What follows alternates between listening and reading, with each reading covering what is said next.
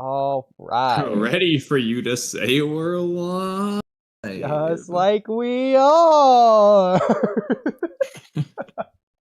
How perfect. So I Well, don't Oodie, know. Oh since you since you're just dying to get it off your chest yeah. already, go ahead, Oodie. Say the topic we agreed on before Well, stream. okay. Just I guess start there. for context of those, so Kamui and so Kamui texted me at 10:46 tonight, considering it's 11 o'clock right now.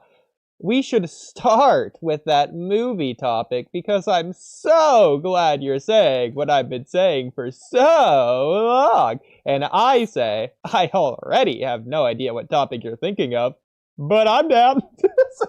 so I figured So out, since we what agreed topic. canonically, Um, go ahead, so take the it reason I away. didn't realize what topic is, first of all, I didn't check the like Boruto topics to see that you had replied to that topic. I thought you were talking about something we were talking about in general chat, and I was just thinking that I was just Okay, forgetting something okay. that we just immediately talked about.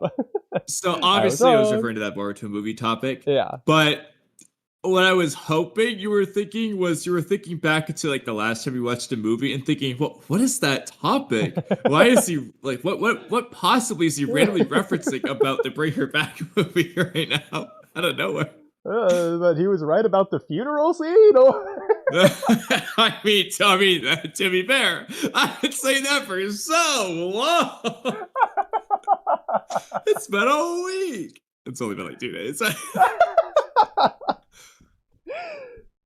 But you But were to be fair, guessing since we first saw it. like oh, time to us. Yeah. Okay. So getting to the Boruto topic. So whereas I'm totally down, just for the sake of you, for my interests or needs, this isn't a topic that I need to do right now at all. But I'll do it right now anyways. So I don't care so how so, not urgent this clearly is. so this gives me a good chance to just give an update to those who just don't know, or those who just want an update anyways, especially for stream, since I don't think I've ever said this on stream. I probably have at some point, but it's in the Discord. Hey, join the Discord if you haven't already joined the Discord. Link in the description below is the Discord that you can join for the Discord. Alright, so in the Discord, I've talked a lot about I'm doing a Naruto rewatch, a full series, a franchise rewatch while at work. It started like a year plus ago at this point, maybe a year less than that, maybe a year ago. We'll just say a year ago.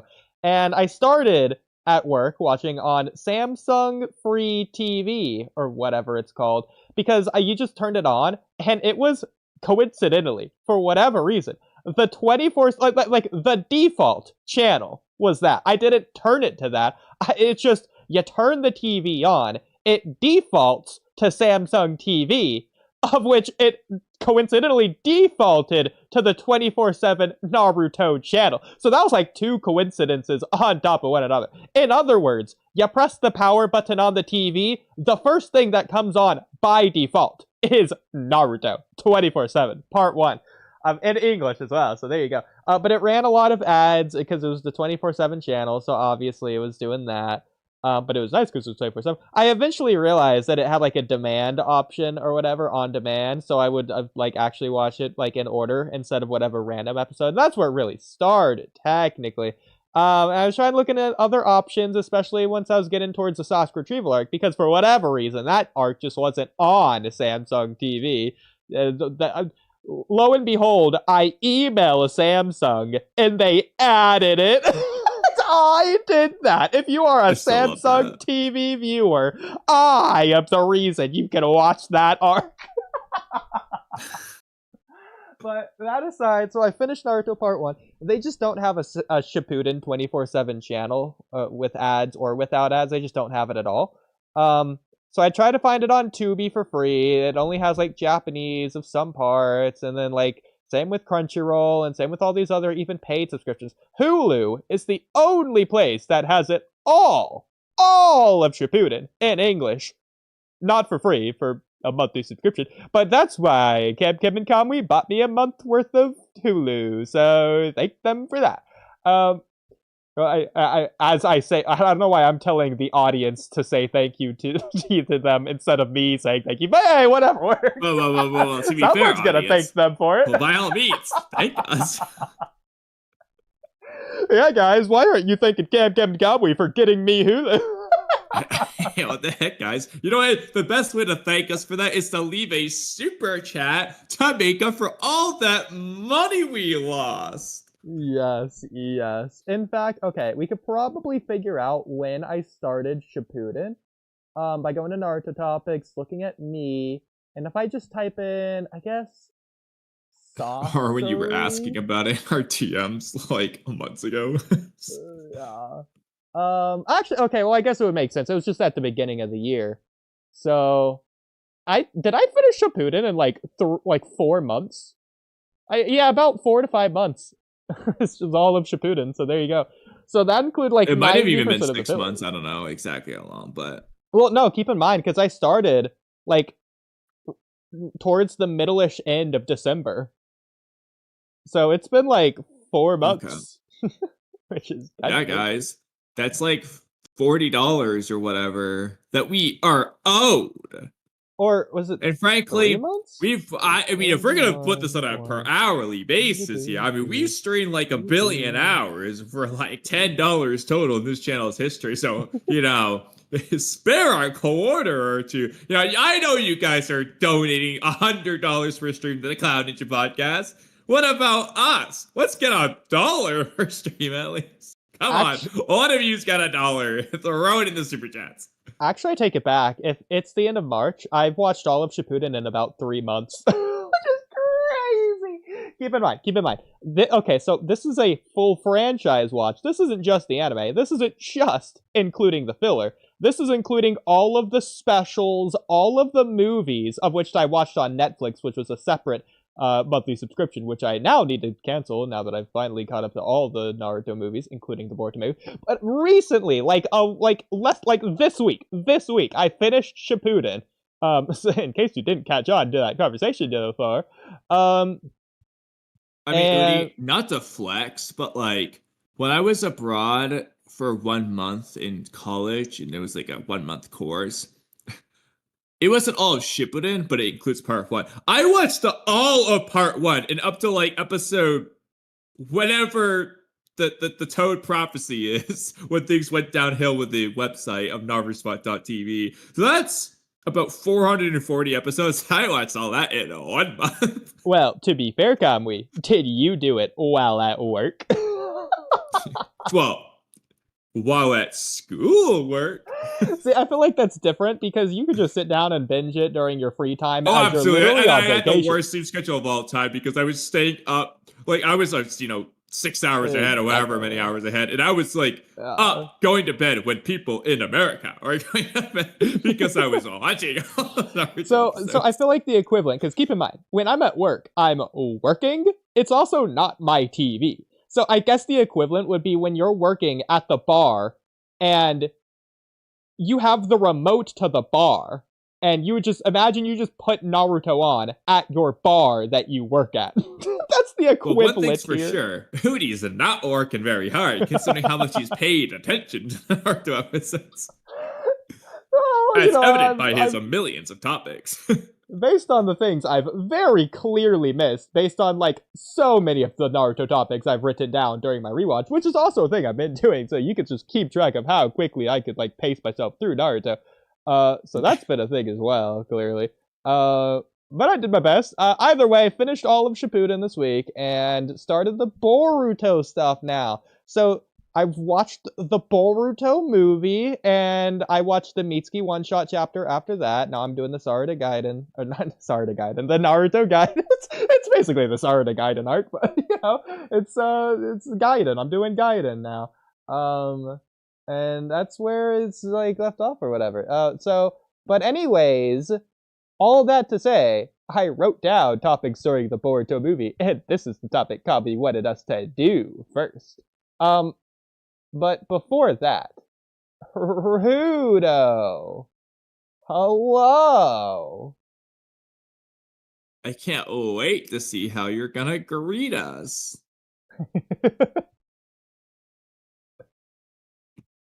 Why, hello. Hello. Just, well, Rudo, we were Oh, hoping that. Rito, what do you have to say for yourself? What? Well, that was an interesting way to, to make your stance.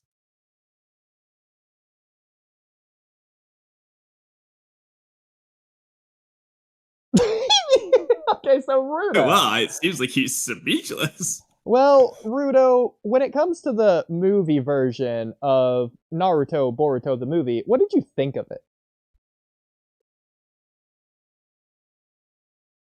In particular, the methodology behind the Act 3 Momoshiki Kinshiki fight.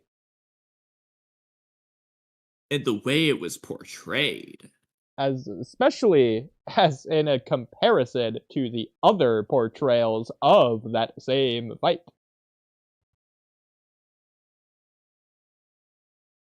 You know what's funny, Rudo is Kamui? in deep thought. I didn't even bother mentioning the novel adaptation of this fight. I didn't even bother with it. But anyways, so ignore Well, yeah, it. to be fair, because I mean, I hate to say it, but like, I genuinely only know two things about the novel. One is Momoshiki absorbing a star or Yeah, whatever, that only and saw him take it it's there. not Yeah. 1 + 1 = 2. It's something greater than that. That's the only things I know. I never read the novel. Yeah, the only thing I know about the novel, because I do read some novel adaptations of films. Um, when it comes to the Boruto one, the only real difference is just like they for some reason just add like, oh yeah, he's using star release and wood release. I'm like, where did you get Star what? release. What? Okay, Yeah, that like, star release aside for a moment, wood release you can just like kind of equate to like his dog because in the fuse fight, the dog is kind of coming out of like the ground divine tree. Looks like wood. You could just kind of equate those two if he's using well, the dog in wood release. Now, okay, if there's well the star thing is, I'm like, release, that's a whole different beast. well, I mean, He's like the with the Hoshikage. technique they have Exactly. in the movie, because Konohamaru used Nara style shadow paralysis. Yeah. So I guess he somehow got the permission of the Nara clan to use that, and the only one who should be able to use wood style, outside of this would be Yamato. Although apparently in the anime they have Moegi use wood style, to which I haven't seen. I just read that on Oh, the another. Narutopedia because I was just like wood release style. Like, yeah, They're it does this with those referencing facts. the profile card for Moegi that says she has wood release. I do How not the recall her literally using wood release in the anime. Maybe I'm forgetting something, but Yeah, because Well, I'm she pretty definitely sure has the if penetration Moegi could jutsu. use wood release, the thing that before only Hashirama, like the great like grandfather of this thing, and Yamato, who was like the survivor out of 70 babies. I'm like, hey, wow, you're very important. Let's get you trained because we might because especially like when she was like a kid in the academy, they were still in this kind of like Cold War. I'm like, when did that happen? So well, to be fair, Ano, I understand that wood release is a big deal and all, but I mean, compared to the other Jutsu Moegi has, it's understandable why the Boruto series completely just like kind of puts it off to the side because she's got some far superior jutsu. I honestly don't know. Okay, I don't watch much of the anime. Like I've kept up with some things. I've watched certain parts, especially to when the anime is doing the backbreaking labor of carrying what the manga should be doing. Yeah. I know that Udon has like turned his snot like that just character tick into a jutsu, and I'm just like, oh my Okay, to god, be fair, that's that was a very strong jutsu. It's not jutsu, yeah. it's strong. All right, but But yeah, Moegi though, she's got some interesting jutsu. One of which is I think she did an Earth it's style one in the you probably manga haven't once. heard of. Are Go you for it. aware of Moegi's penetration jutsu?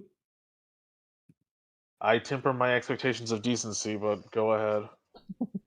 I mean, I mean, don't take my word for it. Take Kodachi's. I made a video on this jutsu.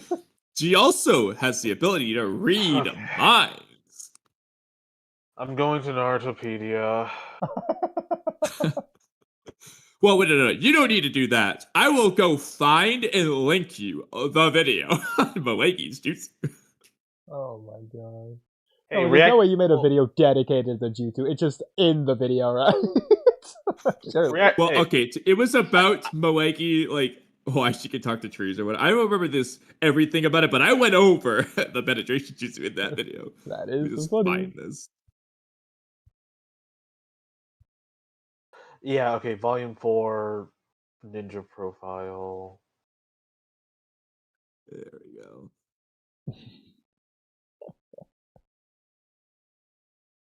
Okay. This would have been a whole lot better than Babushi's ability.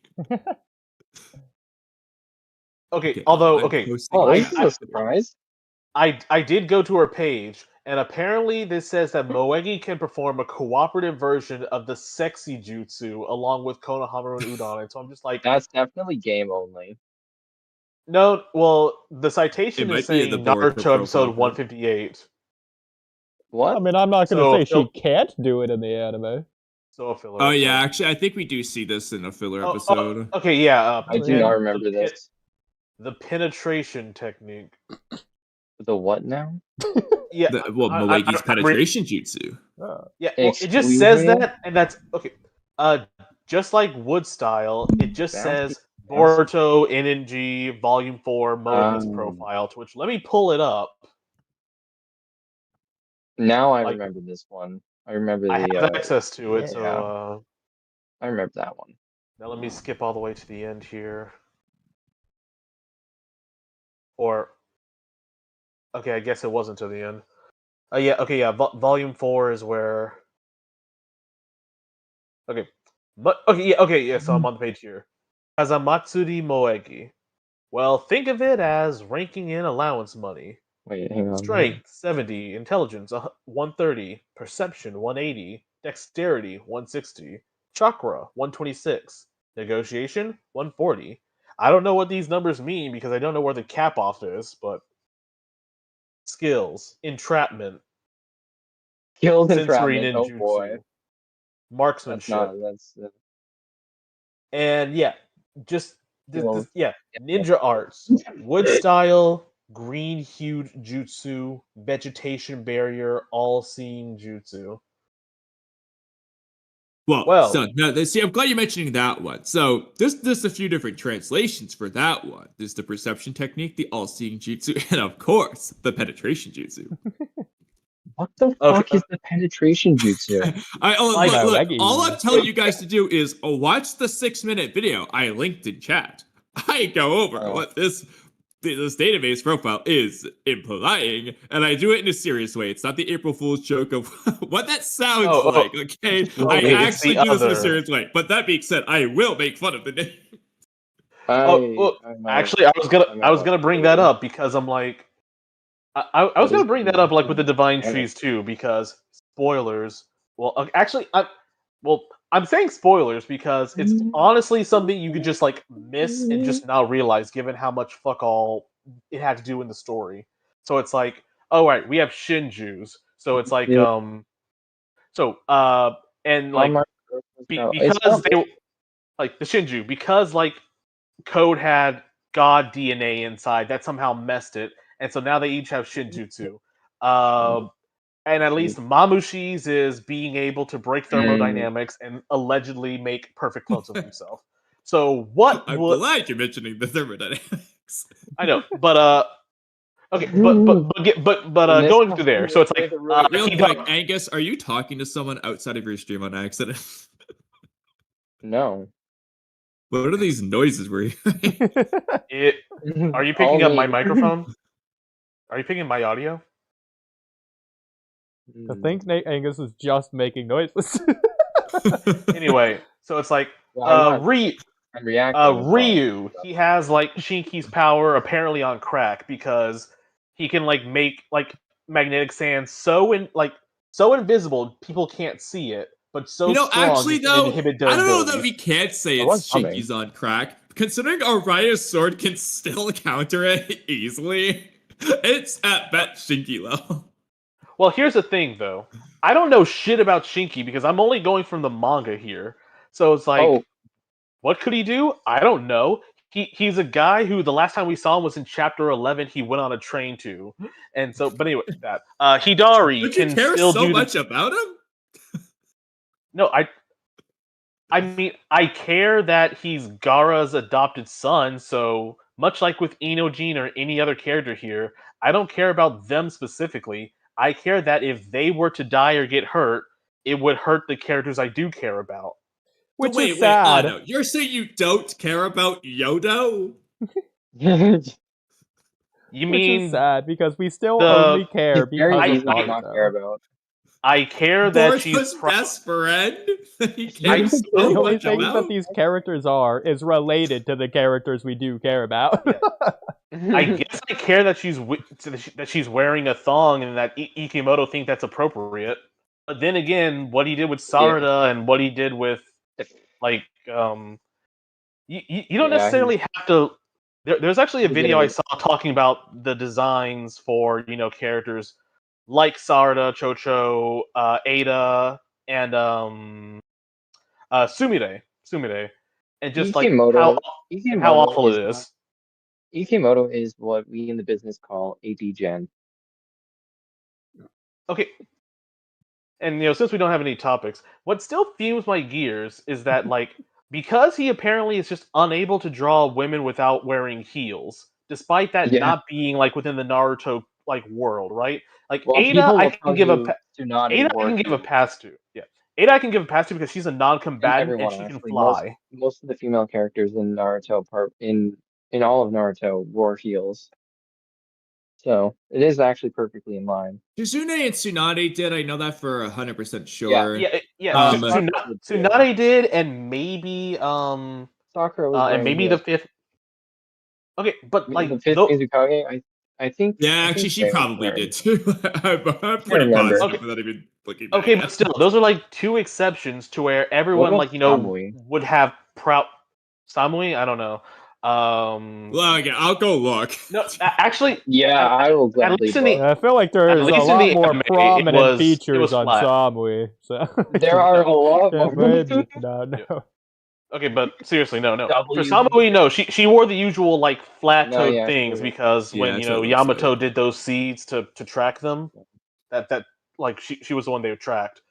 But She no, should have been and wearing he heels. says, "Oh yeah, well Missed it's cool because opportunity. these people are ninjas." And it's like any other series Yeah, to but where they have it Tsunade because was like wearing heels. I watch Ruby. I play Bayonetta. If this was another series to where people are wearing heels and Yeah. they can still fight, that's one thing because that's their own series. Dude, Tsunade. Hello? I'm trying Yeah. to look at a lot of the other older. This is older gen, so you can say a generation argument. Okay, adult Sakura sandals, like I don't want to call these heels, but they're These also are slightly heelish. They're not the same as like what those aren't Ada's even got 1 going inch. on, but Never seen Those this aren't even movie. 1 inch. And you look at that because like I'm just really trying to. Post in chat. I really would like to talk to Ikimoto and not just yell at him. I want to get into his thought process here because it's like Yeah, no thanks. specifically out of all the designs that not just Kishimoto yell did. at him. Actually, we should, and we should litigate it in court. Not Oh no, just I yell at him will. is too perfect. Dude. Okay, Let's see what Ikemoto's thinking. some people are like, "Oh, you wouldn't say this to someone's face." Like, Walk him. no, I would. If I was either at Kodachi or Ikimoto's, I would read them the riot act on how I think they've messed up. Ikimoto more so, because like in just so little time, he's able to muck things up. But like, so like No, Especially from his depends. Kishimoto, interview recently. Kishimoto puts in like 7 chapters and has an already appropriate design for Sarada. There's a movie Yeah. made about it too. And out of everyone who gets a change, Movie? it's only Sarada, like the Boruto movie, because the Scarlet Spring thing was That like a was promotional. adapted. No, that was adapted in the anime, in the series. That wasn't in the movie. No, I'm That was talking in the about the series. original. I'm talking about the original manga chapters. Those 7 Yes, that was chapters were made for were no, no, no, serialized no, to promote the movie. no. It was a 10 chapter mini series that Kishimoto made. and that was adapted in 4 episodes in the Boruto series, in the Yeah, but Boruto what anime. he's trying to say is the Naruto Gaiden series is essentially almost like the test run for the Boruto era in a way, Yeah. where it's a Naruto spin-off. So it's like it's more Naruto to kind of help them out, but it is kind of like the segue into the board. It's almost like a test run. Well, For yeah, the that one Boruto stuff. specifically, Naruto Gaiden is a Naruto chapter 700 plus 10. Yeah. So it Yeah. really is the segue.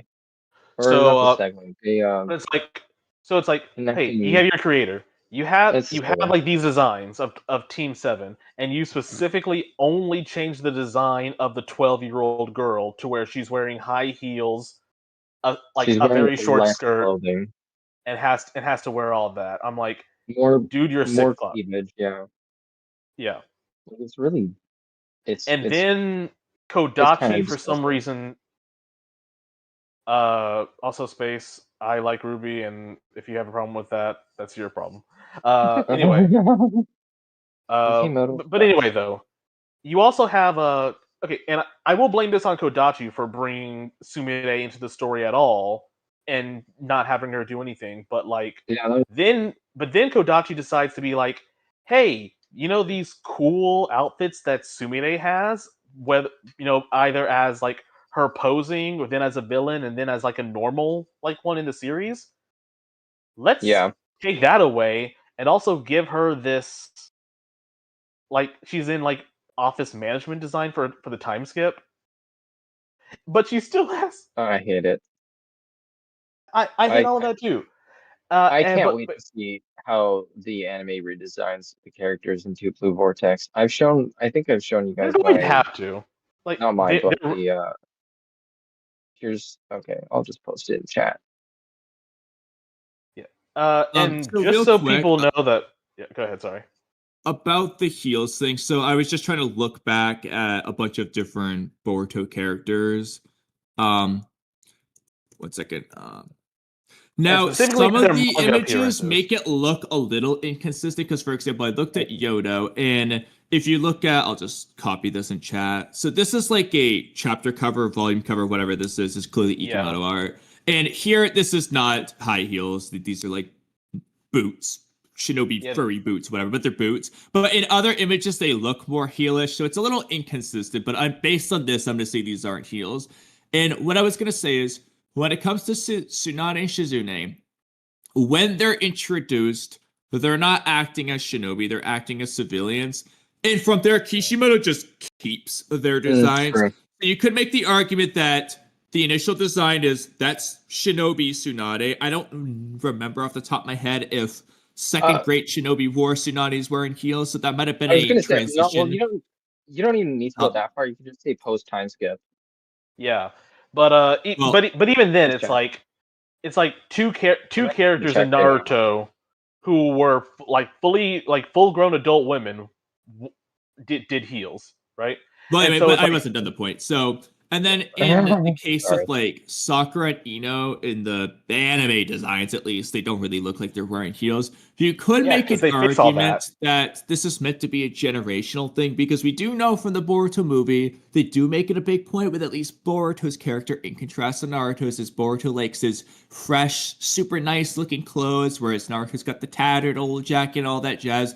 So you could make an argument that what Ikimoto's Yeah. going for is the younger generation, at least in Konoha, are doing that kind of they want to look fancy outfit. They want to look nice and pretty outfits, whereas the older generations, at least the ones that are Wait, do we actively in agree with combat, that? so Shizune and Well, Tsunade can be exceptions because of how they're introduced. So people like Sakura, they're from that more warrior generation. They might not dress that way, whereas the newer gen, that's how they grew up. That's how they like to dress. Now, a counter argument you can make is okay, well, as I just showed here, Yodo's from that same generation and yeah, she's wearing yeah, like and boots. she's wearing But then again, she's practical. also got her fashionable pink furry boots. So Yeah, there's a decent argument. Like, I'm not going to only hate on it because I know Ikimoto loves his heels. That's canonically why he does it. He said it. He wouldn't draw Boruto if he couldn't draw heels. But Oh, in universe, you could just make the wow, argument that it's meant to be a that's your fashion stipulation. change. He did Okay. actually say that, yes. but Yes. but still. So here's the thing though. But like you see how like Sarada's dressed in either way, and speaking of like the time skip, he also made this weird thing to where it's like, oh, Sarada's wearing boys' clothes and is shopping at places that Boruto did to try and make That the was whole thing. so I'm just weird. like, why are you trying to like? It's a bad design either way, but why are you trying to justify this? But even then, The design I so, posted in the, chat, the I think it's design, way better, yeah. Well, right? I don't think she needs to go full like military strategic like Yeah, going she on looks that. like she's in the U.S. Oh, I'm not. Army. Yeah, but I even think then, it looks I like the cool hair though. It better. looks better. I think it I looks way better. I like the hair better. I like the way the hair is Yeah, styled within like yeah. the longer hair one. I think it Um, looks really cool, and I think she looks way cooler in tactical gear like that. Like I think it looks sleek, and you can also I see think other art here. where they combine like the Uchiha plus Sakura's thing, like alternate. The thing is, there are way Also, better designs, another I and thing mean, I'll that, say for this one, well, hang on. I Can I say like it, something? but I would not say this feels like Sarada's it character. Like yeah, this it doesn't doesn't. feel like This looks Sarda's like a character. clear fan art. This looks like Snake It's or kind of from playing Super Smash Bros. And I got Snake on yeah. but it's Sarada. You Like mean this is what this you mean looks Metal like. Gear? The bottom left looks pretty good to me. I do like this That one. one, that one doesn't look over the top military, whereas the other Yeah, ones just look bottom very left looks military. good. Yeah. You know Like why I like it so much? Well, one reason is because I heard it compared to Trinity from the Matrix once before, and at first I kind of didn't like that as a comparison, but the more I thought about it, I saw like some people comparing Boruto to Neo, and how Ikemoto has made a lot of references to the Matrix and whatnot. And so now I feel like this design works What even better references? with that design.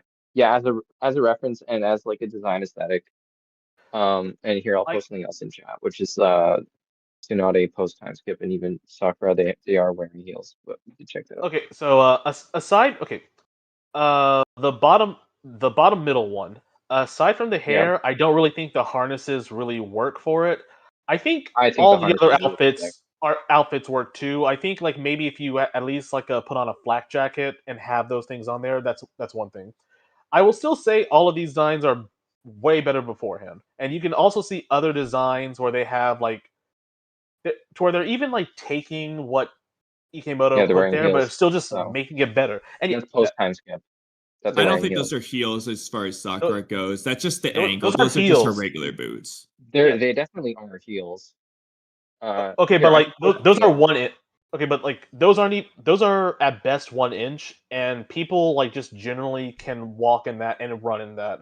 You Yeah, look They're at not. I'm what not you saying I look they're at what agree. Sarada is wearing. You look at I'm specifically not what saying they're Sarada high is wearing. heels. They just are heels. I know, but you look at what like Sarada, Sumire, Chocho, Now, Yeah. and Ada and Sumire are the two characters I think should be in heels. Yeah, well, because Sumera's not being a combatant. Ada of all, obviously Ada, Exactly. like Yeah. Ada for her for sure. character, that makes the That most sense just of all goes without time. saying. If Yeah. anything, I oh, She think but should you be could wearing. honestly no, get away She with should be wearing Momoshiki as 6-inch well. heels. Momoshiki could make it work. Momoshiki oh, had Momoshiki. his own similar type Boruto, of thing anyway. Exactly. No, basically, Well, that's the thing. Since you mentioned it, anyways, Kamui, I don't remember it being as like obvious in the anime, but in the movie, they directly call out to Momoshiki's clothes being like Boruto's twice. In fact, it's implied a third time. When What? Boruto first fires the scientific ninja tech at Momoshiki, Momoshiki turns around, he looks angry, and he takes off his like head sash thing to like absorb the rest of Yeah. Boruto's jutsu. His Yeah, his Hagoromo but the other two times, it's veil. just like His veil. Naruto being like, "Oh, we dirtied your clothes, Momoshiki," and then Momoshiki being like, "Oh, you dirtied my clothes a second time. There won't be a third, or whatever." It's like can't be Okay, more I don't direct. remember Naruto making fun of him dirtying his clothes, It but I might not do be remember Naruto, him I saying forget. you soiled my Yeah, cloak or it's like whatever. that. Yeah, exactly. yeah, And then because he Yeah, does it's it so Momoshiki's supposed to be like again. this posh thing, like I am a prince, and Yeah, no, he's no, no, meant to no, no. be like royalty. That's why he's Yeah, dressed that way, and it's also it works well with the Boruto exactly. jacket parallels too. Well, So Mhm. yeah. I don't, but Well, that is also the thing. You know, every I time don't someone was disagree with going that. with like Boruto, it's like we're gonna get more lore on the Otsutsukis, guys. Don't you want to see more lore? I'm like, no, the Otsutsukis are boring. But even then, I saw someone what do we know? complain about that at first. Their complaint was like I didn't like the Otsutsuki introduction at first, but then when they started developing it in Boruto, I started liking it more. I think this was I in disagree. different. I like Here's the what Otsutskis. I always have. Well, okay. Yeah. Here's what I have to say though, right? So like within the Boruto movie, and even with Amato talking about Ishiki, we don't learn anything fundamentally different than what we already know. They go from planet to planet, stealing the energy, making it to where they can live longer. All what Kodachi does with Amato is just make it overly sci-fi. So it's like we can't just have a curse mark that we already know. It has to be a super compressed microgenetic chip that's installed into Boruto's palm. To which you also have to wonder, okay, hey, why don't we just cut off your hand? We have prosthetics. This is not an issue anymore. Literal life or limb decision, right? And then they overcomplicate it by saying, oh, well, you see, the Ten Tails is the seed, and yada yada yada. We But didn't what I'm know talking any about of though that in is Naruto. but what I'm talking about is lore on the Otsutsuki. Okay, like Momoshiki says, "Oh, absorbing like our lesser thing is the way of our clan for years." Kaguya was a lesser. Well, I'm like, okay, Right. but so okay, Kaguya was a lesser to you, and he was supposed to be the lesser to Ishiki. But here's the thing: Ishiki is like way more powerful than you are. It's not even funny. To where it's like like Naruto and Sasuke turned you into your personal football. And then Naruto and Sasuke couldn't take off even like his nerfed version with Jigen. So fair, are you of though, a higher just make, stance? at the very least, narratively, you can just make the argument that Momoshiki isn't necessarily weaker power-wise. He's just less skilled than Ishiki. You can just Well, make that narrative argument.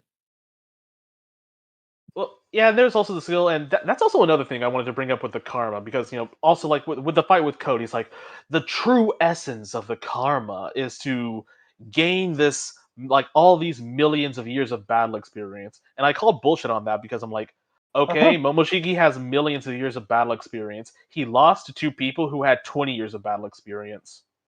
Yeah, Well, I to be know. okay. I'm Well, glad you're you saying know this what because though? since day one, I've been fighting back against this. Momoshiki doesn't fight. The whole point is that he sends Kinshiki to do all No, the fighting for him, and he Yeah. just eats no, chakra pills. Momoshiki no. doesn't have a battle experience. The I point would, is that he's unskilled.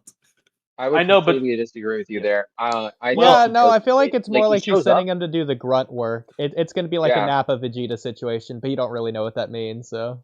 well, no, yeah. not even that though, because in that one, Vegeta could still Hey, fight. Like, Exactly, Vegeta's way stronger than Nappa. That's why Nappa takes on all the underlings or whatever.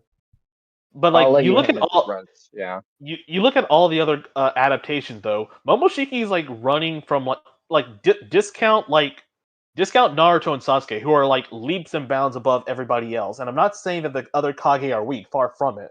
But I'm like, yo, these are the Otsutsuki. These are like the super Italian gods, especially in the manga, to which I'm really putting a samples on because this was both Kodachi and stuff. Momoshiki is like running the hell away from from Dadawi. So like Dadawi Okay, can but to be take. fair, Bro, stop with the mellow yeah, argument. because also, Yogi, we do No, also he's just see though not. that base Momoshiki, especially in the movie, bodies base Naruto. And I would like to say, oh, but base Naruto kept up with Fuse Momoshiki. Okay, but base Naruto got slammed by base Momoshiki, who was not trying. Like, Naruto's trying to save Yeah. Gordon desperately. He can't land a single hit on Momoshiki. He's just Exactly. eyes closed, dodging with ease. Kicks Naruto, not just into the arena wall, but through it, bouncing through all the trees like a mile away. Although, but So still, one That shot was kicks fun, him yeah. that far. So this that's is what I something I also want to Daru share couldn't do mentioned though. that. earlier, Kamui, is because he does fight against them and he holds up pretty well. Well, he doesn't Yeah, just hold up; he's dominating them in the tuning exams arena. yeah. But They, here's another it, thing. So I will, if I'm Before and talking then about he the whips out anime, his. I will. If I'm talking about the anime, I will specifically mention it. You also go into the manga, to which has the worst showing of either of them beating. Like, okay, so like you have like the movie, the Okay, the manga, manga's and just the worst and the version of anime. that arc. Yeah, because Yeah, like kind of. this is Fuse Momoshiki, and he's not like grim like an ogre anymore. He is suave, and he thinks he's in JoJo's. Naruto is still beating the fuck out of him, and this is also like him being drained of half of his chakra. He's still beating the shit out of him. Like Sasuke Nah, coming in is overkill. not really. Like, Um, look at this. Look at the scans though. I can show you. I Where would am I have Well, to Part of do the a- problem with that though is if you want to use manga only, you can just argue a couple things. So one, when Naruto like activates Keisum and punches Momoshiki can just very easily be argued off guard in the sense of he wasn't expecting Naruto to power up and just get way faster out of nowhere. He's getting used to base Let me see. Naruto's speed, and then Naruto just randomly shoots up and gets faster. An example of this would be Jiraiya versus Pain, where on one hand, Jiraiya strengthens his stage mode. He gets more markings, more toad features, gets really fast all of a sudden, and like kicks the human path. And then a couple panels later, that same blind now human path is just catching Sage Jiraiya's punches, lifting him up in the air and throwing him away. So Yeah. it kind of suggests, okay, maybe the human path was just a little surprised by the sudden speed decrease. You can make the argument for Naruto there. And then obviously once he gets kicked away, Sasuke comes behind, does the same thing. But then you get with the Golem. The Golem's just beating the Chroma Avatar in every version, and then it needs Majestic Attire to win. So it is most consistent that Fused Momoshiki is stronger, 1v1. I suppose. Oh yeah, Although, can I have he's permission got to share the screen? sandals or whatever they're Oh, called. hey. Oodie, you have to stop sharing, but Oh, yeah. Oh, I'm sorry. God. Okay, so like this is literally the manga, right? So yeah. Oh, you okay. Okay, I'm pretty sure. Yeah. So okay. Speedline galore, yada yada yada. He's wasting all the Kage. Okay, to be Oh, fair nothing though, on that. speedlines aside, if you actually go back and look at the paneling here, this arc has some actually Ikimoto's best paneling, right? Yeah. Okay. It actually does though. That Naruto versus Sengun thing, he never does that shit ever again. I think What it's probably what I can because- say in reading back into Boruto, yeah, there are ways that Ikimoto has improved, but there are so many ways he has devolved, and I kind of Yeah. have to wonder, did Kodachi have to like dictate some paneling? Because you look No, at how you he know does what? panels now. I have to I wonder. think- Someone had to Can I have just been say there. something? Yeah. I think the reason is just because for this section of the manga, he was essentially copying like from the movie or like the what are they called? The drafts, not the drafts. What are they called? The Drafts, Like the storyboards. the storyboards. storyboard, Kishimoto, yeah, low storyboards key, from the movie. Kishimoto might have storyboarded this as well, since it is the I movie. Yeah, think he did. Although- Like not storyboard even- it for the manga, but storyboard it for the movie. And then the obviously movie, we would yes. never have seen those storyboards, which they did exist. Kishimoto And worked on also, movies. if we're gonna go by And then Kishimoto's Kishimoto- outline, he probably There, has the most outline for the arc he already wrote. Exactly. Yeah, Actually, So and well, he actually, had a here's the lot thing. of opportunity to just like tweak his art for this particular section of the manga. So that's probably why it looks the best. No, but Well, I completely agree with you because I've been saying this for a while. Okay, art style wise, absolutely, I am gonna say that Ikimoto's gone closer to a Naruto-like art style over time. Like Kawaki arc and before, it's very obvious that his art style is just not very Kishimoto-like, but I think the art was genuinely overall better. Obviously, this like Chibi Boruto and Bobblehead Naruto, but there's also Matsuri's god-awful Rinnegan Eyes and Two Blue Vortex, so that just evens out. But I it's think the weird art was overall because better. but You look at these Ikimoto's two, it's like, been who- Ikimoto's been working on Naruto as long as Kishimoto. Remember, Ikimoto is the one who made almost 10 Zabuza's years. clothes or whatever. Actually, no, dude, Yeah, like, Exactly, in pretty part much, one. yeah. But I how hate it when people- how have you worked on it since the Land of Waves and you can't draw Naruto? I don't understand. Yeah, here's the thing though. I hate it when people bring that up because I'm like, guys, he designed Zabuza and Haku, and he designed Hiruzen's battle armor. I'm like, okay, that's 3 good designs 20 years ago. What has he done for me lately? But To again, be fair, again, though, he things on didn't that. just do it 20 Oh. years ago, then stopped. He's been working on Naruto for 20 years straight. Also, Yeah, so wasn't two he the things one that real did quick. the 1,000 Naruto shadow clones versus Kimimaro? And Isn't he the one who did those? Yeah, Yeah. well, it is But then that again, people part of the say- case, yeah, but And then people will say, but he was copying Kishimoto style. This is his style. And I'm like, Bro. okay, but even in his style, can you not like have him not have a lazy eye here and the proportions be So- all wrong? Like Oh, yeah, Naruto's so I want to head, just a couple of things. Naruto's one head's always is- at 0.5 larger. Well, It's actually, 0.5 larger than really he should quick, be. Kamui, keep in mind, the movie came out first. If you're going to copy Kishimoto's style, Yeah. just keep doing that. use the movie style. So you don't have to make up your own new adult styles what you think they'd look like. I'm going You to know start what? with the I- pro oh. Ikimoto argument side and then work it against them here. So Mhm. the argument is essentially Kishimoto said, do it in your art style. And that's what Ikimoto's doing. And whereas I absolutely would much prefer he just copies Kishimoto, I can at least give the man credit for it's due to say, this is what he was told to do, and he is doing that. So as much as I prefer it not to be the case, that is what he was told to do. Well, Now, to be moving fair, away, Kamui, lazy eye Oh. Naruto, there's no excuse other than bad art. Moving Yeah. past that, we also know Ikimoto can copy the Naruto artwork because he can do the shadow clone, so he could do it if he wanted to, but he was told not to. So the last thing is, when everyone mentions, oh, he designed Zabuza, for example, I have one problem with this. Yes, he designed them, good on him. We've never seen that design, so we don't know. For example, if you can just look it up to Ikimoto's like Jiraiya design, for example, if you can just look that up, see if it pops up, where he draws a bunch of Naruto characters.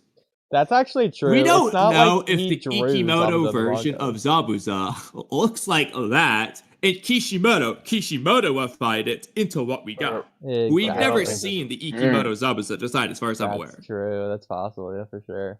Considering So I for don't all we think know, it just Kishimoto doesn't drew it in look the very manga. good. But Kishimoto took the concept and made it better. Exactly. Yeah, and that's also what I'm saying. But like, okay, so you have your own style. That's one thing, but can't you at least like synthesize it to where Naruto still looks like Naruto? Because like, you look at Amato. Yeah, okay. Generally, he's rendered well. He does not look like a character that fits in Naruto. Ada does not look like that. Ko does not. Damon just looks like a freaking gremlin. And in the latest chapter where he gets like a page where I shit you not, people on board on like the Boruto readers just like, look at how great and savage he is. He really looks like a demon ready to mess you up. I'm just like, he looks No. like whatever you cross between that one movie to where you're not supposed to feed those animals past midnight and a The garbage Gremlins. pail kid. I love it. I think they're called gremlins. Looks exactly right? how I hoped he'd look. Even Yeah, better. he does look like a gremlin. It is the Gremlins from I can work on 1984. Yes, it Good. is. I got Make that him right. ugly. I'm Nailed it. fine with Damon looking like it. But yeah, I was gonna and say, yeah, so I was gonna say earlier, a lot of you were saying that Ikimoto was copying Kishimoto. Well, fun fact about Kishimoto, he was copying Tetsuya Nishio for a lot of his work. Trust me. Well- we know. Paradox can't Okay. stop telling Yeah. us. Well, here's the thing. Fair. Okay, no, there's a difference between seeing Nishio's design, and that also helps for the anime. No, too, he- because There a was lot of people don't understand why that there are like anime renders. Why do you need anime like model designs? You have the manga. Because I'm like, because these things aren't Right. meant to be like single action. These need to be like fully being. So that's why a lot of things are I've never heard. simplified. I've never stuff. heard anyone. I've never heard anyone say that before, but I can just imagine the kind of idiot that would.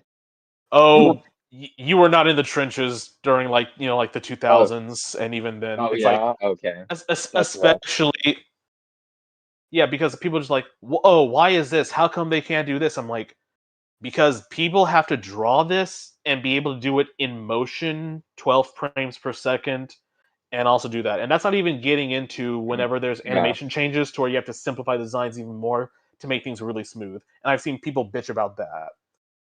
But Yeah. like, so yeah, look at this page to the left. Yeah, so like, even though there are speed lines, you can still see the ground. You can still see some things. Like if I were to take out the speed lines, like just edit them out, I can still see some sort of kinetic motion. Yeah.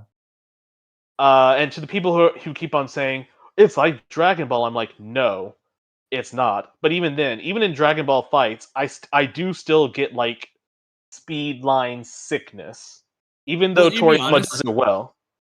I saw someone. I can't remember who. It might have been Newbie, might have been Angus. Someone posted, I think it was Newbie, who posted a Reddit post that was comparing like Ikimoto and I got that. Toriyama. And I Yeah. looked through it, and I can actually say something right now, just looking at this panel again for the first time in a while.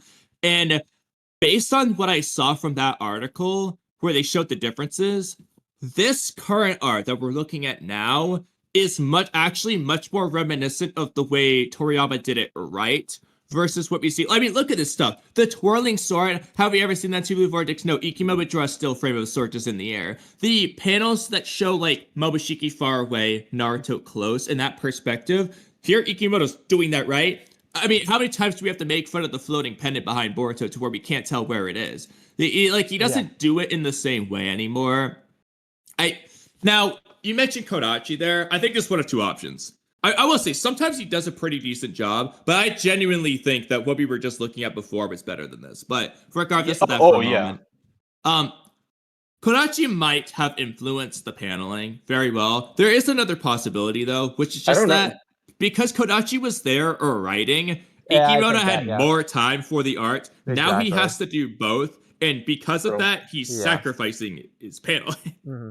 In fact, if you want to say that's ridiculous, I have a counter to people that might say that's ridiculous. Look at Kishimoto writing Kakuzu versus Naruto when he's in the hospital. The art, you can't tell if it's decreased. It's the same quality, but the story quality declined for whatever reason. Exactly. Like, he prioritized the art clip. I mean, that's the worst. The worst fight of I will stand by it. I think Kakuzu versus Naruto is my least favorite fight in Naruto, and I can't think of anything that made me more upset than that fight. It's the worst. You know, look at it. That's when he's in the hospital. You know, I would. You're going. This is going into semantics. I would describe it more as a skirmish than like. That only makes it worse. Keep in mind, the big climactic final fight of this arc. It's not even a fight, it's a skirmish. The moment he catches up to Sasuke, it's a skirmish. well, going to that part, it was more of I've developed this good jutsu, and he tries things Sasuke's way of doing it all alone. But through the symbolism of, you know, the Rasen Shuriken is harming you. Like, if you keep doing it like the physical thing, you know, and like how it would affect it. Doing things Sasuke's ways doesn't work. He needs to do it his own. So that's it. Just has a consequence to it. Yeah, but it has it would be self-destructive, which is Sasuke's way is self-destructive, cutting of all stuff. Like, you know, he tells everyone, don't interfere, don't do this, and he does pull off the win. Kakashi kills Soul. Okay, wait. So with that in mind, then, what about Pain Arc Sage Mode? Where everyone, not just Naruto, but the whole freaking village is saying, don't interfere. Naruto fights alone. Well, that is different because, as you know, and I'm not just saying... Pain was too lethal. Shikaku's... I keep wanting to say Shukaku, but as Shukaku said, going into battle at that point, when Naruto's at stage level and that stuff, like, if they went into battle, that would be a hindrance because, like, the Pains there could take someone hostage, and that would be bad. But there are other ways that they could help. Yeah. Okay. Kakuzu could take Choji hostage. And that did, technically happen. You know, like when Kakuzu speed lets Kakashi even moments prior. Yeah. Oh boy. And I will admit, when you're talking about, like, you know, versus Kakuzu and Hidan, it is really hard to not think of the anime, that glorious fluid fight. Like, they were going full cylinders. Yeah, I'll also add, Sasuke's path isn't self-destruction. I don't know what analysis YouTuber you heard that from, but they were being poetic, not literal. It's probably Sage's reign. Well, I wasn't. No, I didn't mean that literally. No, I wasn't saying that he's literally being Kiri's not self-destructive. Never mind. Spear is not self-destructive. Exactly. Did you guys get that video Sage's reign put out of Sasuke should have been Hokage? You mean those awful videos? I don't know what Sage's reign has gone down to. I like watched his videos. I like them. It was terrible. Okay, they're entertaining. They're fun. For me though, it's like so hard the whole time. Come on. I was like, oh my god. I did not notice Immortal Phoenix. I didn't know you were there. Hey, Immortal. Okay. Well, okay. For Sage's reign, I don't get how he did such a 180 turn of going of like, Naruto is this series about love and acceptance and going to all these different stuff. And then he's like, actually, no, Sasuke and Naruto should have been dictators and they should have done that. And I'm just like, did you get the message of the series and how like that wouldn't work? And then No, he's he's also, analyzing it beyond a 3rd grade level now. He leveled up. are you talking about Sages or me? Sage. Yeah. And then he was like, then his Wait, video we need to on add him to the Sages stream. Yes, yes! Add that to the pin messages or wherever we have that, if we have that. if that happens, because I have a lot to say. I also watched his video on like the horrors of nationalism in Konoha, and I'm just like, no shit. This isn't anything that the series itself has not addressed. Because I'm like, I thought the series was about love and stuff. Yeah, sure, well, sure. okay, going from that video, it's like, yeah, the Naruto world went from tribalism to feudalism to now between nations, and yeah, that's gonna be nationalism. So I'm like, yeah, that's called progress. It may not be happening as quickly as you wanted. I mean, I guess the Naruto world can offer you an apology for not progressing as quickly, but still. Sorry, I got distracted from reading a comment. Kamui, you already have Sage's Reign in that pin message. In case you just edited it, I don't know. Oh yeah, I just edited it. Okay. Yeah, beat me to it. I was like, did I write him twice? By the way, yeah, Oodie, you might want to take back control of the thingy, the visuals. Oh yeah, let me. Okay. Just I'll end this really quickly. So it's like, okay, so you got this, which is like you can argue storyboards from the movie.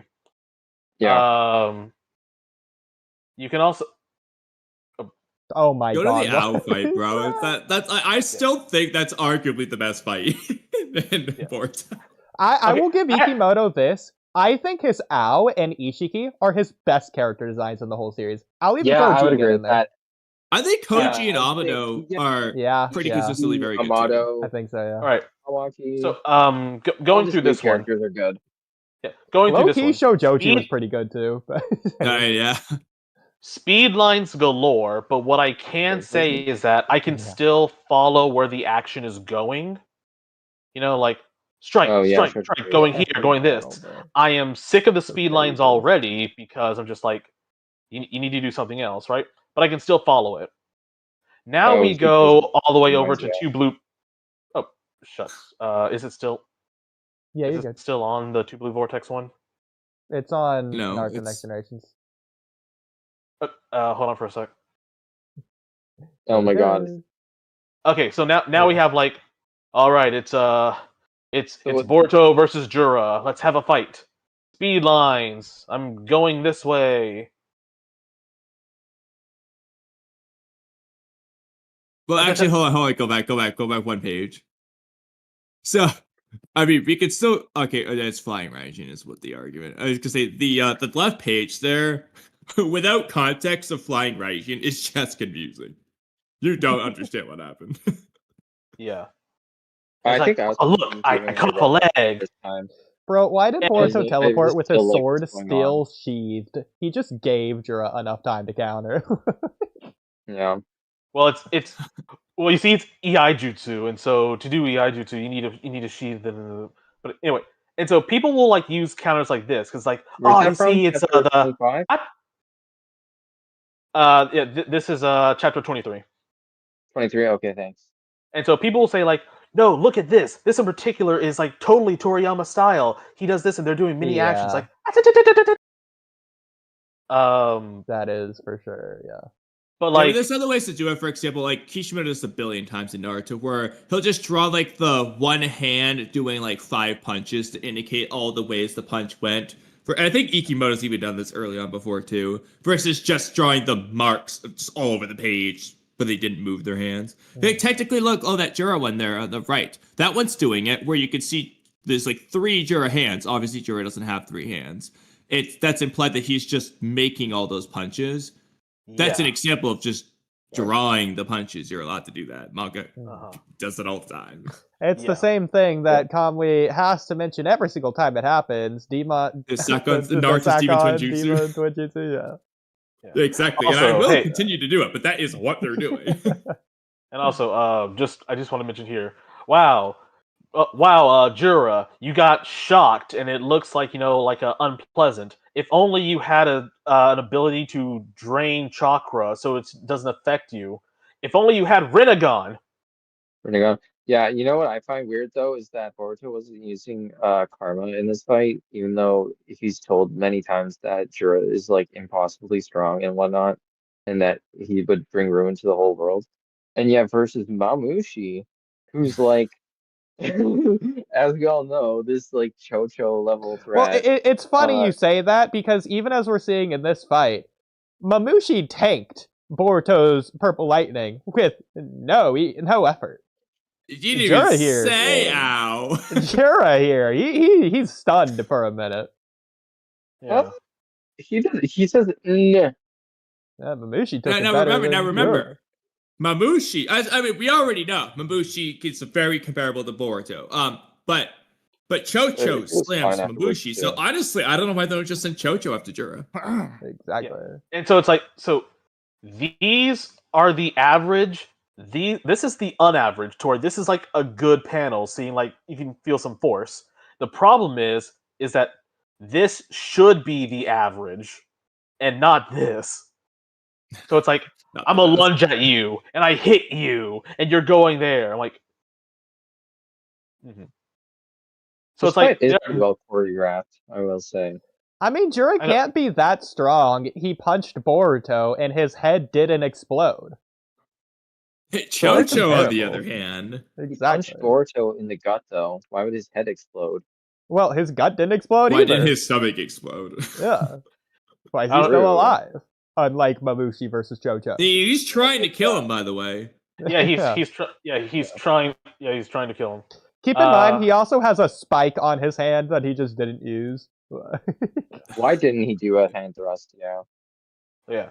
So that would have made more sense. also this was the last chapter. So Boruto's wounded because he tried to take a hit to do Uzuhiko, and Juro's just like, nah. I don't have a problem with Jura undoing Uzuhiko, and I've made theories on how he's doing it, but I would like them to actually explain it more than just, oh, it's similar to my Bichi bombs, because, in the video I made, I clarified. He says my Biju bombs, not just any Biju bombs, so if Jura just has different Biju bombs, it's fine. You know but if what? we were to assume they aren't different, then Ikimoto hasn't read Naruto and doesn't understand what Biju bombs are, because Biju bombs doesn't. don't use rotation. It is not Yeah, part of they the don't. jutsu. That is what Minato did to separate that. That's the difference between the Rasengan and Biju bombs. Is Minato uses rotation because he doesn't have the things the Biju bombs have. Which the is Biju extra chakra, worse the because 8 that's- to 2 positive negative chakra ratio thing. And that's He not doesn't just have- Naruto, that's Minato Hey, manga, Kamui. which came out like a year before this. I know. Yeah. Probably. Well, not only that though, but in Naruto, Killer Bee was like, Wait. I know, wait. Kamui, are you saying that Jura is adding rotation to his Biju bombs? He might be, and if he is, then that's great. Ikimoto's making a distinction. But if he isn't doing that, then it's just inconsistent. how is there I don't- rotation? What do you I don't mean know. inconsistent if we don't know? Okay. Well, here's the It thing. might be Also, it's not inconsistent, really- it might not. We don't know yet, is what I'm saying with Jura. I'm giving Okay, him so, the like- benefit of the doubt for now, it's until never stated Ikimoto or never shown to explains be it. rotating. It's never stated or shown to be rotating. I don't see the problem. Okay, so here's the thing. We're breaking it down. Well, hold A on. Biju bomb is putting, the red chakra that Biju have and blue chakra to a ratio into a physical Mhm. mask. Humans can't do that. So when Minato was studying that, he did rotation in order to make it possible. And Killer Bee was like, yeah. So in his rap, he was like, yeah, you can't do that normally, but if you add rotation, that suddenly becomes possible. That suddenly Exactly. becomes So when he's possible. trying to tell Naruto in that case, because Naruto can't do the Biju mode yet, he's saying, if you try your Tail Beast Bomb with rotation, you might be able to do the tail beast bomb because the whole point is the stability. The rotation applies stability to that change in chakra form. Yeah. It's unstable without it. The Biju can make it stable because they're Biju. Let's keep it simple for a moment.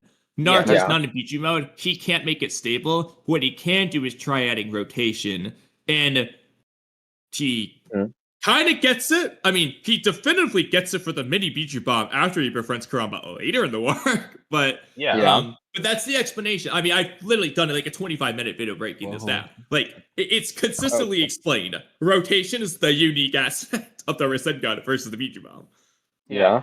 And so then with Uzuhiko, it's like, well, yeah, I'm also taking the rotation with the earth and putting it in you to where it's continuously in you, swirling. You're going to feel nauseous. Well, I also want to clarify, Uzuhiko doesn't use, or if it does use it, it's nowhere near to the same extent. Uzuhiko's not about compression. It is purely only about rotation. Like, rotation is the only thing. Like, the Rasengan's the power, compression, and rotation. Uzuhiko is just rotation on steroids. Yeah. All it is rotation. So if it's similar to Jura's Biju bombs, that means rotation's important. Rotation king.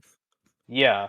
It's like, you know, Uzuhiko is like, I hit you once, and it's a continual, like, it's like you have, it puts you in the doom spiral. You know, it's like Pokemon. You have like that lingering status moves like Sand Tomb or Fire Spin.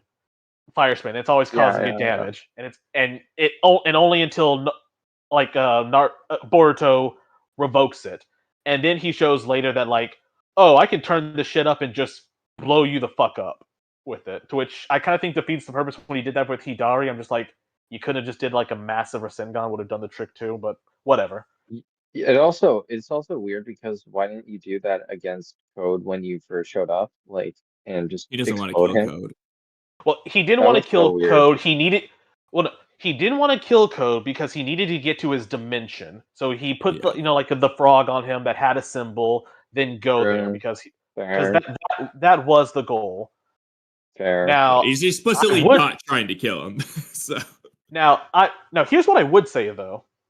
If we don't know like when Boruto was exactly ready, but instead of waiting for Code to go to the village, and that whole premise, the whole thing of like why Code went to the village is bass backwards too. Like I thought don't get us started on that one. Yeah, don't get us started, right? But I'm like, hey, so obviously when when he left Sasuke to fend for himself, and Sasuke got bitten and turned into like a tree. Code knows where that spot is. How come Code never just was like, hey, I'm gonna be here, and if you don't, I'm gonna kill your master? Or Boruto just goes to that spot and like, hey, Code, I'm here. Let's do round 2. Why didn't Code just kill him like you wanted?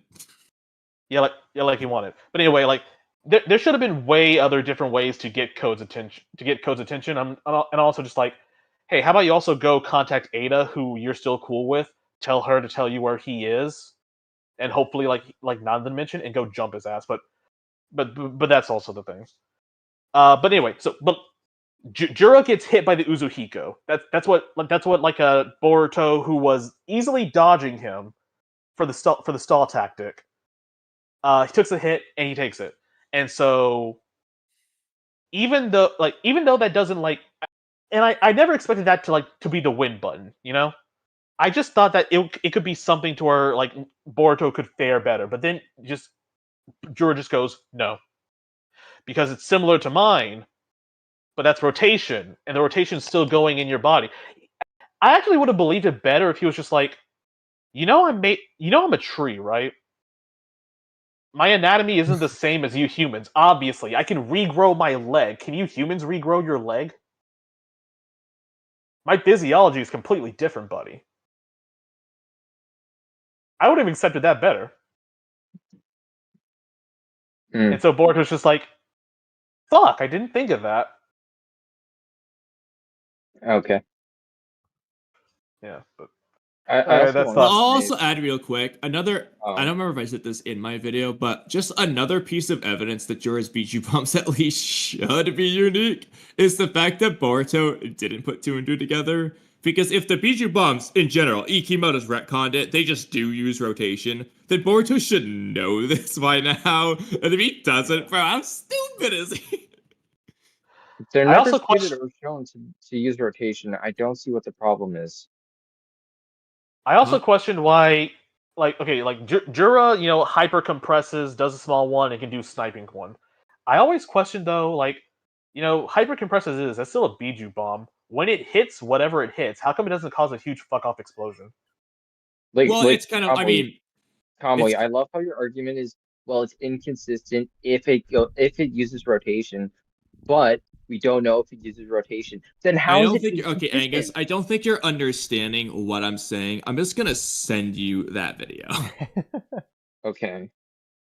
I just gotta go figure out where it is. But Yeah, anyway, you can DM it to me if you want to. I talked my fill, so I'll take a backseat for a while. Yeah, wait, what were you Yeah. just saying a second ago? Oh, right, that one. I mean, honestly, though, visually at least, it's depicted like a laser beam half the time. So you can just argue, whether or not you like it or not, you can just argue it's basically like Chidori's spear is basically his laser beam shot, and that's why it works the way it does. Yeah.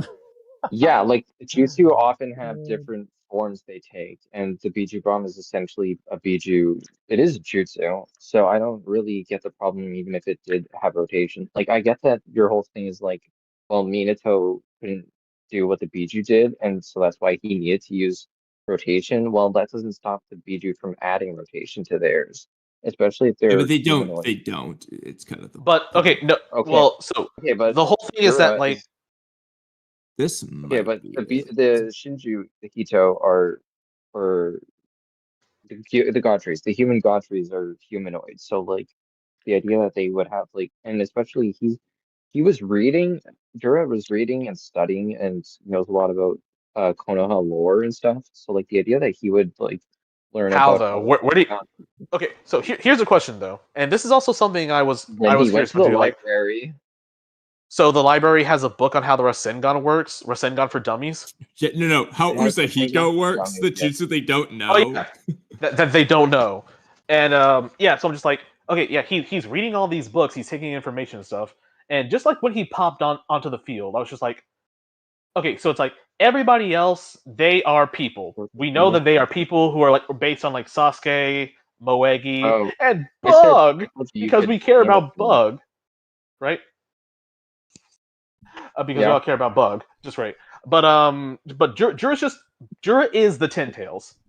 So like Mhm. he is like the current Ten Tails Well, has never been anywhere near never been anywhere near Naruto, but he just knows that Naruto exists before he even starts his like reading binge because he's just like, I think I want to devour Naruto Uzumaki. I'm like, Well, to okay, be how do you fair know who with that that is? one, I mean, this tactically still gets into theory territory with Jura that just hasn't been addressed. But you can just argue that memory slash knowledge is either stemming from code via the claw marks that he gave him, or other characters that could have also been influencing Jura's identity for being what it is. They say it's the incarnation of the Ten Tails, and that's definitely at least partially true, but that doesn't mean there inherently can't be more underneath that hasn't been revealed yet. Oh, so Especially, yeah. you're for saying that like example, Kaguya in Naruto is the Ten Tails. So if another Otsutsuki is that Ten Tails, as an example, that would also be another possibility. Well, The also code's as the an easiest That one. was example, just a weird I'm you know, sure retcon. I'm sure you could say that Naruto is an incarnation of Ashura, but that's ignoring obvious context of everything else Naruto is, including an Well, Naruto's incarnation a of Hashirama. reincarnation. Yeah, it's the same now idea, incarnation, now you know what's reincarnation. funny.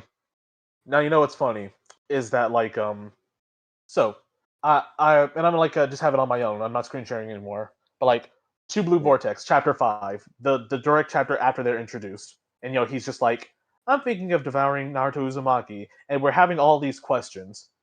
Chapter 5. What was the chapter that just came out again? What was it? 32. 32 or 33. And if my math is 32. correct, 32 minus 5 is 27?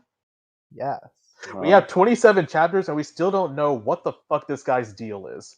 Because that I because like like it. with the Okay.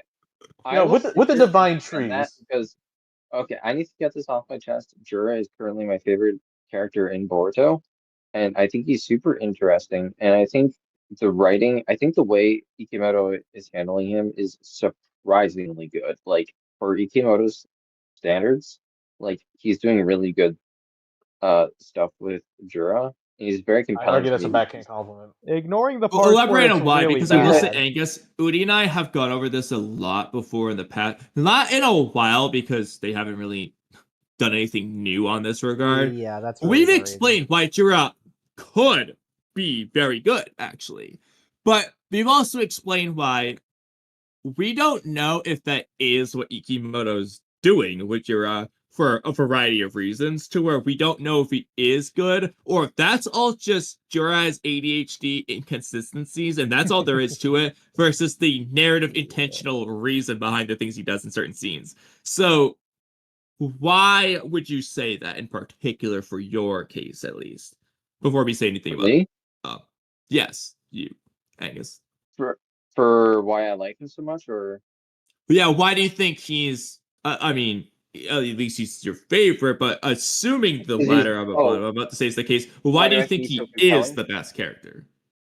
Well, because I think his writing is very interesting because of how he came to be. So, like, first of all, uh, there's no original, right? And the idea that Uh-huh. his personality is uninfluenced by But you any can't prove original. that though. You can't Well, prove it's uninfluenced. well, it's stated and it's never shown to It's be not countered stated by it's any. uninfluenced. No, what I mean is Well, it's not influenced by like the original, like Moegi or Matsuri is influenced by Moegi, Hidar is influenced by Sasuke, etc. He doesn't have any influence from an original like that because he's just a direct incarnation of the Ten Tails. So all the personality we see of him is purely original from what a Ten Tails would be like if it gained sentience. And I think that's super interesting. And there's all the influence with the claw grind. There is influence from like the claw grinders, I guess, but like because he even says that code gave him uh self-awareness, and I think that's super interesting. And it's well, the way he moves is just super interesting as well to When me. you say the way he I moves, do you would. mean like So narratively or physically him walking around with his hands in his pockets? yeah, no, Both I, actually. I His actually want to cut pockets, into that part because of the distinction well, you made. Because like Jura I will is say, I know you have spoken quite a bit, and I don't think I'm done yet. okay. Fair enough. Fair enough. I also haven't been on the podcast in a while, so it's kind of fun to like run my mouth a little bit on here. I Um, believe this is my first time on the podcast. that's fair. What were you gonna say, Because man? yeah, like you had mentioned as a positive factor is that like he's uninfluenced Wait, by hold on. It's what. like I'm sorry to interrupt you, but hold on, Angus. You told them to stop because you weren't done, and then told them to continue. Yeah, What? I'll fucking take it. Well, whatever. Like Uh, I can continue when he's done his point.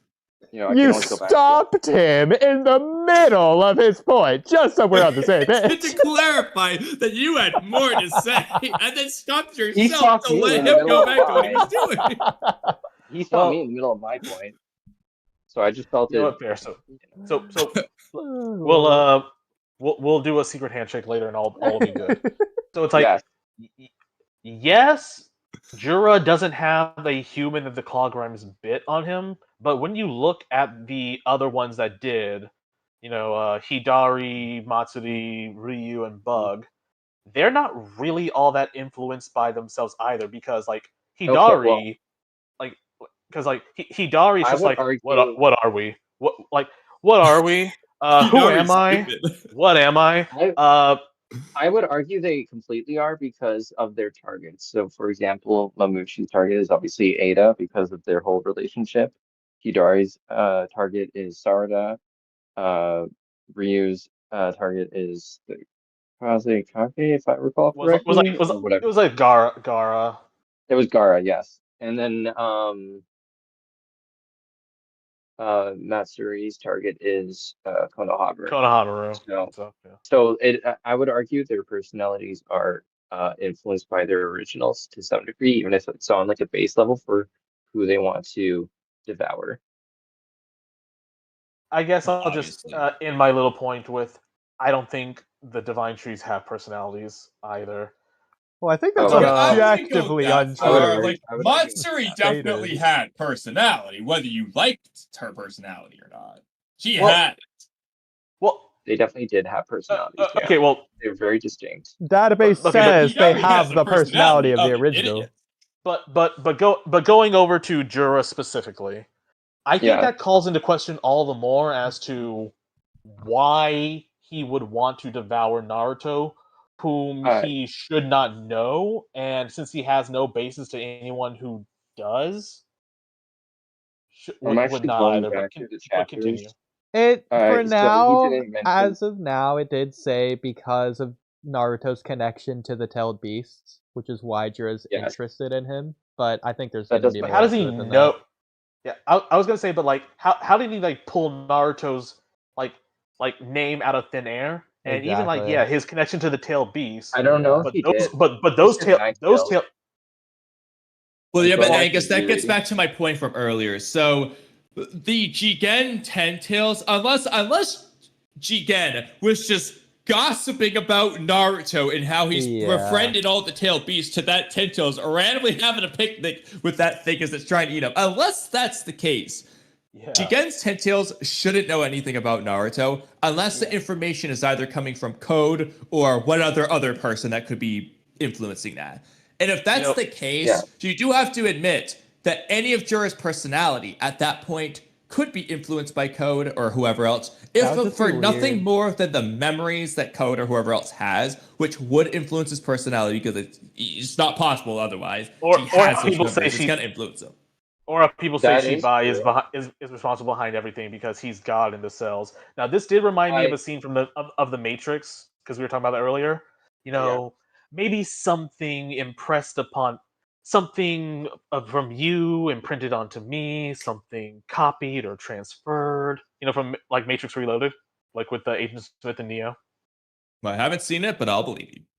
But I yeah, forget the scene you're talking about. I have seen because all three. I've seen all four Matrix movies. But I yeah, forget the precise scene you're talking about because I haven't seen them in a little while. But yeah, because and you're probably right.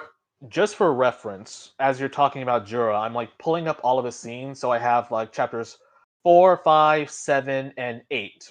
Like 8 Yeah. being when he like enters into Konoha, and like Yep. I'm going through all that stuff. But go ahead to your point, and I'll try not to interrupt you. I'm sorry. Yeah. Well, correct me if I'm wrong, but he doesn't mention like Naruto directly until midway through like the. Well, he's already reading in chapter 7. Well, Okay, he so mentions Naruto in chapter yeah, 5 yeah, directly. Oh, he does he? mentions Okay. he Um. mentions Naruto in chapter 5. He is Yeah. not really reading anything. Yeah. That's And this correct. is where I Another kind of thing talk with to. that.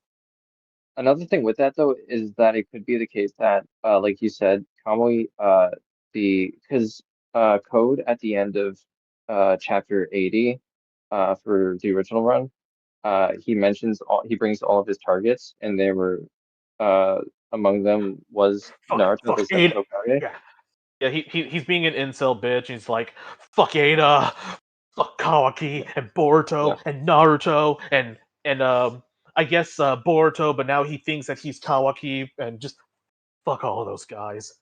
Oh God, that whole thing. Yeah.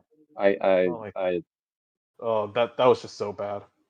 yeah, the fact that he was influenced by, yeah. Anyways, moving away from that.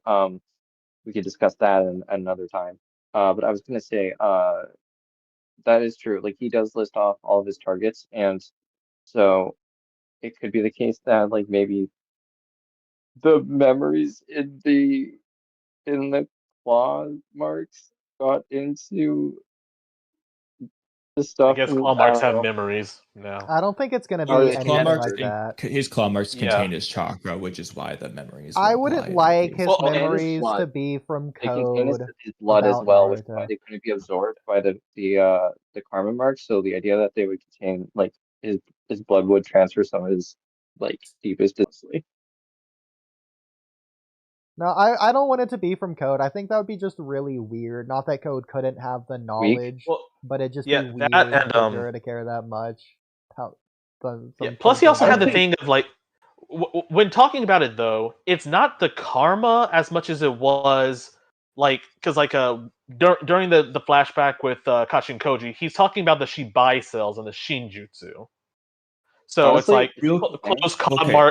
claw marks and claws and his marks are because of Shinjutsu and we still don't know where Amato and Jigen got the corpse of this almighty god of Otsutsuki. You think the Otsutsuki would have that with them.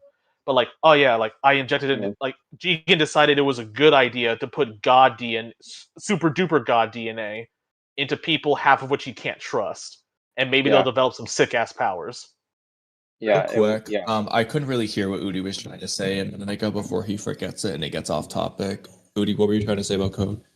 I don't like the idea that shout out Keto. I don't like the idea that Jura's information about Naruto is coming from Code or Code's memory or Code's knowledge Yeah. or awareness or anything like that. It would just be really weird. Not that Code can't have the knowledge. Obviously, I think it's fine that he can. But for Jura in particular to care so much about it when all the other Shinju. First of all, Jura isn't fair. supposed to be an incarnation of any of the other people in the trees, unlike all the other Yeah. Shinju. So he shouldn't have any of Code's personality or memory. Well, not memories, but any of Code's personality. Yeah, it could be through the claw marks, but again, that'd be just such a weird thing. If anything, he I should have agree. I don't Shibai like it things, if anything. either. But the problem I, is, I, we don't like half the things Kikimoto does, and two, we still can't Yeah. dispute it based on that. No, I know. I'm I not saying we can't also- dispute it. I'm saying I don't like it. I would prefer a different option. For example, I would much prefer it if it was from Kaguya, and there's easy ways to get there. Yeah. So obviously, this Ten Tails, Jigen's disagree. Ten Tails, is not, from what we know, even if it's technically possible, it's It's not like a random the one. Ten We don't- Tails we don't from even the know where he heart. found it. Yeah, they state it's not, so we do know Yeah. it's not. Well, It's a complete. We don't know where he gets it from. it could just be a Like, he just- retcon. But ignore that. We're going to Well- assume for now that it's not the same Ten Tails. Yeah, it Despite can't be. that- It cannot be. Well, it definitely can be. But anyways, despite Well, it Amano stated it was a different Ten Tails from that one. yeah, Yeah. Amado could just be Yeah. wrong. But again, ignoring that, I mean, Amado was wrong But about Amado Aiden knows Damon everything. being alive. So there, Oodie, yeah. I love Oodie, real quick. I love how you're fighting for your life to justify why it could be the same while saying, but we're gonna assume it's not. just take. We're giving you more reason to assume it's not. Well, assuming it's not, even though it could be for this Even though it hypothetical. obviously is. Right? All right, so playing we're devil's advocate here to where it isn't. Okay. We're walking. We're talking about Jura, and So, he's a regardless guy of and he likes anything, so let's dumplings. just say they aren't the same Ten Tails. Despite that, Jura, who is an incarnation of this Ten Tails, which isn't the other Ten Tails, it can still sense the other Ten Tails' chakra. Specifically, it can differentiate between the Nine Tails from the other Tail beasts. Technically, Kenshiki Yes. can also tell where the Tail beasts are, but that's because he's sensing huge conglomerates of chakra, not because he's Yeah. sensing out specific Tail beasts, or in particular which Tail Yes. beast is which Tail beast. Jura is in Yeah. particular, he can sense where specifically the Nine Tails is, which is interesting, but that's a different Ten Tails. So it's possible the Yeah. Ten Tails have some weird, similar to Mamushi, some conglomerate singular hive mind to where they share a no. consciousness, but they don't have Or- a will or anything. They don't have No, actually, Here's intelligence. the thing. Well, hold on, real quick. I'll extrapolate on that. Based I on was just gonna say Matsuri something talking to else. trees, if that just applies to the Ten Tails in general, they could talk to Kaguya's divine tree. Well, but that's No, the not the- thing, no, no, because no. it's similar to what No, they've no, stated no, no, about no. the Kaguya. roots in You guys the gotta earth. Stop bringing up Kaguya. If She's not around.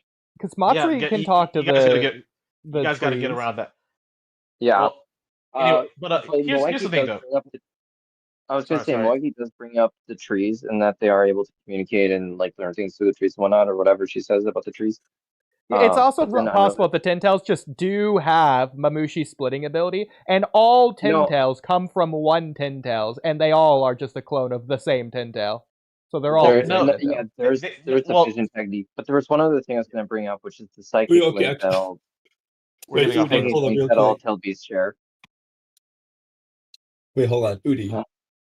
That theory fixes Obito removing the Ten Tails and not getting weaker as it doubles itself in whatever the war. Oh, Just the use vision Mamushi's technique. ability. But it also contradicts what Kodachi said. But going back to It also why contradicts you what, think Jura is a Madara good does. character, Angus. Also contradicts the whole seedbed idea about the Ten Tails. Going back Oh as my to why God. you I think would Jura like is a good to keep character, on taking Angus. this. But hold on. Ood, why are you Yeah. saying that like it's a theory Which part? about the ten tails stemming from I should one have ten mentioned tails? things That's a fact. It's in the data books. What I meant was, I don't mean like in terms of a seed. I mean in terms of how Mamushi splits himself. So I'm saying rather than a next generation of Tin Tails where it's its own different entity, I'm saying it's the same Tin Tails, which is just split itself like Mamushi. Do you mean in the Mm. sense there was like I a progenitor ten tails that has made a bunch of children, essentially? Actually, real quick, technically, Oodie, based on some plants, their seeds can't just be perfect genetic copies, so it could just be both at the same time. Oh yeah, like Which, potatoes. which Potatoes by the are actually, clones. way, which by the way, we saw in Momoshiki's dimension, right? Yeah. wait, We saw Momoshiki's. we saw like Momoshiki's dimension. He had like Oh yeah. like 12, like 15 or 20 divine trees in the same place. Yeah. Oh, If you're that's talking, true. He did have a I think bunch you're talking about the anime in the in the In the anime. manga. Yeah. I don't think that anime, was there. it's not But in the but manga. either way, if the The Tin anime- Tails and Kaguya merge, well, if I say it, because the Tin Tails and Oh Kaguya my merge, god. it's possible if the Tin Tails is in communication with all other Tin Tails, then whenever other Tin Tails, so that just means by default, all Tin Tails, because of Kaguya, have an interest in Naruto. So whenever It could any be. Tin Tails Oh, gains consciousness, it's possible that it would just by default be interested in Naruto because of the Kaguya yeah. fusion nonsense. All right, and so Yeah. How? speaking What do about you think Tin about Tails, this? let's talk about Like, the split that's called Jura, and Angus can tell us why he thinks Jura is a good character, and then we can respond as to what we think we're about that. So, okay. I was just gonna say, Udi, what do you think about it being like rather than shared consciousness or like a collective consciousness? What about like if it was just a distress signal? That's interesting, but I feel like Juro would want Yeah. to just kill Naruto if he felt like he was in danger or whatever. Yeah, but he wants to evolve. Yeah, but that doesn't Like, seem like it would come from a distress signal at that point. yeah. So, No, but maybe Kurama I should making a have bond with clarified Naruto. I should But have also, clarified What? if anything, I distress signal. disagree. He wants to evolve, but he's actually going against his instincts to evolve by devouring an Otsutsuki. Yeah. okay, I was, so I was gonna, I do want Angus to do that because like I do have stuff to say about Jura and like with the pages lined up, but I want like Angus to finish his point unless you're advocating that. yeah. Yeah, I can finish my point. It was basically just I like the way he's moving both narratively and physically, and I like the way he talks. I like the way he fights. I just really fuck with him as a character. I think he's really cool. I like how he's constantly reading and gaining knowledge and is infinitely curious about the world, and that he just finds things like love, not just uh A weakness? like he finds them interesting, but also that they're like a bit of a hindrance and whatnot, and just all these little quirks that he has. It's just everything keeps laying on top of each other. And as well, I was gonna say what however he knows about Naruto and the Nine Tails, it doesn't really matter to me. He has knowledge he shouldn't know, and that's also interesting. That just adds to the mystery and the intrigue of his character. Like he just knows things that he shouldn't know as well, and By it's just definition, it's that more would matter interesting. to you. By definition, that would matter to you. You said it didn't matter why he knew that, but then said it's cool that he doesn't know that, and so why does he know that? So Well, it adds to the mystery and the intrigue. well, so what I have to say about Jura is that he's all mystery, but no any kind of payoff because so he appears in chapter We're 4. You know, clearly like building to something. I really don't. But It's like going with to like it's like with through the linear Aizen. thing. It's like with Aizen and Bleach. Like it's clearly a long uh build up to a huge payoff, many chapters down the line type So thing. okay, so If you know, you know. Jura appears in chapter 4, and he's like, Yeah. "Oh, we've gained self consciousness," and I'm reading like directly from the chapter here. It's like, It- Boruto leaves. So like Mhm. they were clog rhymes before, I guess, Yeah, his and those introduction is shifted. really And cool. so it's So like yeah, they were going like they instinctually are trying to bite anybody just to find an Otsutsuki. But then he lets Boruto leave, and it specifically says, "You were lucky, Otsutsuki Boruto. Our self-awareness, having just awakened, overflowing curiosity and thirst for knowledge, are still surpassing our instinctual drive to devour you. But yada yada yada, we'll catch you. Yada yada, whatever." Now going to chapter 5. yeah, Matsuri's going like, "Oh, the Inushikacho children, their sadness. It's something." And then he says like, "It's proof that your awareness is being stimulated. We may be one unit biologically speaking, but Matsuri, those emotions, your feelings, seem to be yours alone. In short, while we are still a single existence known as the divine tree, we're experiencing unprecedented state in which we each possess independent consciousness. There is no major change. Our goal of devouring Otsutsuki are still the same. Moreover, there's one thing I'd like to declare to you right now. I don't know why I feel this way, but I want to devour Naruto." And and so everyone's and like even Bug's just like, he's not an Otsutsuki. Like, correct. yeah. However, we are already divine tree and evolving differently than usual. So it appears there's something happening with our instinctual drives as well. Give in to your instincts, bend your ear to your inner voice, and in do so in time, it should come to you, your personal target. Now, here's where the first contradiction came to me because I'm like, you had just said like the last chapter, your your instinct is to devour Otsutsuki, but it's your awareness that's stopping you from doing so. So you should treasure your individuality and not be instinctual. But now he's saying, no, yeah, give into your instincts. As long as they're not to do our instinctual thing, which is to devour Otsutsuki. See? And so,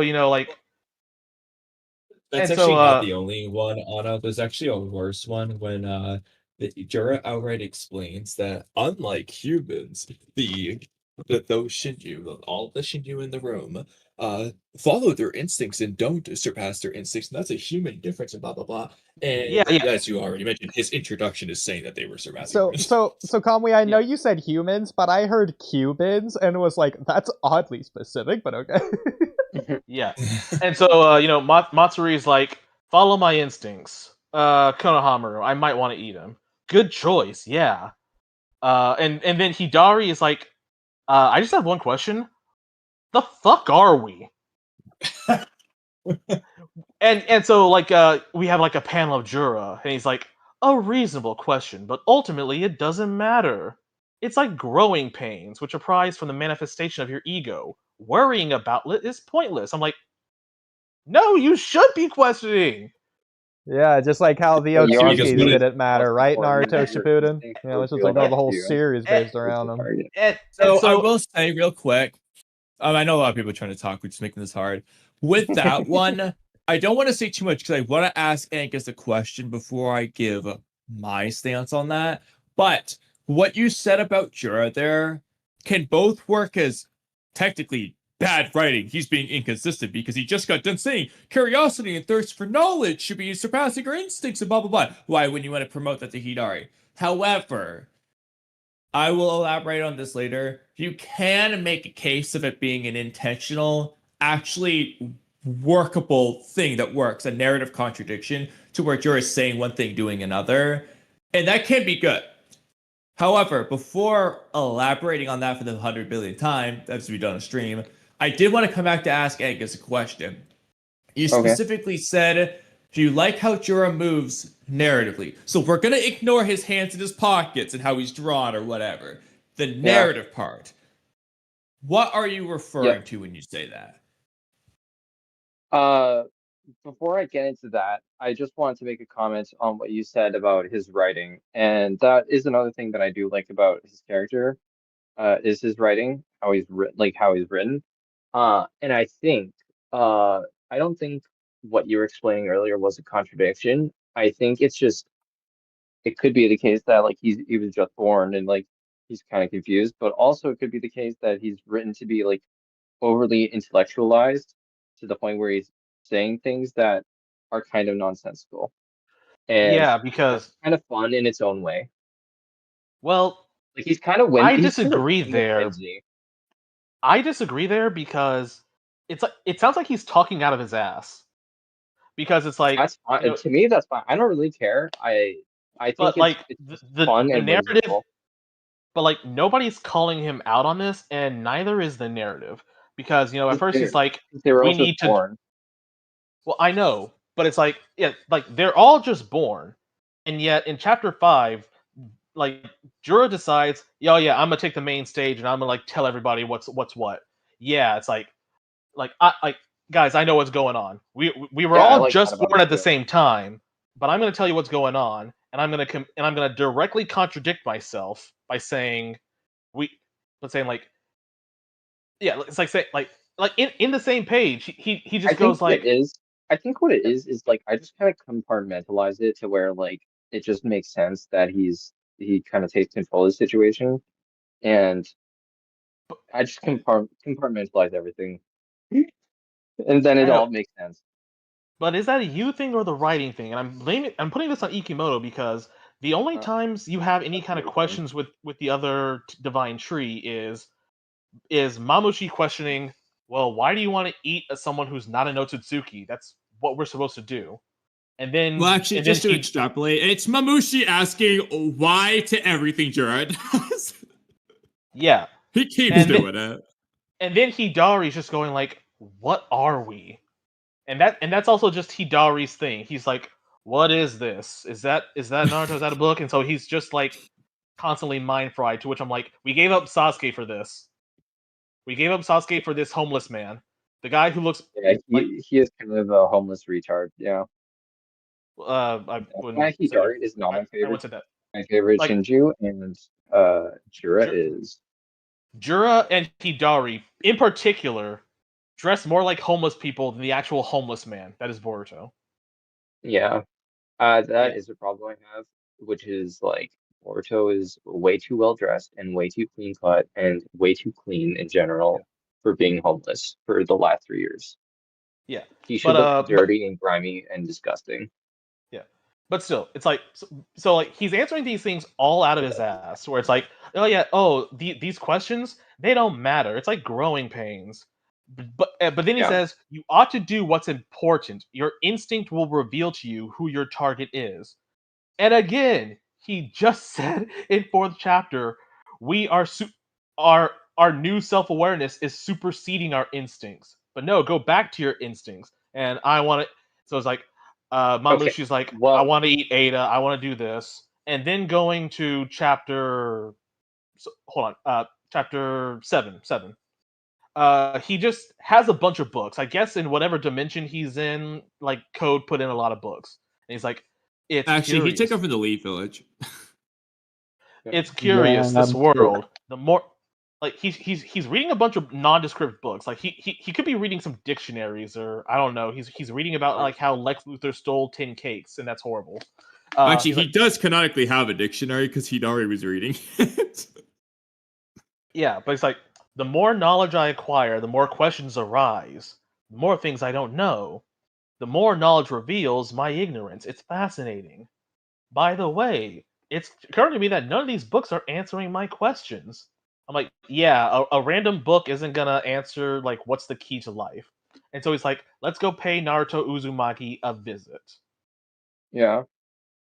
And he goes to the Leaf Village, and he's like, and like Hidari's like, we're on chapter 8 now. Like, so where is Uzumaki Naruto? I don't know, but I can tell. He goes around and without hesitation kills a bunch of people. Mhm. Sees a In his bookshop. favorite village of all time. Yeah. In his favorite village that he has a weird respect for. He has a crush on. Yeah. Hey, He here's a wants to make love with bookshop. the village. Yeah. Well, I'm thinking of that like scene from Dragon Ball Z he, Abridged where Cell was like flirting with the town. If you know, you know. yeah, which was also a South Park reference. But that was funny. That was him being Yes. like Cell's being like fucked up and funny. Yeah, Jura that's is yeah. like the narrative is trying to take Jura seriously, and I see that also with people who are like and I'm not just saying like people who like Boruto. I'm saying who are like so pro Boruto. You say anything negative remotely, even if you couch it by saying I like Boruto, but this is one thing, and they will savage you like on Reddit.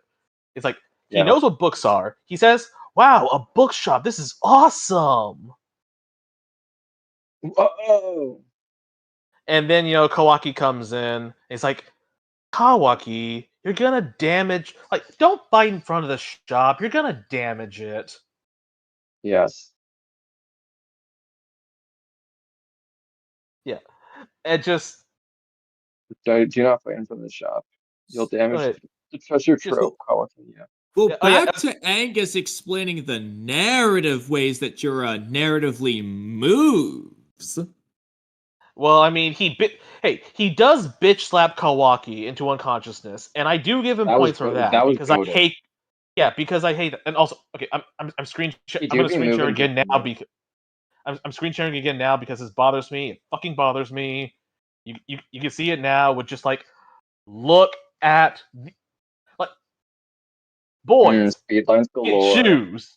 No, it's not speed lines. Boys, they get shoes. Cho. And then, like, see these? These are like 3-inch, like high stilettos, and they're just running in them, and they're just like girl bossing it. Well, how would you even say that? It's absolutely like weird fucking thing. Whatever. Yeah, I always did not mess with that. How does it go? And he's also like, oh well, they're like girl boss. Yeah.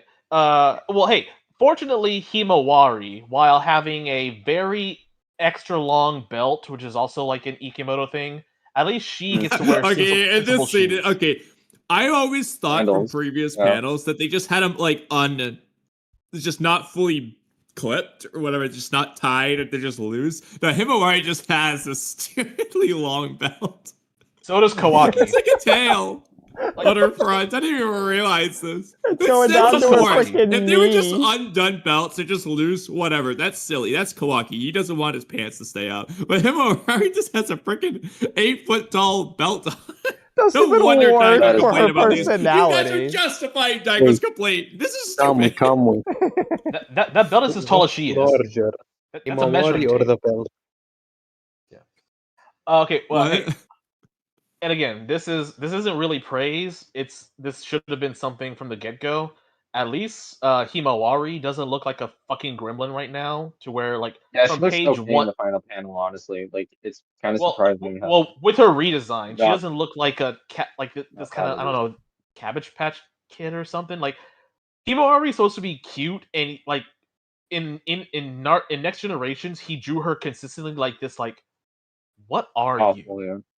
Like terribly. Like terribly. Not even cute, and like she was wearing like a helmet wig. She looks much more like the anime style in that panel. Yeah, in this one. And so yeah. In the final also, one, yeah. Oh hey, look, one of the few times that like okay, I don't really call this shading too much, but this is Ikimoto's attempt at shading. So I guess we could, be like a kindergarten class and be like, guys, look, Ikimoto has tied his shoes. He tied his shoes. Let's do that, even though he's been at his for at this point 7 years. He's doing some shading. Yeah. And again, like people's like, what do you want? Like what do you want here? And he also like pulls out this book that apparently has information on Suso. I don't know where he got that book. It's like, oh yeah, we were chasing Naruto, who I shouldn't even know, but we found this girl instead. And like he was like, what the fuck are you talking about? What Night has to do with Hirodari? I don't know either. Truly, this world keeps raising one question after another. I like that. And yet, I like that. So I'm like, and yeah, this is the problem that I have with Ikimoto's writing in general. And this is where I can praise Kodachi at least, because at least things move with purpose. These guys are just doing things, much like how you could tell a story about like how what separates a story from just a series of events is that there is Yeah, a okay, narrative. thank you. Because we said this before. Yeah, exactly. When the characters are just doing things versus doing it for a purpose. With exactly, I don't know how many times we've said the story versus events thing. Is this where your question about him moving in the narrative comes in? Yeah, it's a perfect segue. Well, this back is to a that. great segue to that, especially with the Jura shading thing. Going back to like because the I'm speed like, lines. If anything, I think. So it's like with Kashi and Koji, and this is like later ahead. It's like he is the mover of the speed lines. Well, literally everybody is no. That's the problem. Everybody is the mover of the speed lines. So because everybody has speed lines, everyone's fast, and that means no one is. To do a little syndrome, and that's from really Incredibles. messed up the power scaling, in my opinion. Because if you look at like any fight, like the owl fight, and you look at like Boruto versus Jura, they're using like the same amount of speed lines in the same style, the same way. Everything's the same. It makes it feel like it's like the same power level when those two fights have completely different stakes and everything. It's crazy. Yeah, like if everyone's going fast, then no one's going fast, and so all this is just doing the backgrounds. And so again, think about that. Going forward, Kashi and Koji is like through my very convenient future sight, because otherwise we would not have seen these trees coming without literal future sight. Very inconvenient future sight that doesn't work half of the time. Yeah, it must be noticed. If the future isn't where Code kills Kawaki and feeds him to the tree, then it's these guys who do it. Now it's like, it is inconvenient. And again, I'm going all the way back here to where his establishing moment in his reveal is that like, we are not going to our instincts. We're not just gonna eat you. We're gonna like be our own people. But then he goes against that. So him actually being like, actually no, I don't. Like, if I were to eat like an Otsutsuki, that would like destroy the world. But I like this world, so I don't want to do that. But we've never had anything about that. We've never had anything about him truly wanting that. He just is also really unique on the right page. Ikimoto never does that, which makes this chapter and this introduction of these characters stand out as feeling different and otherworldly as well. It's just so foreign to what we're used to. And then also, as well, the way Jura just looks, both on the right page and especially on the left page, he's so clean and different from how he normally looks that also makes him look otherworldly. Yeah. Now I think like whatever kind of hairdo, like why did they give him like? I don't like. They've changed his hair constantly. Like, I do like it. They do that there too. Well, kind of sort of. Kind of going through here and just. Yeah. Okay. So well. Oh my god, the ooze on that page. Oh my god, yeah, he never does this. Bro, did he spill his Cheerios and he just like got the idea? Like, what happened here? Wait, do you it could be.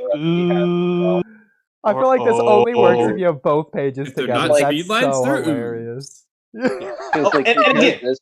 Compare this aura to complete dearth of aura. Laura. L aura from Code, like, so weird. I mean, night and day. It really is night and day. Well, back to Jura narrative, how he narratively moves. Yes. Although, quick thing though, again, he says this is a quote: "We divine trees exist to suck chakra out of all living things and form the chakra fruit. At least that was our originally, but then we've evolved. So you shouldn't want to do that." Mm-hmm. Back to you. Well, I was going to mention how, especially like on the right panel, on the left panel with Hidari, it really looks like the internal realm between like Boruto and Momoshiki. It's got those like same spikes, which I think is really interesting. It's almost like Momoshiki's dimension or whatever. Actually, yeah, when you compare it to the whenever they flash back to the Momoshiki Boruto deal conversation, from this panel in particular, it does look very similar to that. Exactly, yeah. Even though it's not the same place. Yeah. What the hell is that? Okay. You have to be particular. I also don't like how I also don't like really how this is like I don't know. If someone were to dress up as Hidari in like I'm talking about like '05 America, like and let's say like it's like in like New York where the scene and emo thing is raging. You're listening to like your My Chemical Romance and Panic at the Disco, right? I still feel like people would laugh him out of the room as being a poser. Okay, real quick, I will say this particular panel of Hidari, it's I felt this way since day one. He just looks like a Sith character in Star Wars. Like I imagine this is the new Sith Lord. This is Darth Maul wearing his hood or something. That's Darth what you hear me. Hidari. Yeah. But that's actually a perfect Kamui, can you segue hear back me? to Jura. Yeah, we can hear you, Mozone. Go ahead. Oh, okay. I know. I was just trying to make sure my mic wasn't working a few minutes ago. Yeah, we hear you. Yeah. Yeah, all good. Yeah, I don't think it was because we hear you now. Yeah. Okay. Well, Mozone, did you have any topics? Oh yeah, I was just looking at a video earlier, and it was talking about how in the reel, the guy pointed out that he sees Code's cape. I don't know, he might be stretching with this, but he says in one of the reels for Kashin Koji's future site, he sees Code's cape, so he thinks that Code is going to come to Ada's rescue, which I don't think is going to happen, but you know, it could anything happen, you know, because he said that the reason why I'll put that into suggestion is because Code loves Ida. He wants to figure out if he loves her or if he wants to kill her. And so by saving her, it would, you know. Well, it wouldn't. Yeah. It wouldn't because he's still under the charm either way. And also, here's another thing though. Like, okay, so like Code had the claw mark, so he can go through her, but now like everyone can do that. Like Hidari can just look and like spawn claw things. So like wherever like even if like Code were to just like pop and be like surprise Code snatch, I'm leaving, they could just follow him. That's true. Like they could really follow him. Hell, when he was trying to be sneaky and stealthy, Ryu, the guy who was literally born 5 seconds ago, clocked him immediately. Yeah, and it shows that Code is not as strong as we thought he was. But that kind of He's a joke. He's a joke. I kind of just now realized why I like Jura so much. I think it is because he reminds me so much of Aizen. Because I take offense to that.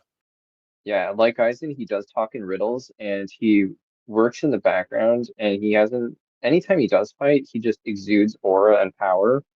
And I take offense to that because Aizen knew what he was doing. He had a goal. He knew what he was doing. He actually did have a grounded philosophy of why he hated the Soul Society and their dogmatic principle. Plus, he had the awesome ego. For Jura, come to think of it, Oodie, have they done the ween or onomatopoeia like since this chapter? We usually only see it in the Japanese. If you keep that in mind, like this is rare that we see the English onomatopoeia instead. Yeah, but we do know that when it's the Japanese, they do it in thought bubbles. Like Hidari would be saying, only sometimes. Like right there, you see like the onomatopoeias in Japanese. Yeah. Okay. Yeah. So why is it inconsistent here? But, well, I'm glad that you guys were getting back to Jura though. But you were mentioning Aizen. Yes. So. Okay. Well, offense aside, I do agree that Aizen is written much better from like a cohesive standpoint, from like having a goal and whatnot. But I still think that Jura is written well for what he is as like a being, because he is like a freshly minted being. Well, that's interesting though, because I think that Jura has a lot of wasted potential. For example, real quick. Yeah, go ahead. Angus, have you seen Hunter x Hunter? I have seen that one. I've seen a little bit. I haven't seen most of it, but I've seen up to. Okay, then you haven't seen enough. Then okay, I haven't seen enough. No. Yeah, but like I was saying, actually, so Angus, go ahead. How Jura narratively moves. Oh, yeah. Well, I was gonna say really quick is that it's similar to what Angus was saying about the wasted potential. I think there's a lot of wasted potential with Boruto. I think with his headband from Sasuke, he's fighting Hidari. And Hidari has nothing to say about it, which I think that's very interesting. But even more so than that, some ways of potential even beyond that. is before Hidari, we still had Boruto and Sasuke scenes. Boruto got a scratch on Sasuke's headband when he got a scar. Sasuke had nothing to say about that. Like, that headband is very important to the story, to the characters, to the audience. Doesn't even care. Doesn't even care. Hidari should have been like, that's a mighty interesting sword you got there. And Also- look at that headband. That's an interesting scratch you got there. Exactly. Those are Okay, great you know what? effects, Screw it. fond Rewrite. memories. Hidari's target's not Sarada. It's Boruto's sword. Boruto, yeah. Is Boruto's sword? Also, Yes. this is the volume version, and they are using the bazap Okay. kind of a thing Yeah, here. yeah, that makes sense. Now, I want Sasuke to put his. I want Hidari to put Sasuke's headband on. Now, here's the. Look, I thought you were gonna say to eat Sasuke's sword like Orochimaru, but that too. Now, That is here's the thing about crazy. Hidari. He's still just this head empty. What are we? What are we doing here? Why are you asking me who I am? I'm asking you who I am. And this trying to do this weird thing. Like he determines that oh, my target is Sarada, but he sees her right in front of her. That happens. It's like, oh, you're also noisy. What business do you have with me? Answer my questions. Are you deaf or feeble-minded? Look in a mirror, buddy. So that happens. She's like, Uchiha Sarada. And tries to use a Chidori, which would have been lethal and killed her had she not dodged, but is not trying to quote unquote devour her. Now, if the devouring is what Jura was gonna do with Himawari, to where he's like, oh, don't worry, I'm putting you in this wood jutsu, and you'll fall unconscious before you even die. It's cool. It's cool.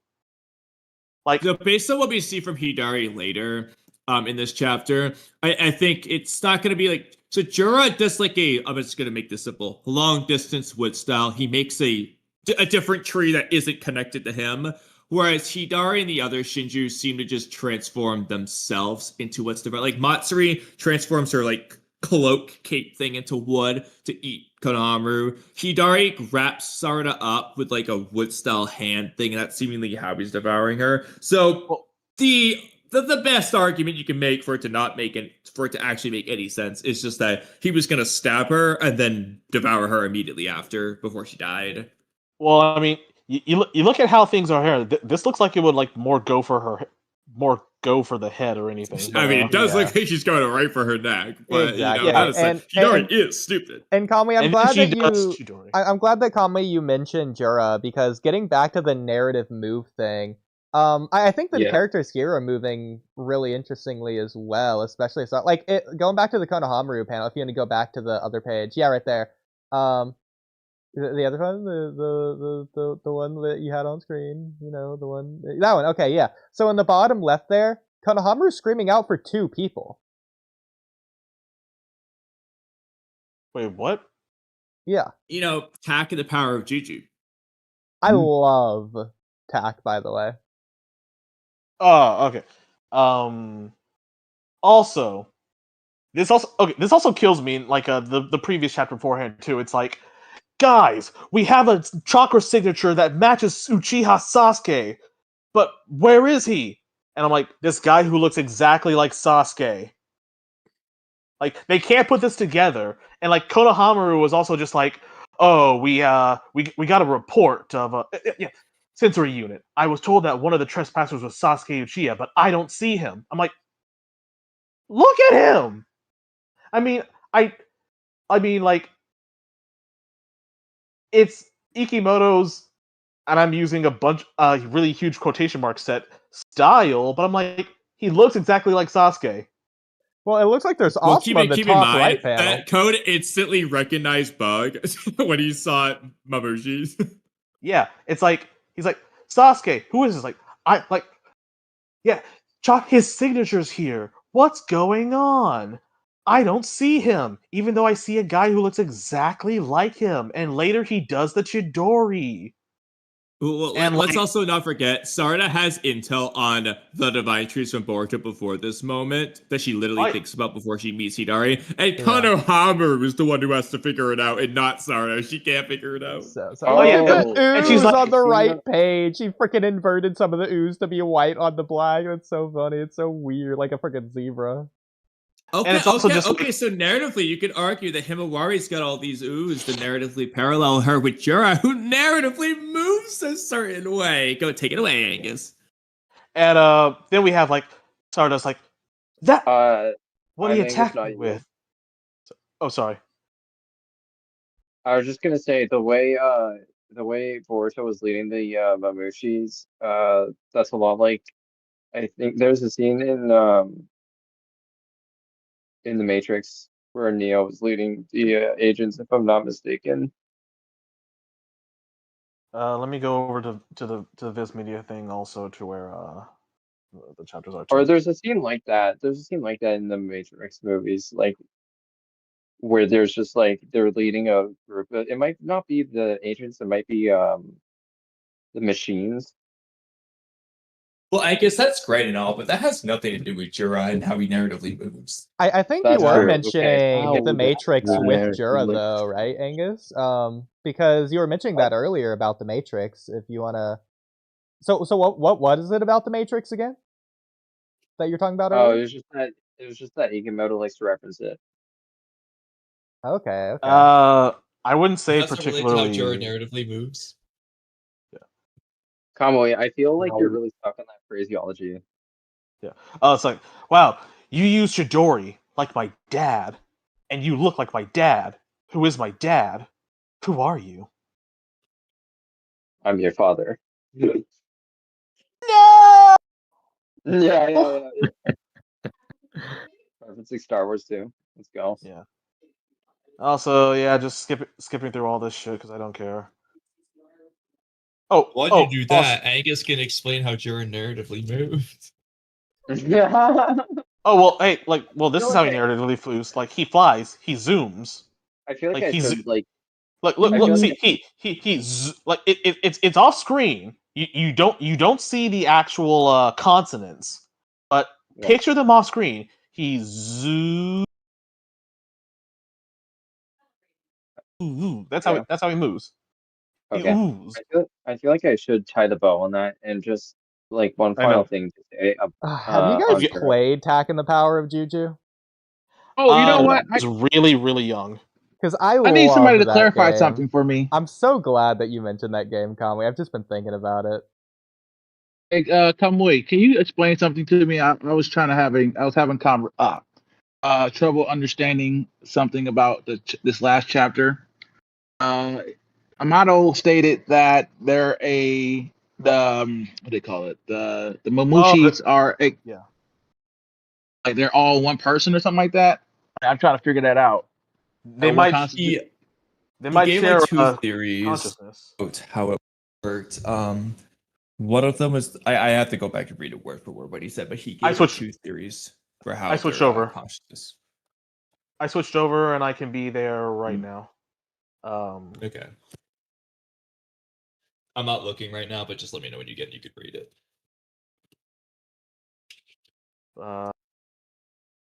Okay, wait. So, blah blah blah. Also, great action here. He's bringing the speed lines. Yeah. Well, while you're looking for that, Angus could explain like Jura's narrative movement or whatever. Yeah, okay, finally. Wait, okay. Actually, where is it though? Okay, so Amato Well, was the one basically, thing. I just like how he did take command of the Shinju, and I like how he just kind of moves in the background, and he's always reading and always gaining more knowledge and stuff. And I feel like it's leading to something. There's definitely build up there, and it's definitely leading to something. And I think that's just really Oh shit! cool. Here it is. Stuff type shit. I'm here. By the way. Page Angus, 5. I feel like what you described is separate from how he narratively moves. Oh, Yeah. there's also the fact that he Wait, you said you found it, Anna? Yeah, it's right here. Look to the left. That's page 5, and it's by the here. So it's like Kawaki's like, they're all moving in the same direction. Here too, every single one of them's heading.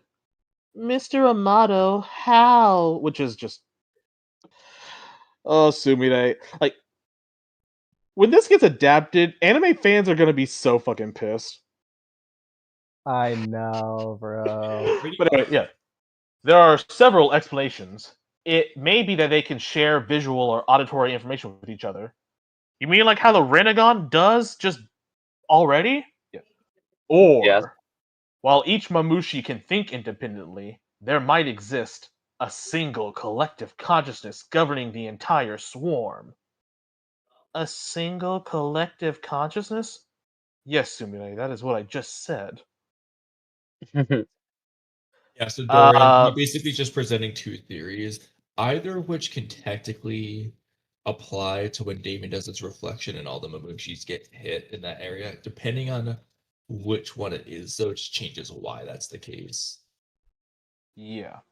So we just don't know, essentially, with that one. We really A single don't. collective covering the entire swarm. Kawaki still looks so Or- young in that page there. Low key, he looks like Code, but with black hair randomly in that page. I don't know why. Who just Kawaki. Yeah. Like, I can see it. I mean, you can pull up that part 1 versus part 2 comparison we did before, where it's a Yeah. similar angle. Okay. Yeah. Go ahead. I'm tripping on my own words. What Kawaki was wearing in like chapter 1 part thing is still a better outfit than he's had a while. Because I'm like his all of a sudden new outfit he did when he got to the Sand Village with ultra baggy pants. Is better than him just being like, I don't know, someone you can find in like Japan or like South Korea or something. To which Ikimoto's just like, I want to make modeling things or something like. But you're in the Naruto world. You should. Kimano loves his baggy pants. Look no further than that chapter 8 Himawari panel where she's got like I know, right? size pants on her. I can really only wait to see what the anime does to be like, hey, this looks stupid and doesn't look like it belongs in Naruto. Should we fix it? Well, obviously, but I mean, they changed Sarada's design, so I mean, why not? they're not gonna do that. I wonder if they're gonna change into Sumire's design to where it's like she's like a grade schooler going like a souped up grade schooler. I don't know what Now, grade um, schooler has They a changed belt their going down to design. her knees. Doesn't Hopefully even they fit do her change some of their character. designs. Well, hey, Sarada was quite literally like at best like 12 to 13, and Ikimoto thought it fit to have her have a mini skirt. So we're talking And about this straight defended it all the way. yeah. So it's like, all right, Mamushi. So it's so I'm also bringing this up. So it's like, Mamushi's so dark Mamushi. there. The more he multiplies, like the dumber he gets, and also his pain should dull. So remember that time where he fell off a roof and was like, "Ow," even though there was like 200 of them. I guess he just feels a lot of pain, just a lot. So he has to like, Yeah, for like a weak ass attack. yeah, or yeah. Keep in mind, it's like, one Mamushi didn't have any pain from Boruto's lightning style. Yeah. yeah, he Right. fell off a Shikai's roof. throw you off the roof, Jutsu. It's strong. Maybe It's maybe just the fall from Like, gravity the jutsu. is actually inverse how many And kills he has, divisions he has. And also, it's like It's the inverse. this is also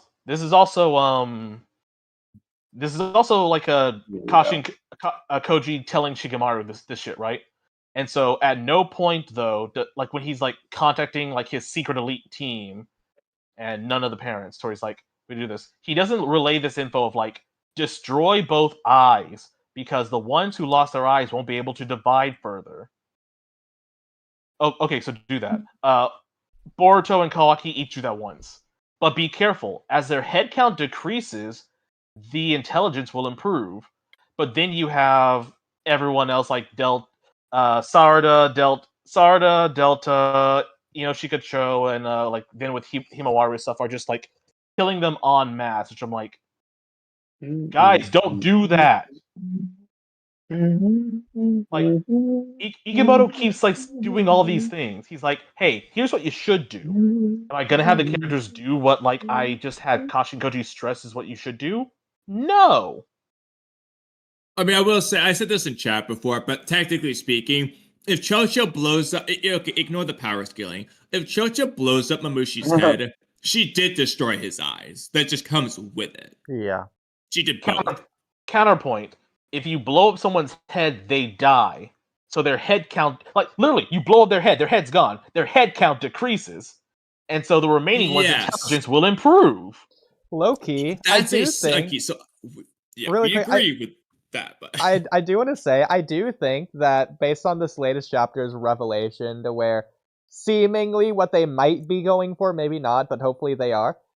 If it is one collective consciousness hive mind that Amado speculates that it is, ignoring the weirdness there behind Damon's ability making them all blow up, but not all of them, ignoring that, if that's what it is, then I think the intelligence decrease per clone is a really cool explanation foreshadowing weakness to that idea. Because it's one consciousness being split up between multiple bodies. It makes sense based on that. It's almost like having your division scattered 200 different ways. It's not to say that their intelligence necessarily should be decreased, but almost like they're multitasking like their awareness should. But like, I'm fine with intelligence as well. But they're also not really acting any dumber. Occasionally they'll be like, hey, what are you doing, buddy? Or I want to get to Ada first, but they're not acting dumber. Flip, man. Yeah, exactly. Like, so it's like, hey guys, I know that they're all gonna be a huge copy, but they're gonna get dumber. And they're not gonna get dumber. We gotta aim for their eyes. Let's not aim for their eyes. Yeah. I mean, honestly, the way they carry out the plan, it's dumber than Mamushi. Like, they just... It's so obvious what they have to do, and they just do everything the dumbest way possible. They're not doing the herd them together strategy at all. And Shikamaru was supposed to be the smart guy. And so they've never played Call of Duty Zombies. And Shikamaru's supposed to be the smart guy, and so his smart guy plan is like, you know what? How about let's just lure them to Ada. You know, the thing that we were like, this absolutely cannot happen because it'll lead to a horrible future. Let's just make Ada a bait. That's a good idea. Well, I don't think it's a problem because Damon's there. The real issue is, why didn't they just start with Damon? They've had their best results from doing this. Exactly. You see, that also regards, like, with Ada and Damon, they're also not really characters. Damon especially, because it's like, he's a cocky little gremlin, but he doesn't have anything. Cocky little gremlin. I know, but it's like, also, to be fair, that is Damon's character. To be the strongest and protect Ada, and that's it. I know. That's all he needs. Well, here's the thing, though. Another thing, though, that to which you could have, much like with Code, we needed backstory for these characters. Like, they got kidnapped by Kara and turned into allegedly cyborgs. Like, not like they didn't just have like God DNA spliced to them, to which Ishiki thought it was a good idea to splice God DNA into random people who has no loyalties to him. Like, that's a smart idea. And so you have that, but it's like, where did they come from? Were they abandoned? Were they taken? Do they miss their parents? Are their parents still alive? Why did Ada is using a very bastardized version of omnipotence that's her charm to make everyone love her. You kind of assume that they were reprogrammed as well to some degree by Amado, right? Wait, hold on a second. I just realized something. This is this translation, but I'm gonna say it anyway.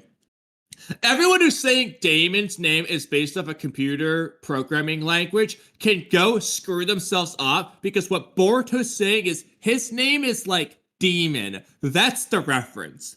Demon. Not the computer programming, Jonathan Oliver. That is not Iki. That could have been it, but Ikimoto went out of his way to say that it's the demon part. That's the reference there. It was clearly in reference to computers at first, considering Ada and Bug and Code but then he made bug in reference to insects instead. So he retconned to that. He might as well retcon Except Damon that all as well. of the puns are about insects and not computers. That, and it was also Kodachi who was going to like the whole hard sci-fi thing, to which, for the most part, Ikimoto ditches. Like, he'll sometimes Well, I mean, say... Ikimoto's the one who introduced Bug, Ada, and Damon, so I mean... Yeah. And also people saying, like, guys, he has limitless strength because Boruto said so. It's not like Boruto's talking out of his ass. But anyway, back to what I was saying, though. It's like, like, earlier, when he's like Damon's like, I'll protect my sister. Sarada's activating her Mangekyo Sharingan. It's like, you wouldn't think of doing anything stupid, because I could kill you before you could do anything.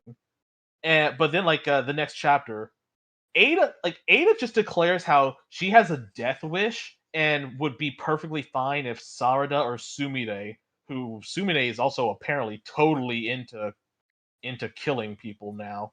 It's the height of ecstasy. Killing your best friend. Are you sure she's not even Shiha? I get that Mangekyo. But anyway, and like, Damon doesn't say anything. He's like, sis, what are you talking about? You want to die? I don't want you to die. You want to talk about that?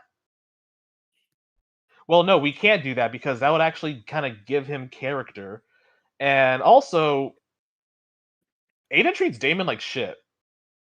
Like, literally just a knight. Like the first time he's like, I need to awaken my knight. And yeah, she'll like hold him when he sleeps and let him like Hodor there. But like, as far as Ada's concerned, it's like, she didn't even want to wake him up. Like, well, she treats Ada like a Damon just like a tool, and I guess Damon is just okay with that.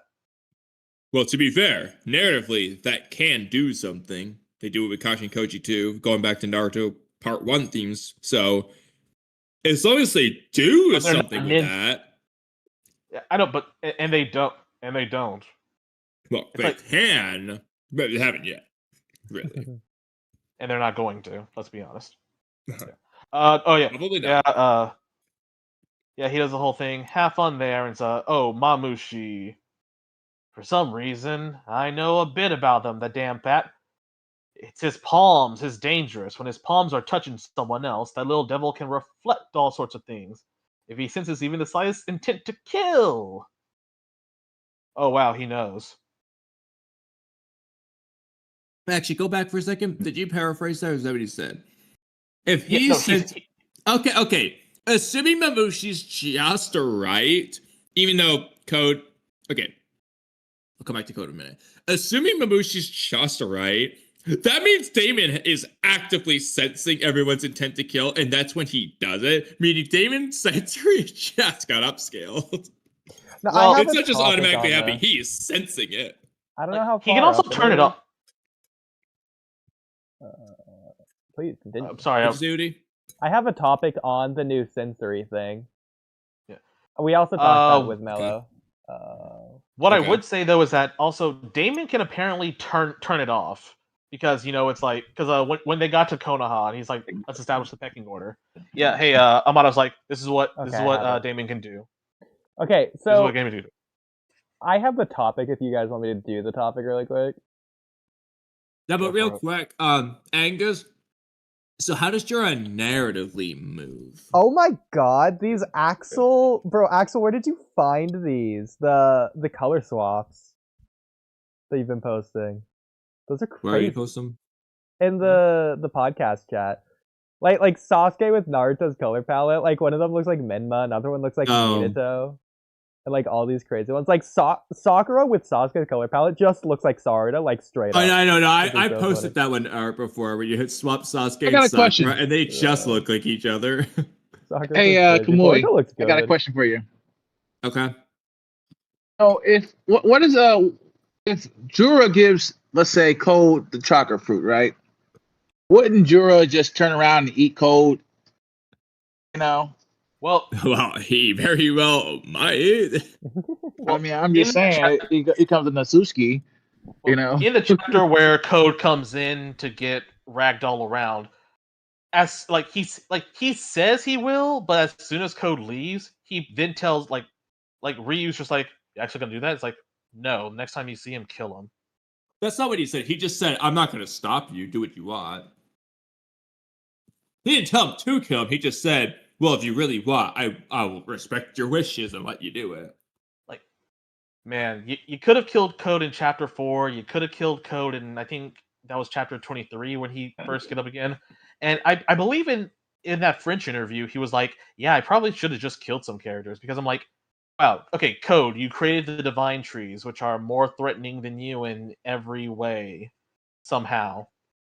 I mean, a 1 is better than a 0, so it's like, yeah, just kill him. What purpose does he serve? And people Well, are I mean, still technically, thinking, to be fair, Code is stronger than Delta, who's stronger than like 10 Mamushis, which should be 10 times stronger than one Mamushi, who's relative to the other Shinju. So Code actually scales like way beyond the Shinju. Yeah. he should have just. Remember, been he's also fucking weaker than Claw Boruto, who's weaker than 2 Mamushis and a 2v1. So, without He should have just been fucking Claw Grimes.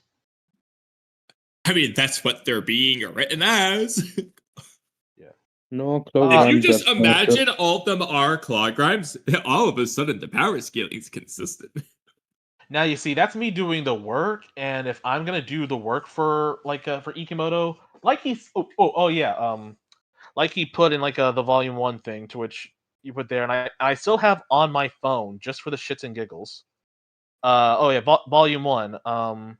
The story is a continuation of Naruto Next Generation, aka the childhood arc. So you're welcome to read it, or don't concern yourself with it and imagine what took place before there. All right, I'm gonna imagine all 80 pages before. Where's my paycheck?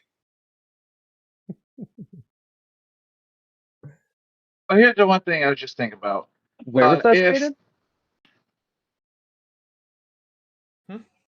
Where was that stated? Where you just imagined the rest? Yeah. Okay. Yeah. Yeah, So just imagine part 1. Yeah. Okay. So in the volume for volume 1, Yeah, you don't have like to read it.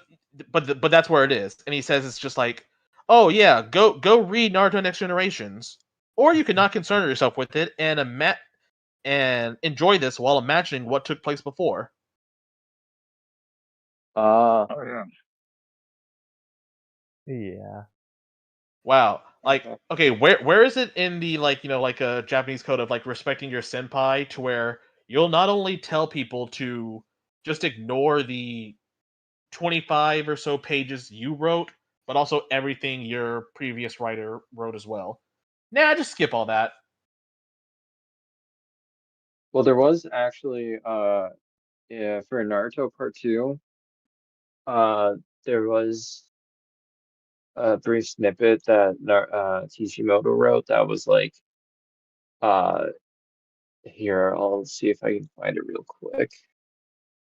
I don't know, but just imagine though, Ikimoto just going like, oh yeah, you see those 20 volumes I did, they're not canon anymore. Exactly. Angus, while you're looking, you might as well describe the Jura narrative thing you've been meaning to say. I think I pretty much got it all. Yeah, so Mozo, what was that question you were asking?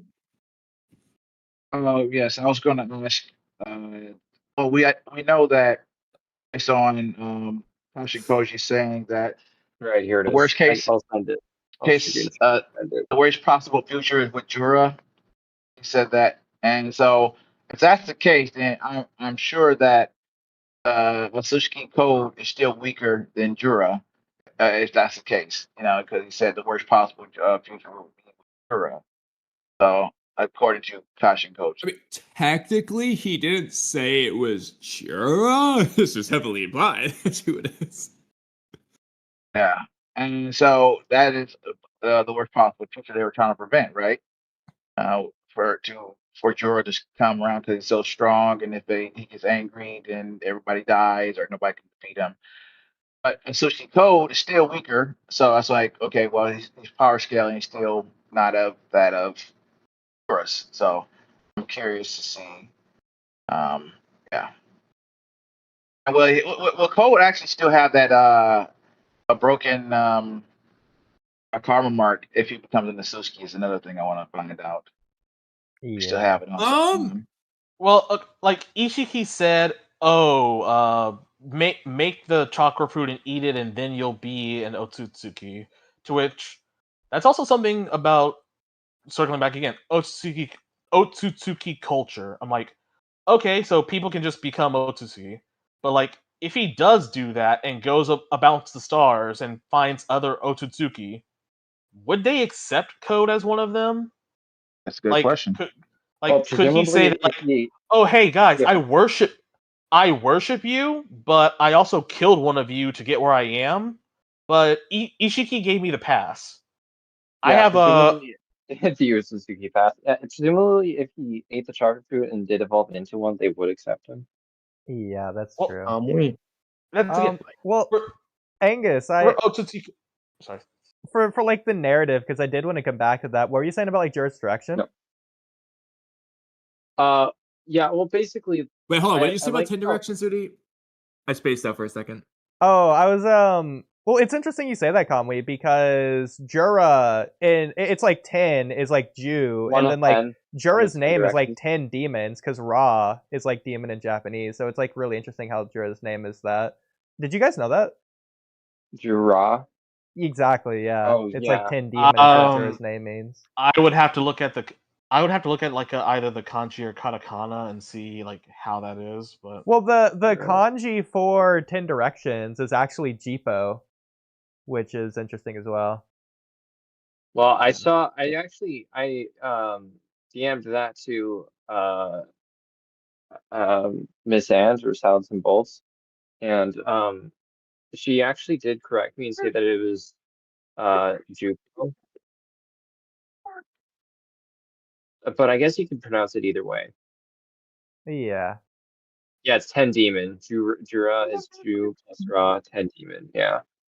Yeah. I think So that's pretty cool. Anno, switch over to Oodie. I posted some things in the in chat. oh, hey, Yeah, switch switching things up. screen. Oh, okay. I'll hop off for a quick sec. Although I just want to show this one thing real quick. Hey, look. This is this is Jura doing his like I beam blast, and here it when it makes contact with the physical surface, does a huge fuck off explosion.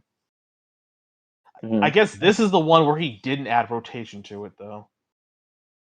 He doesn't add rotation. That's just a Kamui fucking I know. misinterpretation. I was making a joke about Oh, that. okay, But, okay, Angus. Oh, Angus. okay. Let's assume he doesn't. Let's assume he doesn't add rotation. So what's Yeah. similar between Uzuhiko and the Biju bombs? Oh, that thing. What is the core principle of Uzuhiko that relates to the Biju bomb if there isn't any rotation? Or one of the other possible answers I suggest in now, that video I sent you. I could Um, tell you, and this is just if they well, have the Rinnegan he did active. ask me. To that I say, Ikemoto forgot. Well, he might Roll have. But credits. speaking of Ikimoto forgetting in Jura, Angus, back to how Jura narratively moves. Is this what you wanted me to look at in chat, Angus? The Kishimoto statement? I didn't even know this What? existed. Well, I wanted Anno to switch over to you so that you could screen share But that. yeah, if you want to stop sharing your screen, Anna, Yeah. then I'll look at it. Yeah. Because this is really interesting. I'm glad that you pulled this up so we could go over this. This is what you wanted Although- to look at, right? Yeah, that one. Okay, cool. So, do you want to read it?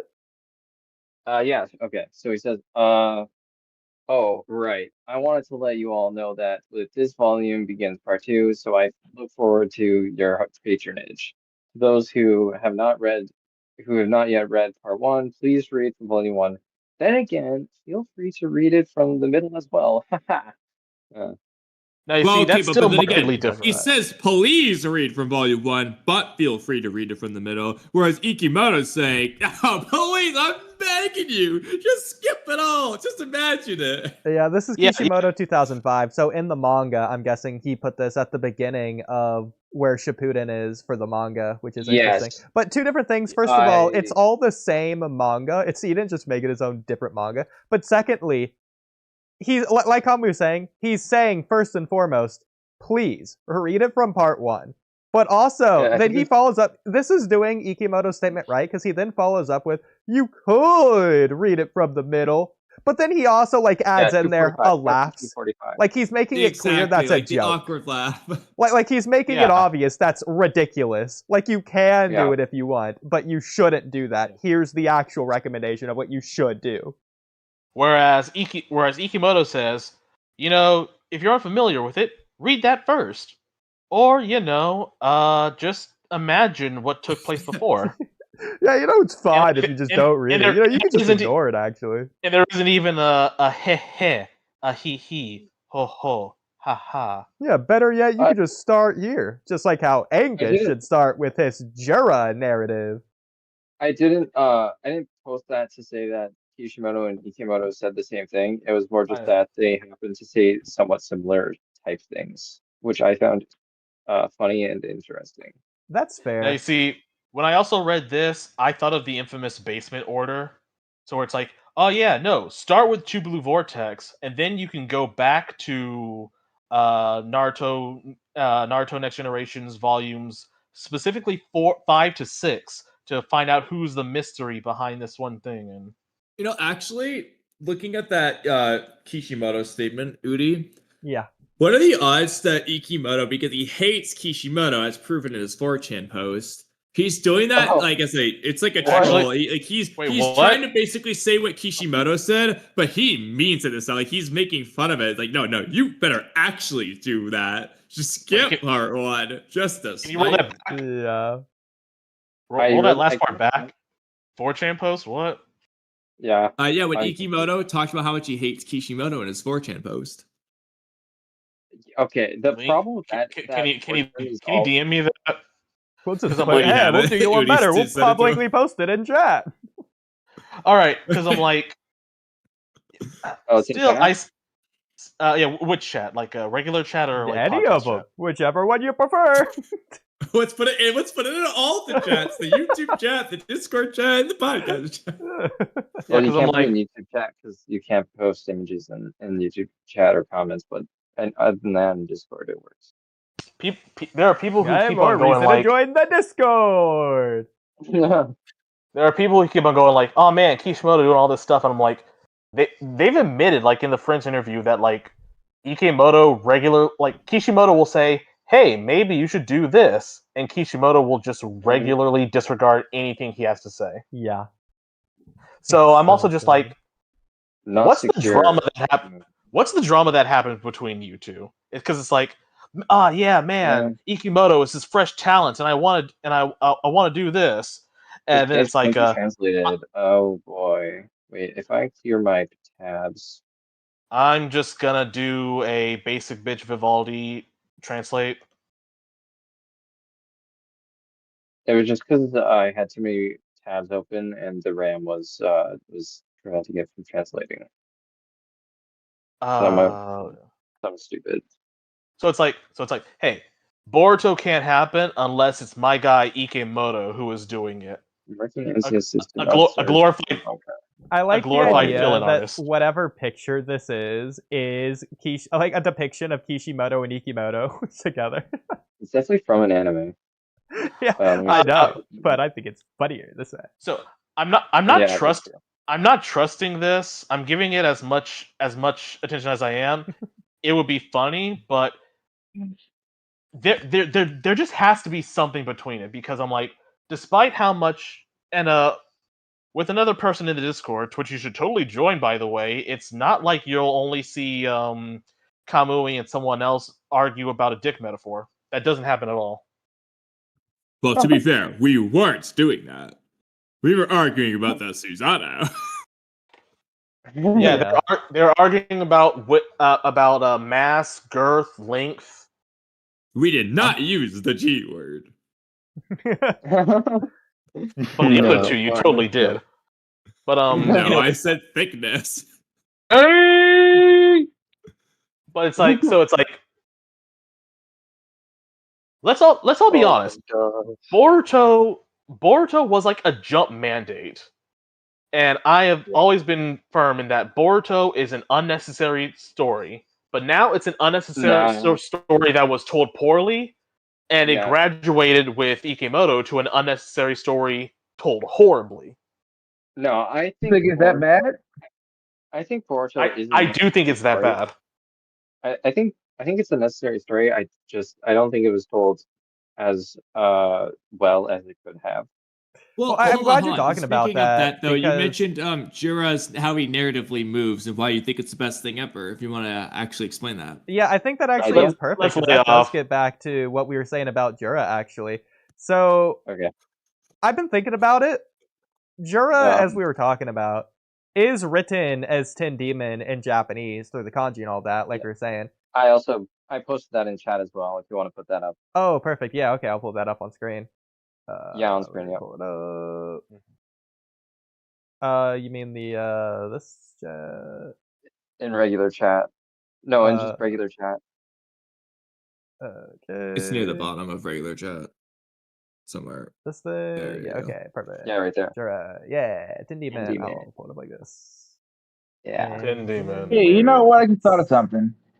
If a 10 tails eats its own fruit, does it evolve into the 11 tails then? Does it get an extra No. tail? No. Technically, we don't know. I mean, Jura posited the question himself. What would Yeah. happen? Jura wants to know that. So Angus, if you want to Hey, go ahead, because read this part here. Oh, you want me to read it? Okay. So Yeah, you might as Jura, well. and then But well, first, can you explain how Jura narratively moves? so anyways, it says here Jura, and then it has the kanji, roughly translates to 10 demon, and seems to be a portmanteau of 10 tails and Shura, which means warring demon or carnage, and is short for Ashura.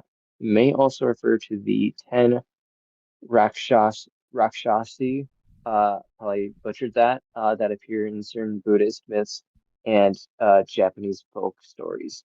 Boruto speculates that Code's white karma, which came from Ishiki Osatsuki, may have played a role in the human god tree's unique evolution. Well, Very Act- interesting. well, I think they should really take that off because they then No, with like I chapter, disagree. chapter 13 or Boruto, they were I like, disagree, and also that plays into how he moves narratively. oh, it does. Okay, Oh, well, okay, by then all- continue, by all continue, means, then continue. Ow. continue. Oh. Well, yeah, continue with the moving narratively thing. And now I Well, know okay. I know Kamui's doing this as a joke. I'm actually doing this seriously. So like, No, I've been trying to ask him for the last like 10 hours. Okay, I don't. Okay, basically, I think I compare. What I do is I compare him in my head to Code and how Code like just kind of bums around and Well, we do fails know that the miserably. 10 tails has 10 tails, and it kind of gives off demonic vibes, kind of like a demon. So That's true. I was wondering, is it possible? Could it be that Jura is related to the Ten Tails based on the meaning of his name? Well, actually, I think he might be on. in light of what we read Wow, earlier now in that the you say Damon it. panel, it's actually kind of interesting because the Boruto describes Damon the exact same way, like a demon. Some kind of demon. Really? But he's just like one demon, which is interesting. You're So I telling me wonder if this it's just now? like all the 10 powers combined into one. So it's kind of like the nine-tailed beast as opposed to the 10 tails. So maybe Damon is like, He's just one of the Yeah, 10 I don't know. demons. or It's well, I kinda was like thinking how- it's the opposite, to where Damon is the demon and Jura is one of the 10 demons. It's kind of Okay. like how Kashin Koji's ability allows him to see in 10 directions. Exactly. Now, Yeah. Well, does here's that actually does that the thing relate about into that. the Can- Jura can he movement al- thing though? Can he only see 10 futures at a time before things update? Like, it's like it's a lot of 10 Never being thrown explained. around. I mean, we don't know, And but demon, and directions. no. Okay, narratively- Well, no. actually, about what Oodie 10 said, though, directions it's is- not 10 demons. It's 10 demons, singular. So, I mean, you could have a point there. It's uh, just Or- 10 demons. Or no. Could You be, guys, you either see, way. you understand the Japanese language. You see, 10 means heaven. So they're actually talking about. So when you say like 10 demons, that's a No, no, different no. kanji, but I Heavenly like demon. your I So like this that goes- process. no, No. guys, I'm telling you, dude. No. This is Ikimoto's grand No. plan. Ten No, I Demon, know. Heavenly Demon, the Heavenly No, Yakusha, no. Doflamingo, One Piece. That's where Actually, it's I going. think that could tie into what Angus was saying about the narrative of Jura. Yeah, can we go back there? Okay, what about it? Like, He's explain just it. What do he's you mean by basically he gives off main villain vibes. And just the way he like I need BRB. and the way he like sits out on his throne of roots and grabs his chin and is like, well, I'll see you next time. Hope we meet again. And just that kind of stuff. And the way he commands the trees to like regenerate his stuff, like his limbs and his eye. And just the way that's what I kind of mean. Like just the way he does everything. Just the way he moves. So when it Narratively. comes to like so Jura, you like basically talking about hey, see you next week or whatever. When it comes to like that See type you of next time. move, Yeah. so like for example, when you let Boruto escape, narratively, why do you think he does that? Because What do the you think narrative's the what I'm most underlying narrative interested there in. is? Yeah. For like the first time. All the times, if you think are different each time, then clarify. If you think they're all the same reason, then clarify. Especially Okay. Jura. The first time, let me go back. Because I was thinking about this the other day about the It is kind of Shinju. different each time, so it And depends on the time. Like, it's which really time were you interesting thinking? because the Shinju, they call themselves like self-aware Shinju, like the Hito Shinju in Japanese, like the human divine tree. Ito Shinju. Yeah, and after thinking about The it, human god trees. yeah, so because of that, and with this whole Jurd narrative, I think that they're sentient divine trees. Look, actually, I'm glad you're saying that because something I was thinking about is like we talked about earlier in stream, but Jura and the Shinju want to devour Natsuki. It's ingrained. You know, they mention it. And not really, actually. Do you think it could be like, could it be that it's because they are Ten Tails and want to become a divine tree? That's why they want to do that? Well, I think they Mm. want to grow and evolve. Well, that was their original instinct, though. Like Well, for all the Clog rhymes, I was their original instinct wondering was to do that. because looking at Sasuke specifically, he turned into a tree after being bit by a claw grime, and the Hidari Shinju looks like Sasuke. Do you think there's like a connection there? May I request being able maybe, to screen could be. share, by the way? Yeah. I think the screen sharing is fine. Or not, Alright, whatever. 'cause, Okay. Well, no, because so like within this thing, I literally have like Jura's appearances, his dialogue lined up here all the way, and Okay. and again. So it's like, yeah, our With the uh, ooze, of course. Well, going another back, thing, yeah. before you We get into divine. all that, wait, just before you get into that, another thing is like I also when I talk about like how he moves narratively, there's like I also picture like in the background whenever we don't see him, he's always like reading and stuff. So he's always gaining knowledge. And that's another way in which he's kind of quote unquote moving, Well, is that he's always like preparing for his next step. That reminds me, But, you like, never finished saying what? for the narrative reasons why he lets Boruto go, and you think they're Yeah. different in each it's like, case. Can you go through some of them? okay, but here's Well, the it thing though. does depends. He's reading, but like, what is he reading? Is he reading like Sun Tzu's Art of War? Is he reading like God only knows, Dostoevsky or okay? any He other bought kind a of? big stack of books. Big Hail the stack. Dusty Big Ninja. stack. The biggest stack. Yeah. They're So, calling it the biggest stack in the world of books. and of course, the Leaf Village has the best The has Leaf the Village, best library everywhere. biggest and bestest library. There's no competition. Konoha has the best library.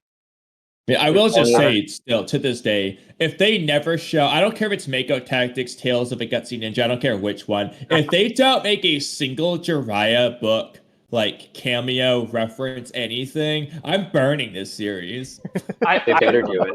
In the anime, I You have hope Mamushi reading, I mean, again, Mamushi's reading porn. Ikimoto didn't have to draw the naked woman. All he had to do was write Suspiciously- "Make out paradise" on the cover and point Yeah. Gon across, but in a funnier way.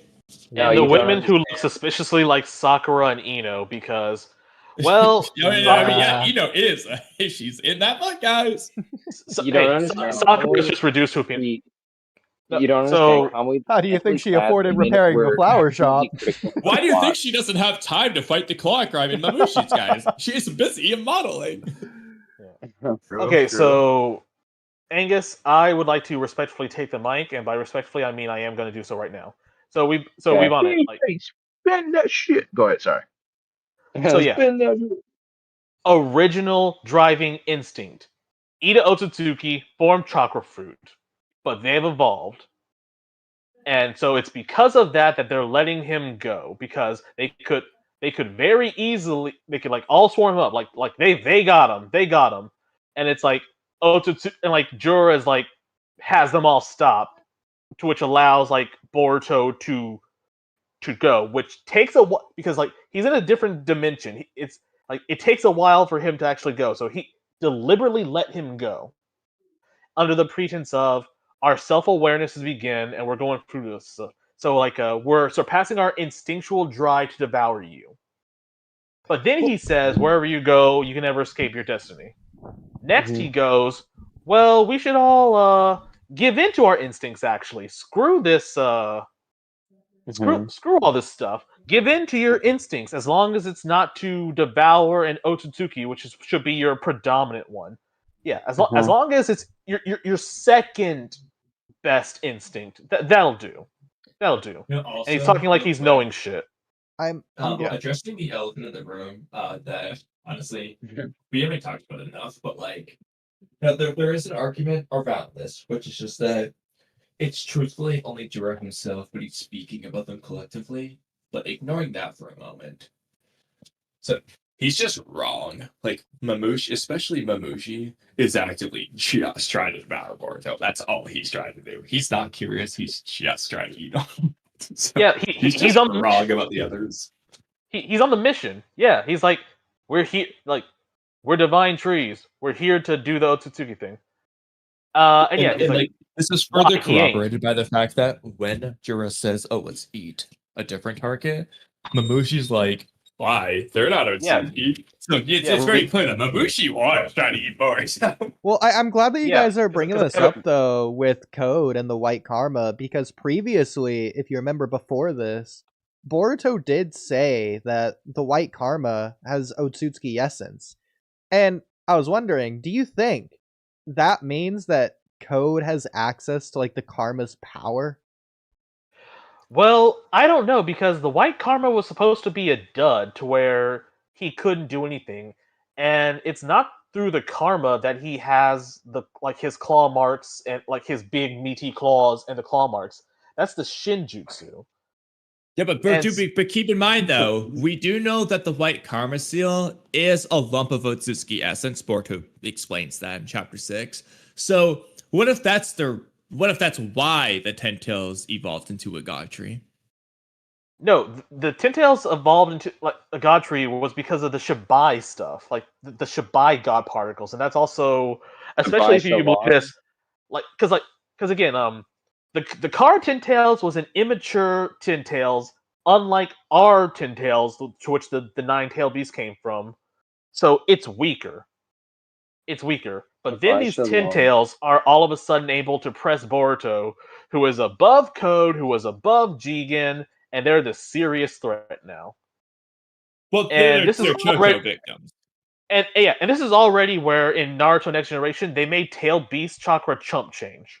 Well, keep in mind, it's not just Code, though, because we can contrast that to other karmas. For example, I've been thinking, like, with Boruto's karma, Momoshiki digitized himself and implanted himself inside Boruto.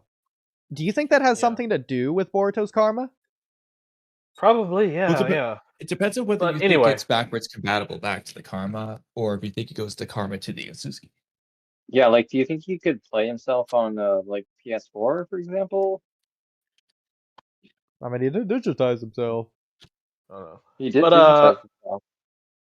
Could he stick himself off the USB stick?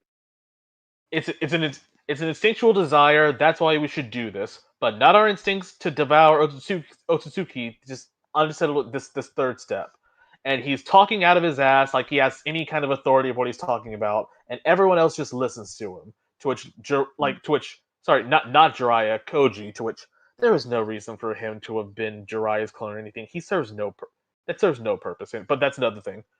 He's like, oh well, they all have an instinctual fear of him, so that's why they listen to him. Which is, I guess, good that you tell us like 15 chapters, like 20 chapters later or whatever. But fine, they all listen to him because he has the I don't know, like he's the progenitor or whatever, and so that's it. He's like, you guys do that, and you're gonna find out what you want. And keep in mind, so like what Matsuri, I was gonna say Moegi. What Matsuri wants is Konohamaru as his target, and that'll reveal the identity. And what does that do for that? Discovering love, which he finds a weakness, and we already have that. Well, actually, I'm glad we're going to love, because that's like a whole thing with like Jura's narrative. Angus, if you want to take it away. Actually, I will quickly get to that. I just want to, again, we're kind of going through this and just again all of the inconsistencies here. So like they had their little skirmish with Team Inishikacho, and so it's like Hidari's like, they're getting away. Fools. Shit. They don't seem to be too intelligent. And so smart as Jura is, he's like, they knew what they all had to do was over their heads, but they keep resisting to the bitter end, even at the desk. Fools. That's not true. Something is driving them past their survival instincts. That is something is likely to be crucial information for us as well. Huh. And so they catch up, call it devouring, blah blah. Yeah. Blah blah blah. Call it devouring. And Inojin, who has a crush on Himawari for no reason we're given. Like, what is he even like about it? I don't know. But no, you're not getting Himawari. I in particular don't like this. Stop. Leave them out of it. I concur. I don't know why they won't stop. Well, actually, you do know why they won't stop. Like it's like they keep resisting bitter into that at the end at the risk of death. I don't know why they stop. Is this aesthetics? Whatever. Aesthetics, bro. I can't. Is this aesthetics? Yes. Yeah. Well, Yes, Angus, okay, what did you think about that, like, narratively with Jura there? This is 10. Narratively speaking, it was most exquisite, as Jura would say.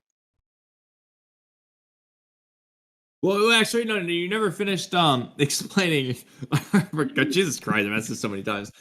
For why he lets Boruto escape. Why do you think narratively he does that? So just go in order, starting with the first one, and if your answer changes, just say it changes and how it changes.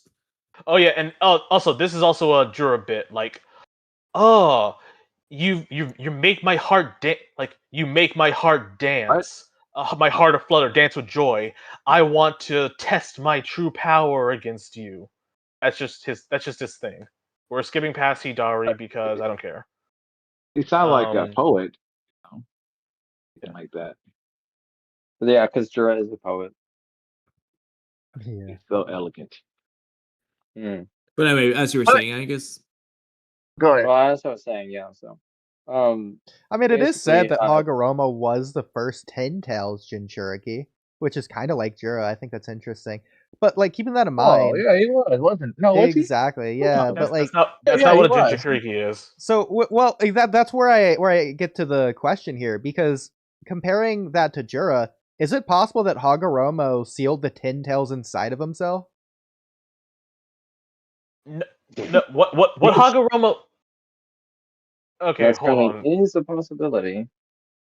No, what Hagoromo did was he took the energy from the 10 Tails, left it a husk, which became the ghetto statue. Yeah, it's a husk. Put that in his body. In the moon. Yeah, and well, yeah, hold on. So, no, Oodie's got a point, because it was said that Kabuto was the closest thing to the Sage of Six Paths. They say this in the work. Now we know that Kabuto That's him talking. knew how to That's just, create the that's just him Rinnegan. saying that. Hold Okay, on. but So like- Kabuto knew how to create the Rinnegan. We see this with Madara. He knew how to do it. Orochimaru and him had the research. He had Orochimaru cells, Hashirama cells, Kimimaru cells, and lots more. So, with that in mind, Super Rinnegan. do you think is it possible? Like, do you guys think Kabuto had the Ten Tails' power? Like, was he the Ten Tails Jinchuriki? No, flat Not no. only that, Well, he you had do have a Super point Rinnegan. because Kabuto did work for Orochimaru, and after Orochimaru died, Kabuto began looking for like a snake-like Orochimaru, and he really mastered all doesn't. his techniques. Well, hang on, because it's important. Because is it possible, keeping that in mind, that Kabuto like took Orochimaru's DNA as well? Maybe that could even be why. No. Okay, so I'll just factually lay this out Certainly here. is possible.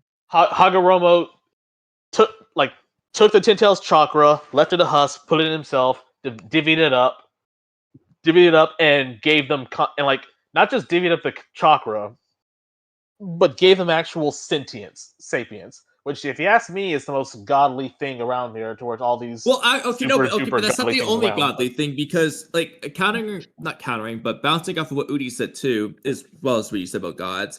We know that Orochimaru is a character in Naruto, Just like Jura, exactly. And in mythology, Are you like taking the Japanese piss? It's like the same folklore series. mythologies, Orochimaru is a snake god. Because keep in mind, because in Japanese, Jura's name That's is not how Ten that Demons, works. so you can like compare the two in that way.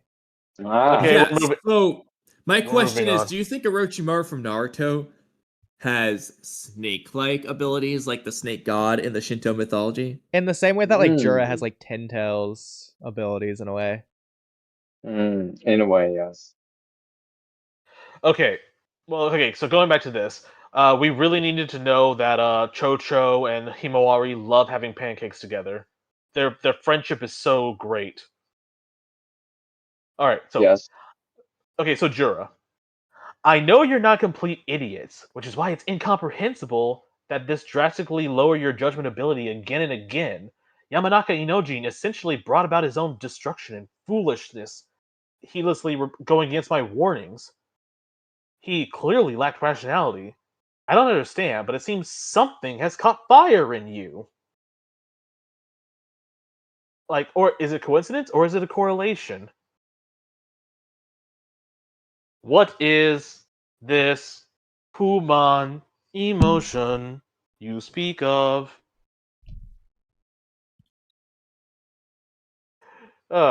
Shit.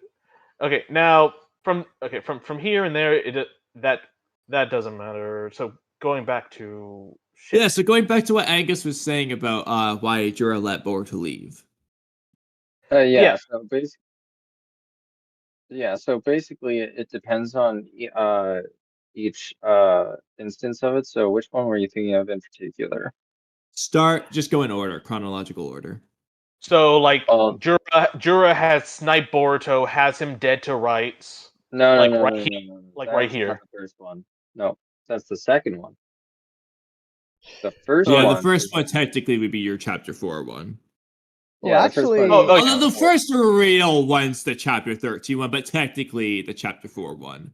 Oh well, But okay. to be fair, chapter 4 is easy. He says- gives his explanation. fair. So Yeah, he gives us that. he flat out says this. Now, this is Jura, and he has found out that Boruto somehow knows about the thorn bulbs, and so he snipes him. And it's Uh-huh. like, and like in the previous chapter, not this one, but he's like, "You're too dangerous to live," and so he's like, "Well, I'm gonna kill you." But then Mamushi pops up, Yeah, Mamushi. and he says, "Oh, Matsuri's back, and based on her investigation, Boruto leads to an accomplice." I'm like, "What investigation? What prompted this?" I'm okay. Actually, Ano, I'm not only so that- glad you said that though, because I was actually thinking about that too, and it's weird. We know that Konohamaru was Matsuri's target, but she Yeah, also all their loved targets on Konohamaru. the- Exactly. all four However, of their though, targets were in the village. All four of them Literally, should have sworn yeah. we should have never left the village because all targets are there. but keeping that in mind, as we saw, Konohamaru betrayed Matsuri and tried to kill her. So I was wondering, is it possible that, like, could it be, do you think, Matsuri will try to devour Konohamaru in the future? Like, if she comes back? Well, if No. if Moegi Well. gets if Moegi gets nommed again, and that's the same person, if there's any continuance of memories, I don't know. There is no reason for I her to doubt get it. nommed again because she was just there for fodder. Yeah, that arc already happened. That's already been resolved. But yeah, It's but not It definitely happening wasn't again. resolved. They were in the height peak middle of the conflict, and Boruto abruptly ended it. okay, yeah. So here's Well, again. Well, in the Konohamaru- same way that Angus has Anyway. many times been abruptly interrupted on his Jura narrative. If you want to take it away, Angus. On my Jura analysis? Yeah. Well, I don't think Yeah, you're. that's true. That's very How true. is he how is he narratively moving here? When Well, basically, as I was saying, well, yeah, so the Moegi thing, Matsuri was already getting, well, no, Rasengan, double wh- Rasengan by that's in the Rasengan future. barrage, you might even Hold on. say, by Hold on, that's Konohamaru. in the future. So That's he in the was future. already ending We're it. here. Well, I was just addressing that point that that Oodie made.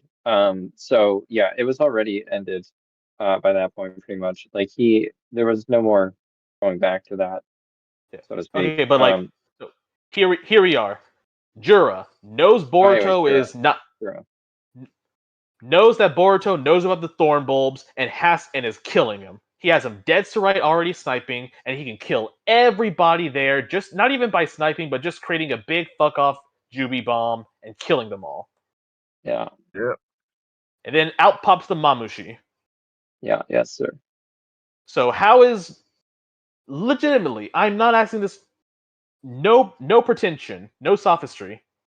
How is he moving the narrative here?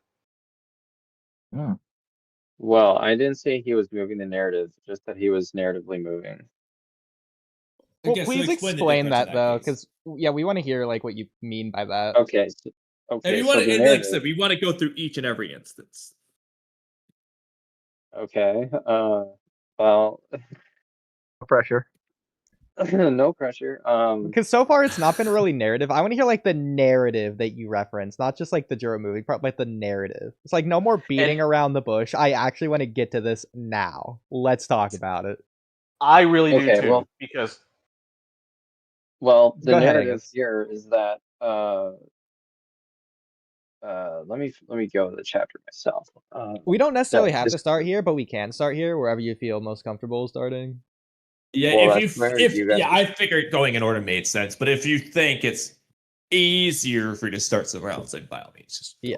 yeah. Well, the narrative here is that like basically other things were happening elsewhere, so Jura needed to go somewhere else, and he had to leave Boruto as he was right there. He couldn't Well, finish. the okay, job. but narratively, why that's not. did he have to leave? Yeah. Yeah, I mean, what's Yeah, well, I'm looking more so at the These were pretty decision of pressing it. matters that he had to attend to. Well, what's the like Okay. mindset? But why does he need to attend to that? See, it's I can tell you. choice, I can tell you why. priority. I can tell. Well, I'm the one who's being asked, aren't I? I mean, if you want to, though, go ahead. But like, Well, no, I want to hear Angus's Yeah. answer, honestly, okay. because we've been waiting for it. Yeah. Fair Well, enough. so basically, it was as if the heavens are decreeing that you remain alive. So, like, the narrative implication here is that, like, divine intervention mandated. Like, he has the mandate of heaven. Like, Boruto has the mandate of heaven. So, like, he must stay alive. Why Well, does then why does he Jura? try to kill Why does Jura? Yeah. Why does Jura respect Because the mandate of heaven? narratively, he must stay alive, right? It's like essentially, it's like a plot. But why? Like Okay, narratively. so There's no rhyme or reason to it. Angus. Well, there Yeah, is. It's the this- narrative. Well, Angus, it's Okay, so why Angus, from Jura's this is not. perspective. Yeah, what you're talking This is about our isn't vote. him as a character doing this. This is Ikimoto as a writer doing this. Well, that's precisely what heavens are decreeing means, right? So what you're That's saying like- is That's Okay, like okay, Ikimoto actually- inserting himself into the Not even- narrative and saying okay. he Actually, must be this is alive. okay. So you technically did, but I'm just gonna lay this out in brass tacks. Much like Ikemoto always friggin' does, like in Naruto Next Generation, when Kawaki was dead to rights, and there is nothing that can save him except for the author. omnipotence happened. To Kawaki is not paying for the consequences of his actions. Omnipotence just happens, so everything gets away. And now this happens. You already had the excuse before, right here. Well, we don't want to actually do this. We're actually doing this. But and then they backtrack on that shit. Now, Boruto is dead to rights, and there is no way he can be saved. So the writer has to intervene. Okay, well, Matsuri returned to the base, obviously. Okay, but why was Matsuri gone? Why was she not? She was she was on her investigation. She was doing some investigating.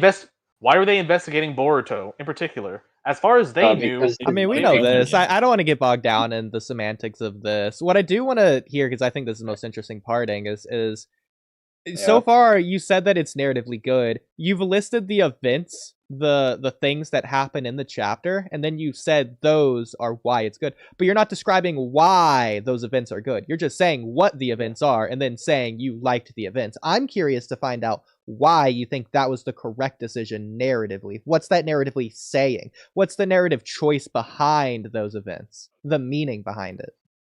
Yeah. Now, I will say confidently, this is shit. Well. That's exactly why I agree with you. So does Kamui, but this is why we want to hear Angus's answer to see if maybe there's something that we're missing, for example.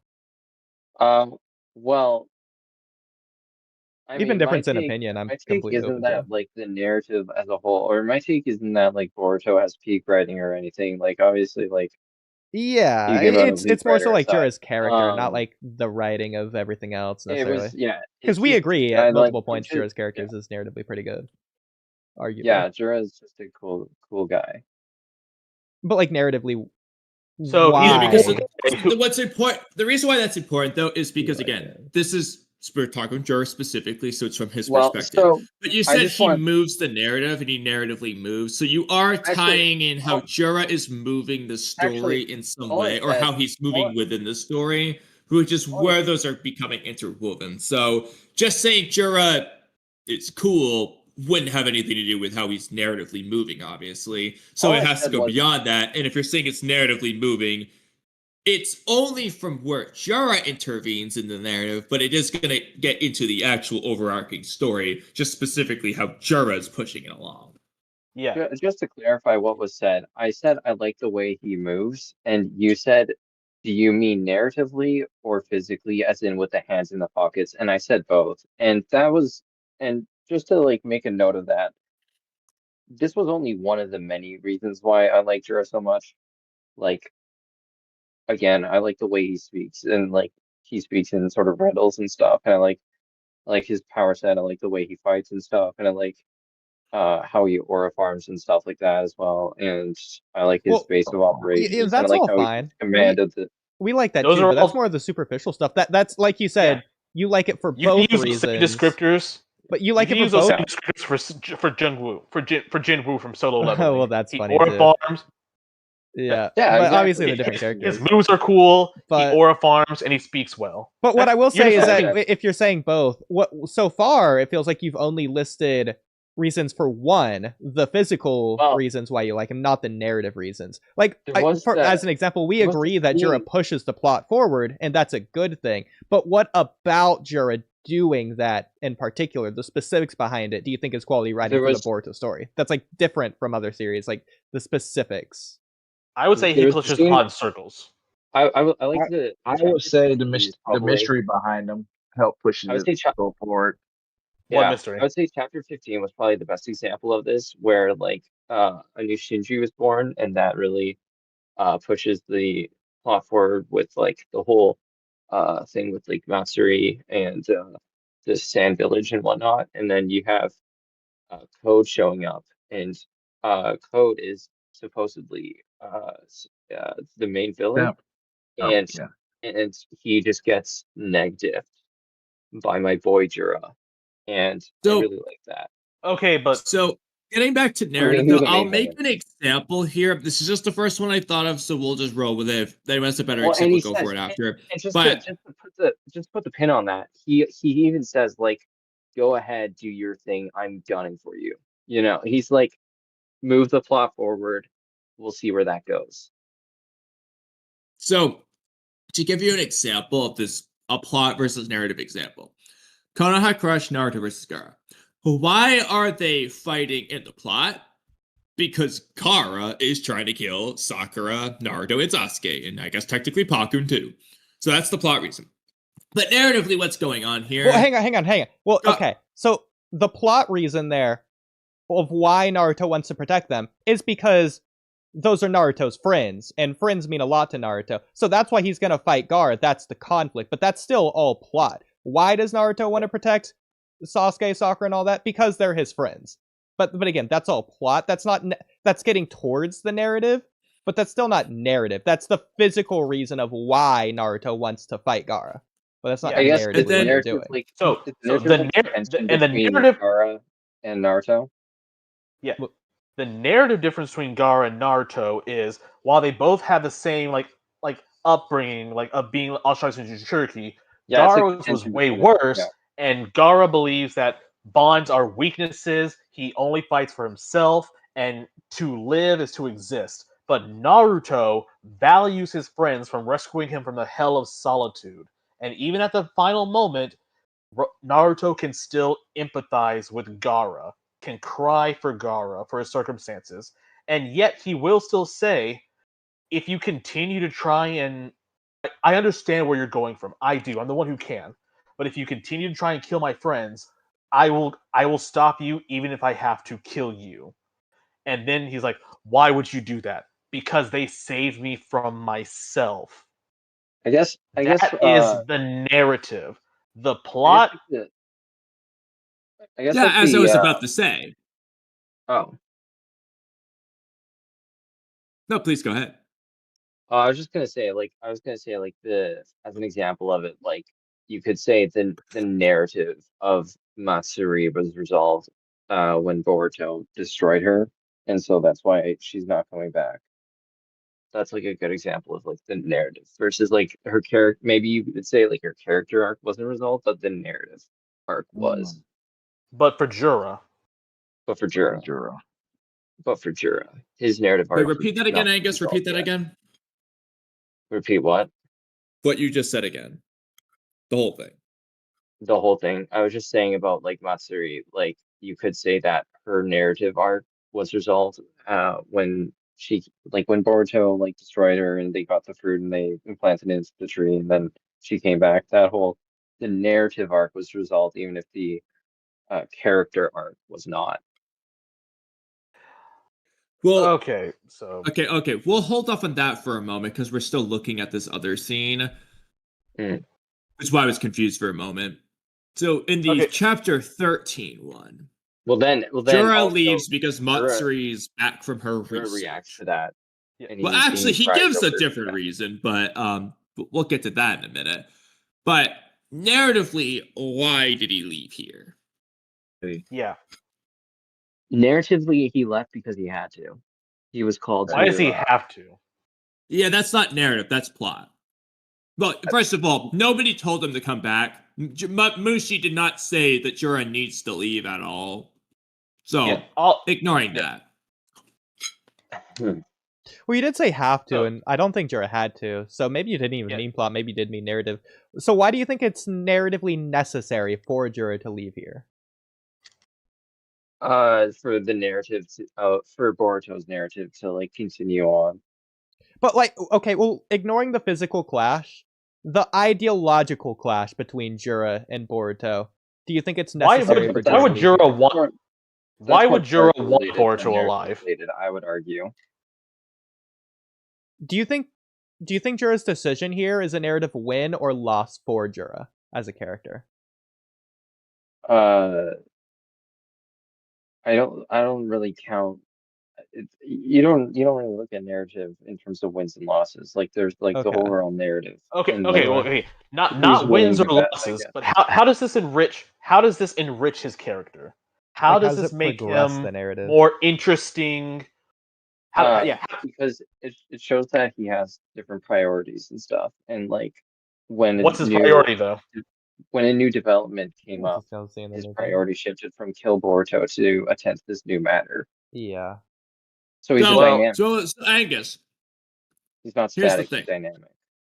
That one can work in many situations. However, I'm going to present you something on this page. Jura's reason for retreating is, well, either one of the two or both of the two. Our foe is formidable, the one he just bodied. And two, we can't let Hidari's bulb rot. Yes. So, that has nothing to do with the new development.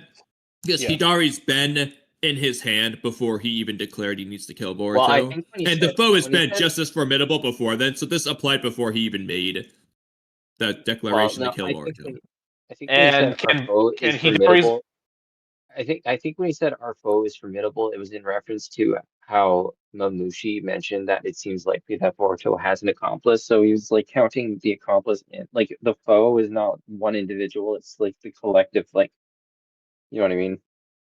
Okay, but so let's just assume that for a moment. We can come back to it, but let's just assume that one so we can get out of the way. We can't let Hidari's bulb rot. Yeah. Thoughts? Well, yeah, obviously that was another matter that had to be attended to, right? That was why did it have to be attended to? Because Moegi, if you don't remember, Matsuri lasted for an entire arc, like to go home and all this jazz, Jura fight and everything, and did not rot. Was not a okay. Okay, so okay, well, what you could maybe so Hidari's for you bulb. too. Okay, maybe Hidari's bulb would have rotted sooner because Sasuke was more. He had been a divine tree for longer. If anything, wouldn't that mean his bulb lasts longer? Yeah, no. I would say it lasts shorter because Sasuke was bit earlier, but they've all been a divine tree for the same amount of time. I would say it lasts shorter because he is running low on chakra for the fruit to like collect from. Okay, well, but the Hidari would have more chakra by that logic. The bulb would have more chakra, and Sasuke himself. Yeah, but there's less. Yeah. Well, so the bulb would last longer. It'd be more fresh because it has more energy. Also, is Jura the one that placed the Soul Thorn bulb for Hidari to heal, or was that someone else? It was Jura? Okay, so Matsuri cut down Ryu's Thorn bulb, but it was Jura that placed the Thorn bulb for Hidari?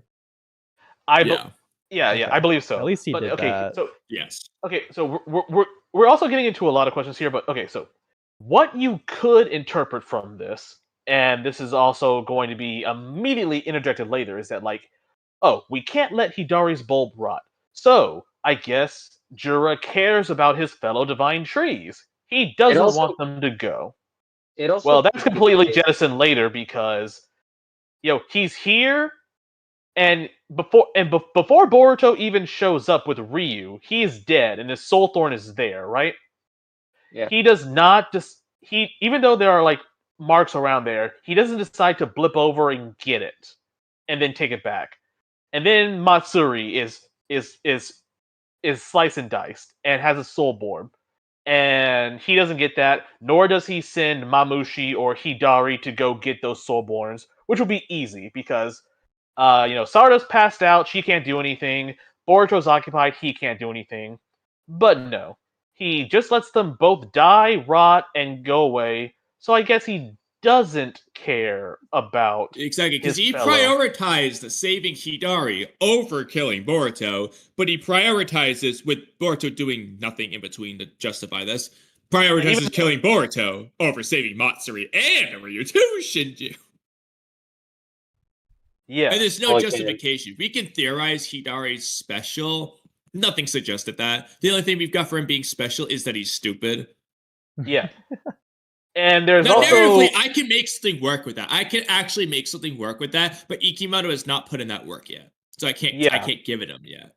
And again, this is like because the heroes are SOL right now, but Ikimoto, because the narrative can't continue if all our protagonists are dead, has to have him leave. But there's nothing to where like Boruto is absconded away to where now Jura doesn't know where he is. He's right there, and he can come back at any other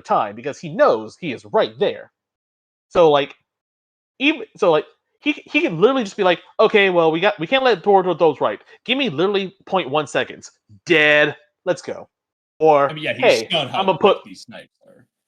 Or hey, I put Hidari there, so now he's gonna do there, and then people saying, well, now he doesn't want him dead now because he has an accomplice. Okay, go over to the Leaf Village and go take Boruto. No one can stop you. So let me try a different They tactic don't do here, that. because I don't think this is working the way that we hoped it would. So, It's not. ignoring Jura's decision for a second, let's take a step back and think about it from like a screenwriter's perspective.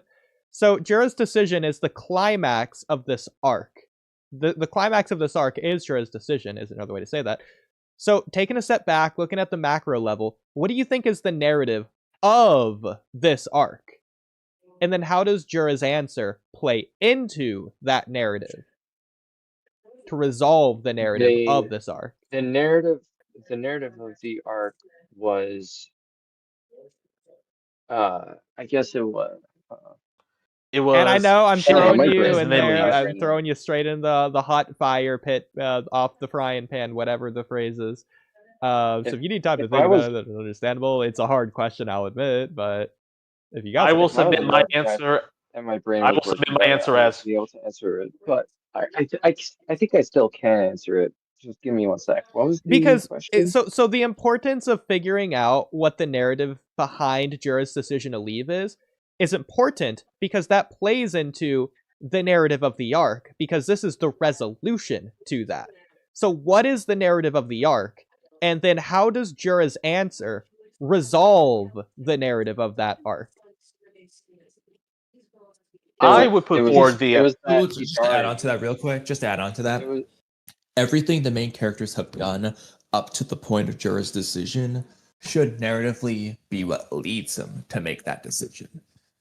Yet nothing does.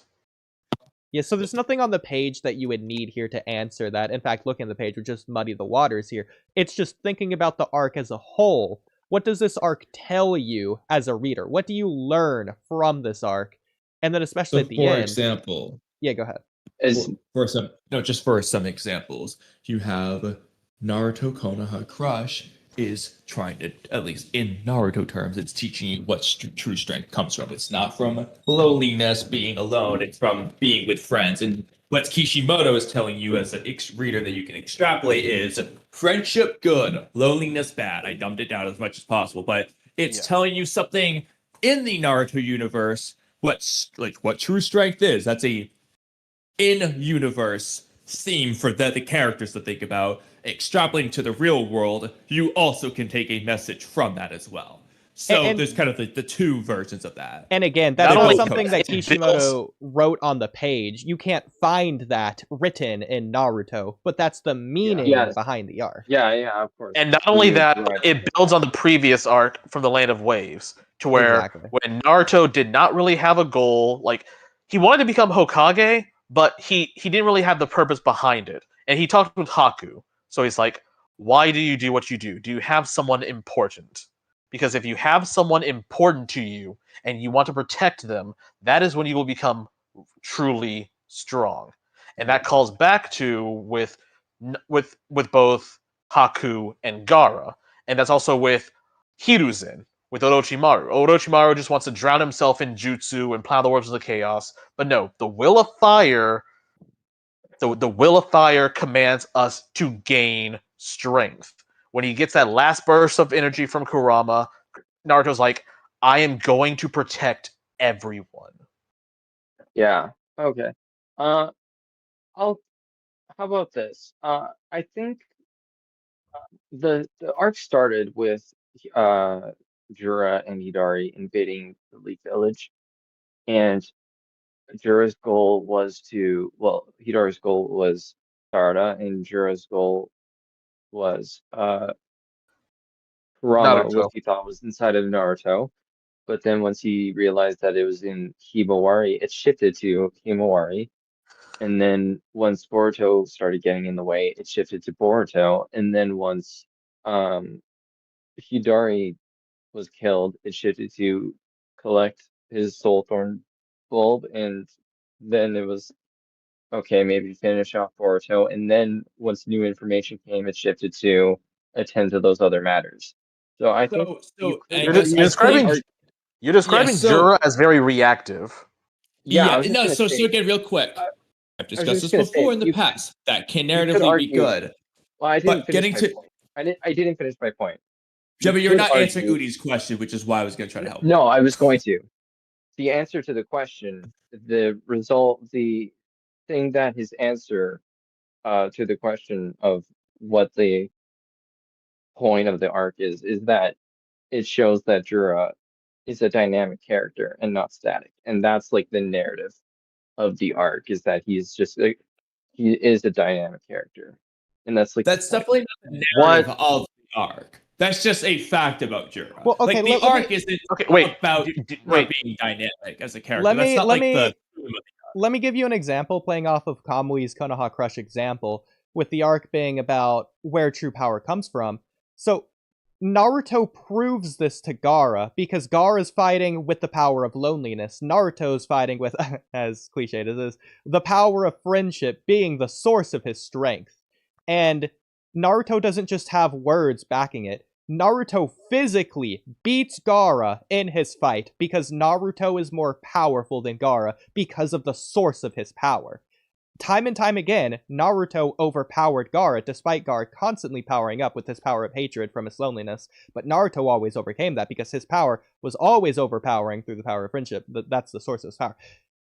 So Naruto proved that to Gaara through their fight. The ending conversation is impactful despite it already being proven, because that's Naruto physically getting that message across to Gaara. Gaara's still trying to deny it despite the facts in front of him, right before his very eyes, that he's lost. Naruto's still willing to fight. He's saying, no, get away. He doesn't want to accept it. Naruto, through his talk no jutsu, gets Gaara to accept this. We see this when Kankuro and Temari show up.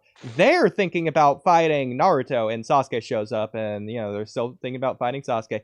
Gaara is the one who stops Kankuro and Temari. He tells them to stop, that they're done, they're leaving, they're gonna go. That's Gaara's decision, which can contrast to Jura's decision.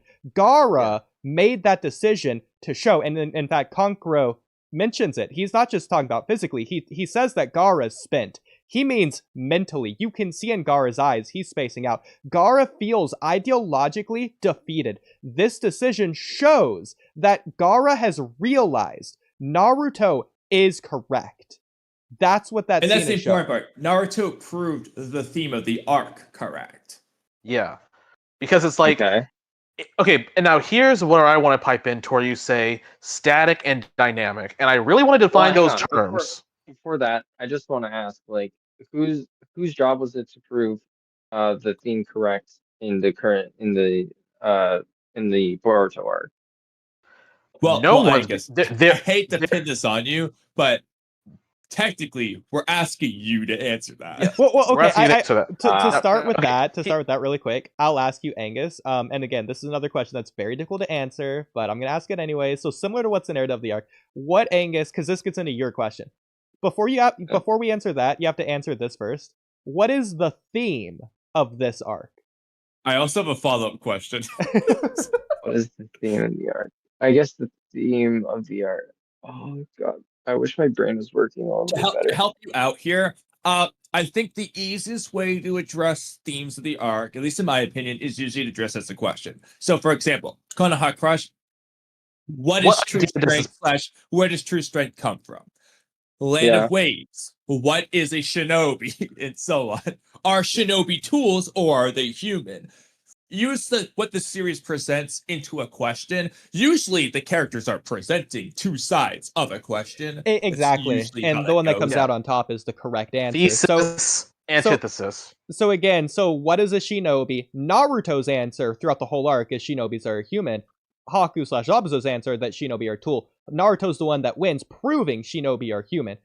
Konoha Crush, where does and you see this where Zabuza, again, just like the Gaara example, Zabuza admits Naruto's right when he says even shinobi are human and blah blah blah. Konoha Crush, where does Zabuza tries to keep Zabuza tries to keep up the facade, going like, I used Haku like what's his name used me. I'm sad that his skills are gone, but the boy, nothing. Naruto calls him out on his shit, and he is reduced to tears. And he Right. gives yeah, are you surprised? Even I'm a shinobi. Like, all shinobi are human. Like, all shinobi are human, and that wouldn't have worked, if, Zabuza had said, "Nah, you're gay. I'm leaving. Bye." Yeah. Well, and same with Konoha Crush, because Gaara has his answer to that question, where does true strength come from? Gaara has this answer from the very beginning. He's asking Naruto what his answer is. At the beginning, you can argue Naruto doesn't know what his answer is. He has his answer, but he hasn't realized what that answer is, even though he has it from the beginning. But he realizes what his answer is, and he stays resolute to that answer. Then we see in their fight which answer is the true answer, which path comes out on top. They both stayed true to their one singular path that they walked, but in walking those paths, they came into conflict with one another, and only one of them could continue forward. The true answer. And, you know what? Answer. Okay. And along with that, you have Sasuke, who. Yeah, I was just gonna say. Yeah, actually, that's a good point. Sasuke, who was Gaara was gunning for because he thought they were similar, but he was fractured. Naruto is wholesale on this is how to go. Gaara, this is how to go. And yet, after that one where Naruto proves right, Sasuke is fractured. Yeah, it's a little bit more poetic, a little bit away from the screenwriting, though. But I just want to keep it basic for now. So, but again, I understand it's difficult. But getting back to this arc, I guess, I think I can answer it actually. From if you want to go from a screenwriter perspective or whatever, you could say that the sort of narrative of this arc was left unresolved because Jura literally left.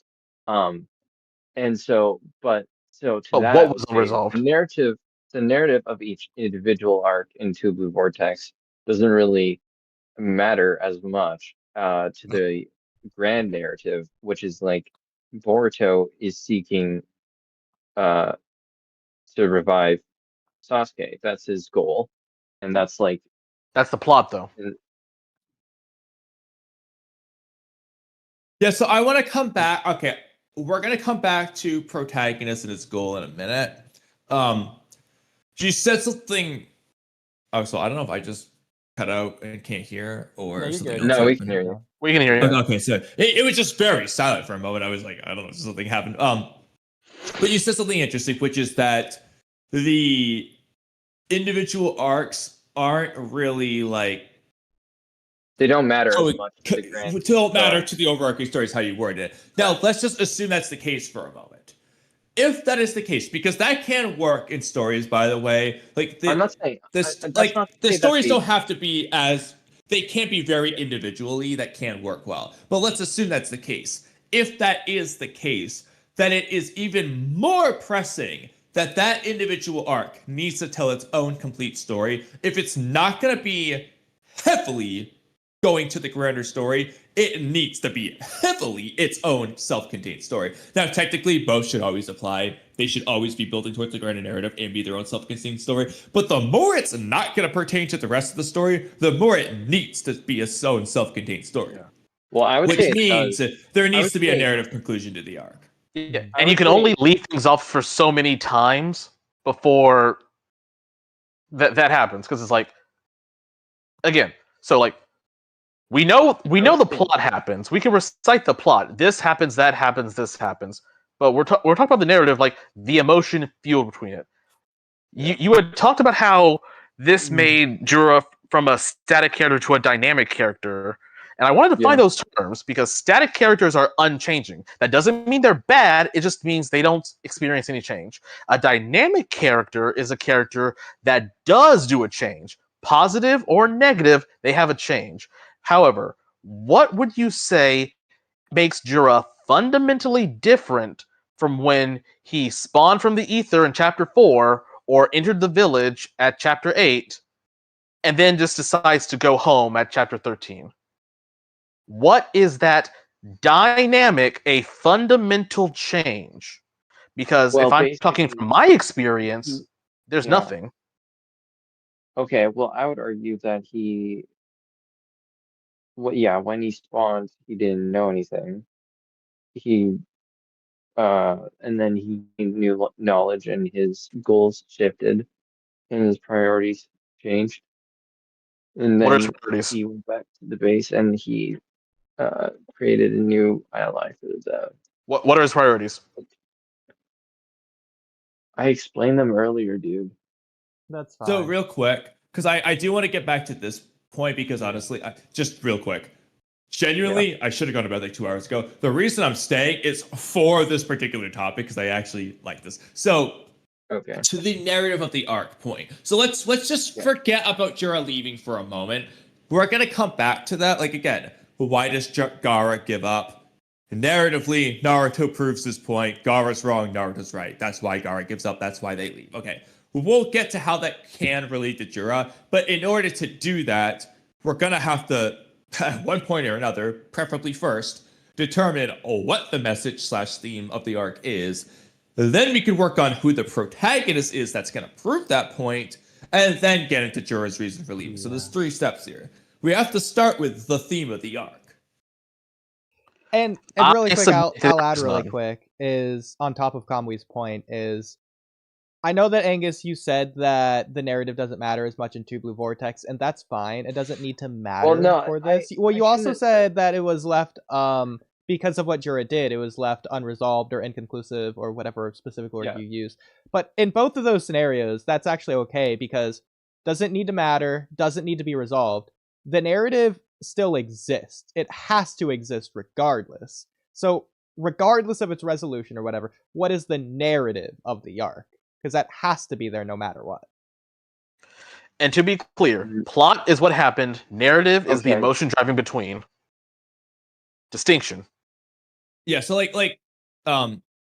for more examples, the plot of the Sasuke retrieval arc is getting Retrieve Sasuke's Sasuke. coffin back. That's obviously not the narrative. Okay, the narrative has to do with all the bonds and blah blah blah. We don't need to get into it. You know what it is. Yeah. Or hey, you know what? Screw it. Another example. Land of Waves. The plot protects Tasuna, the bridge let me builder. think. The narrative. What does it mean to be a shinobi? I just need to Okay, think here's about the it. difference. Yeah, Just think. completely unrelated. Exactly.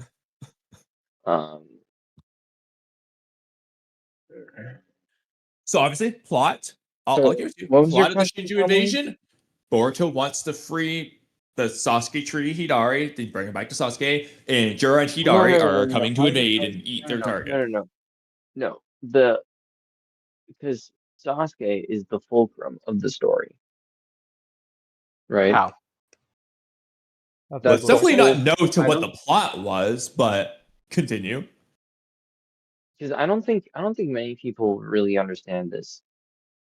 Boruto, as the protagonist, has a singular goal: revive Sasuke. Sasuke and the soul thorn bulb of Hidari is the fulcrum of the story. That's the end point. That's the end game that needs to be Okay. achieved. That's So the one. okay. With that in mind, it sounds like your answer to the following question is gonna be Boruto. But who is the protagonist of that arc with Jura and Hidari invading? Well, for The this person specific with the arc, goal actually, I would say whose goal it we was are following Himawari. that drives the story forward. Who is I that would say it character? was Himawari actually, because Himawari was the focus of Jura's attention. Well, once it So shifted. what is Himawari's goal in that arc that we are following, in which that goal is driving the story forward? Her goal is just to chill, I guess. Train. That's not a goal. Doesn't really have a specific goal. She doesn't really have a that's not a goal. Once Jura showed up, he- it was like survival. But before that, there was nothing really going on. Yeah, but then you're not following the protagonist's goal. That would be if Jura's the protagonist, then Himawari's the antagonist. Well, he kind of is the protagonist. Well, they're both protagonists. But he's not. I mean, we've made fun of the fact that he kind of is in a way, but he's not. Yeah. Okay, he is arguably the protagonist. Okay, so protagonist. We're following Jura. What does Jura want? And also, I just want to point out quickly that Miss Ann in the podcast chat is saying how in the YouTube chat, they talked about the themes of the arc in Jura, so I am kind of interested in that. Let's go ahead and see what everyone else on YouTube says. Okay, so let me perfect stop streaming segue here. because perfect. Yeah, I will. Okay. Pull it up. Now, let me share my screen. Okay. And this is me we'll read what... Salsa Bullet's answers real quick, but that being said, it sounds like, especially her first message, would be more so referencing the current Mamushi arc as opposed to that Jura Hidari invasion arc. Because she says theme, she's not saying like theme, the definition of theme, but theme of this arc. It's about following orders versus your heart. Because of the line Shikanai dropped about asking to be used as a tool, Boruto and Inoji divide orders from Koji and messing things up, etc. So that's definitely in reference to Mamushi arc. I mean, the Inoji and Koji argument over Kobu. Yeah, I think Salads and Bolts here, Miss Anne is on the right track for sure, but that would be a different arc. I can see that, but it would be very undercooked. Like, well, regardless of that, because right now we're looking at a different arc. But she just said Jura's a fledgling, getting curious about what love is and what makes someone human, even though he was created a monster. So this one could be getting into things related to that Hidari invasion arc. I definitely think that could definitely work for that. And that's also why Boruto points out they're just trees, which is why he can kill them. But what happens when Jura gains resemblance of humanity? Narratively, I do want them to expect them to do something with that, but that would also be the next arc because that's when Boruto presents that. You can argue backtracking, all the seeds were there, but that's when he presents it. So I'm not going to use that as the theme of the first arc. The middle message would be the most relating to that one. Granted, he doesn't mention love, but it's definitely building in that sense of, well, Jura's asking why Team 10 does the things they do, and the answer is going to be love. So that's the one that's going to be the most related. Well, and also Jura is getting curious about it in that arc. So, Shikacho, it's about love. Jura's curious about it. So I think what she said does count. Yeah, exactly. So even if they didn't say it in that case, you can still work with that one. And so far, that's our only answer as of yet that we've got. What I would say, I guess I would say like the theme for this arc is Jura's insatiable curiosity. Well, no, that was more for like the first arc. It's more like his drive to devour, or that's his goal. Okay, I'm gonna be flat and say I honestly don't think this, like, from chapter 1 to 13, however you want to divide them as 1 or 2, that there is no real theme here because there's not really a question being asked. Now, we know that characters having goals. Kawaki wants to kill all the Otsutsuki and Boruto, and good luck with that. I guess no. I think as we learn it, I think the question being asked is the Hito Shinju's existence valid?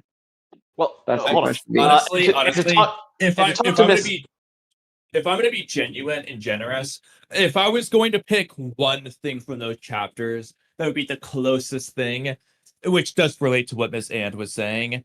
It's going to be chapter 9 when Jura's talking to Hidari and says something's driving them past their instincts to survive, but that something isn't important to us as well. The question of the arc, realistically, if you're going to give it one, it's going to be what drives humans to surpass their instincts. Chapter 4 is presenting the idea of surpassing your instincts, and this is Jura directly questioning what is the thing that's making Team 10 do that. He wants that answer. That's the question of the arc.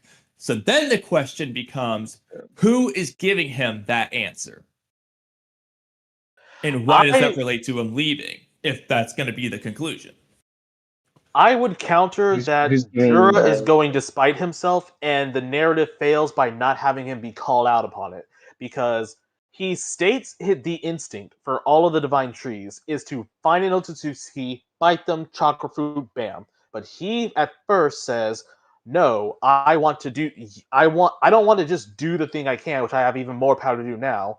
I want to explore this whole self-awareness thing. But then he backtracks to following your instinct, which is just he tells them to follow their instincts, and then I think basically the idea is like follow your instinct to find your target, and then once you find your target, you're good from there.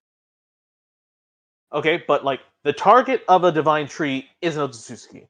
Now they're going through a half measure to which they have their own, and he decides he wants to go see Naruto Uzumaki. How he knows who Naruto is, what does he expect to even get, we don't even know. He just says, I'm thinking of doing it. We don't even know what was the instigator behind his head. It's just like, oh, well, he knows Bijus. Well, I'm like, okay, what does that happen? And then they go to the village and stuff happens. A lot of stuff happens. They attack. Their attacks, running, more attacks. Himawari unleashes this new power. They fight. She fails. But there is nothing going on in this fight to make me think of what Jura is thinking. Himawari isn't asking him any kind of philosophical question of like, why, like, they do ask why, Shigara's just like, why are you here? Why are you doing this? And all Jura has to respond is that, I don't know. This world is abound with questions, and questions leads to more questions. I like that. Mm-hmm. And then at that art, he's fighting like the Kurama chakra that he was tailing for Naruto is in Himawari. He's there with Himawari and at his mercy. Boruto comes in, fights and saves her, but then all of a sudden Boruto's down for the count. The threat Boruto is a threat because he knows about their soul thorns. What he leaves him there. He doesn't even go and take Himawari, which is supposedly why he's there. Like, he defaulted from Naruto to Himawari because of Ninetales chakra. He could easily go there, take, consume, and nobody can stop him. But he just leaves. And he leaves not because there is anyone who can stop him. They are those two characters to which are on his like A list are now away, so he has to go regroup and go refine them. He just decides to leave because he's bored. He went there on a whim and left there on a whim.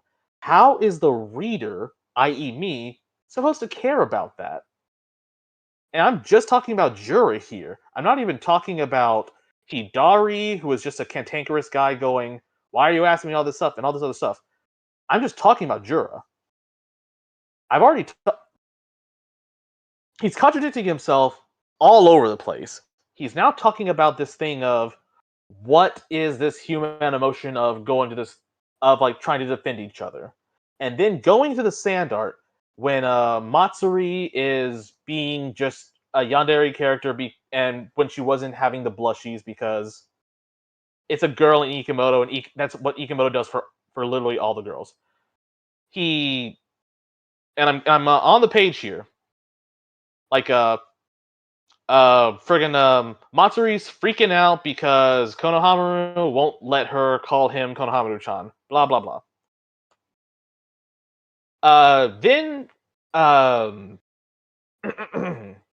Jura decides to pipe in.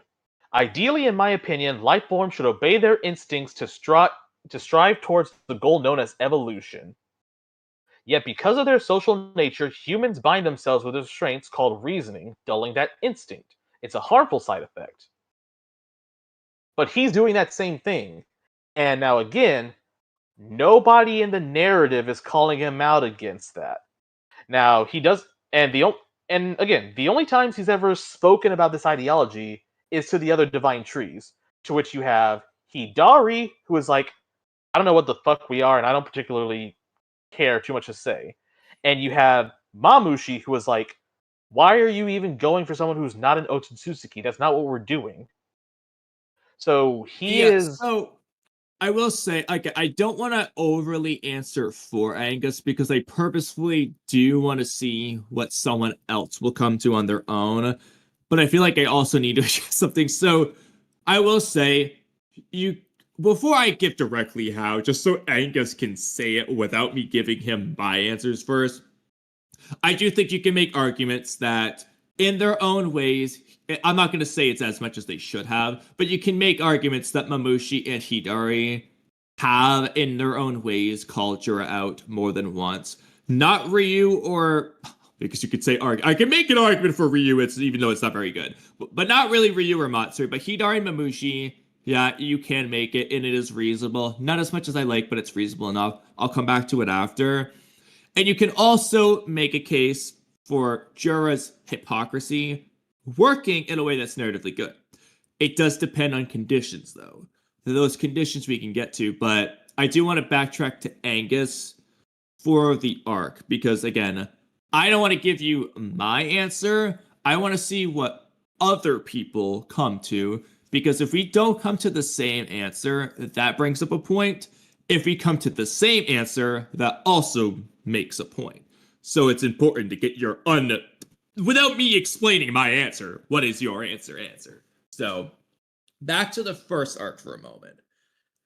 What would you say, Angus? Technically, we've all said a lot, so you're going to be biased in some way, but using your own opinions, what would you say the theme of the first arc is? What is the question being asked? Well, I think I already answered that question before, which is the existence of the Hito Shinju valid? And what do you mean by that? By valid, in this case. Do they deserve to be alive, or do you mean something else? It's hard to really explain. What about the arc makes you ask that question? Where do we first ask it? Yeah. So that's why I want to ask what he means by it first. It's the question that comes to mind when I think about the arc and how their birth, how their birth kind of comes about, and how, because the whole point of like the first 3 chapters was that Boruto was trying to stop their birth, and Code was like just kind of getting in the way and not exactly stopping it. So I think this will help you out here. Because to clarify, the first 4, technically like 4.5, but really the first 4 chapters aren't really part of that arc. That's like a prologue. Chapter 5 is where that Jura Hidari invasion arc starts. And if you look at it from that perspective, that might help you here. They've already been born when that arc starts. Yes. I would say as well that Matsuri's arc in the Sand Village, as well as Ryu, they also further the question of, is their existence valid? And I think Shikamaru's answer is no, their existence is not valid. And so that's what if you want to know what I mean by the question, you can look at Shikamaru's answer, which is that no, their existence is not valid. They must be crushed and extinguished. Well, he's not saying. That's why I'm asking about valid, because he's not saying their existence is invalid. He's just saying they're a threat. I want Moeki and Sasuke back, so we're gonna kill them. That's not saying their existence is invalid per se. That's why I'm asking what you mean by valid. I use the term valid because that's without using the direct term, that's kind of what Jura seems to be getting at with like his whole. And that's the whole like narrative point of Jura, is like his existence argues for the point that they are valid. Well, where does he do that? Where does he say that? Because he doesn't exactly say that, but I'm just saying if you sort of take the bird's eye view of what's going on in the story, that's kind of what you could. Yeah, but like you should be able to point to at least one example. If he's not going to say it in action, he does. Because for example, going back to Konohara. Well, it's just. I mean, Naruto and Gaara can't stop saying what they think true strength is. So it's very easy to pick a scene that's presenting that one. I would say the best example is when Boruto and Kawaki fight him, and he's down an eye, he's down a limb, or down 2 limbs, and that's a different arc. Well, I'm saying this kind of answers the question, which is like he's, for all intents and purposes, he's dead to rights. Like if they both used their karma marks and Boruto used his Byakugan and whatnot, then and they went essentially, if they went all out, they could have defeated him right then and there. But like the whole point is like it's supposed to be validating his existence. So he does. Yeah, but probably using a later arc is, for example, Hidan and Akatsuki suppression arc, everything with Shikamaru, Hidan, Asuma, and the King, and all that. I'm not going to say that means that Shikamaru and the Chunin exams is about the King, just because he does in a later arc. So if we're looking at that Shinju arc, the first arc in particular, it needs to be in that first arc. because the And again, concept of the king was only introduced in that arc, whereas Well, the exactly, but concept if the of concept of Jura validity exists, for example, Boruto saying well, you're it was nothing brought more up than in the just first. trees isn't It introduced was until that later arc, so I can't it was use brought. it in It the was previous arc. so the if I could screen question. share back to chapter 5, because we get No, in that's not. very It's decisive. okay, Anna. It's okay. I'm just Well, no, saying it goes I'm back doing. to the first. It goes back to the first chapter when they were born in chapter 4. Their Yeah, and I have this here. We're like, their birth. there Their birth there is is. the beginning of the question of their existence. Okay, so Well, yes, I get validity. I'm stuck on validity yeah, because I am too, because as I put it out, they are they let Boruto go because they are not going to their instincts. They are overflowing with curiosity and knowledge for their self-awareness. They want Yeah. to explore that. Now going to chapter 5, to where this is like we're first getting on them. Now Yeah. now Jura is saying the exact opposite. Okay, because if you see in chapter 4, he says, Yes. You were what does lucky, he say? Otsutsuki He said, Boruto. Our self-awareness have just awakened. we, Overflowing curiosity and thirst for yeah, knowledge are still surpassing our instinctual drive to devour you. yes. So he's saying they're, oh my God, I need to pull it up. Uh, We have it right here. That's why I have the screen share. yeah, I'm pulling it up on my thing. Okay, yeah, here we go. Their overflowing curiosity and thirst for knowledge are still surpassing their instinctual drive to devour the Otsutsuki. So that's the reason for the appearance of contradiction is that there's like this overpowering force in their psyche There's an when they were first overpowering born, force, and yet in their okay, psyche. there's an overpowering force of their psyche to not do their instinct. But Yeah, then Jura says to give to their instinct to give in to their instinctual desire. yeah, because he says our self-awareness having just awakened, overflowing curiosity and thirst for knowledge are still surpassing our instinctual drive to devour. So like, give it some time to cool off and then see if I want to I don't want to say it yet because again I want you to come up with your own answer. I can offer a justification for Jura's actions here, but it isn't in line with what you. In fact, it contradicts what you're arguing. So it would necessitate Jura doing a contradiction in a way that can be consistently working and it can work for the story. And it's not bad. It can be actually very good. However, it's not in line with what you're saying. So that's why I want to wait. Yeah. yeah, So I just want to point out as well. I'm not I'm not like trying to defend Ikemoto or his writing here, or even Jura and his writing. That's what you are, though. That last part is what you're doing. No, Let him give his I'm answer. just trying to work through this in my own right. Yeah. Because that's what yeah, we're he's here saying for. he likes Jura. So he's not necessarily saying he's the best writer, he just likes him. But that being said, separately, we are trying to have the conversation of what the theme I'm of trying this to arc hash it out. is. I'm So trying to hash it out here for myself. Yeah, Anno, we're not trying to disagree with him. We're trying to help him formulate his answer. Yeah, we're trying to get to the these. bottom. yeah, because like again, there is like there's reason to do this because if Angus comes to well, this applies to everyone. If all of us come to the same conclusion as to what the theme of the arc is, who the protagonist and why Jura leaves, and so on, well, that tells you the story gave you enough for all four of us to come to the same answer.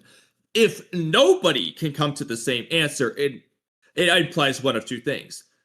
Either the story intentionally gave you four possibilities so you can each draw four different conclusions. That doesn't apply here, I'm going to be honest. Or the other answer, which is what the one that would apply in that case, is that the story was too unclear, / it didn't have one to begin with. So, but this can only work.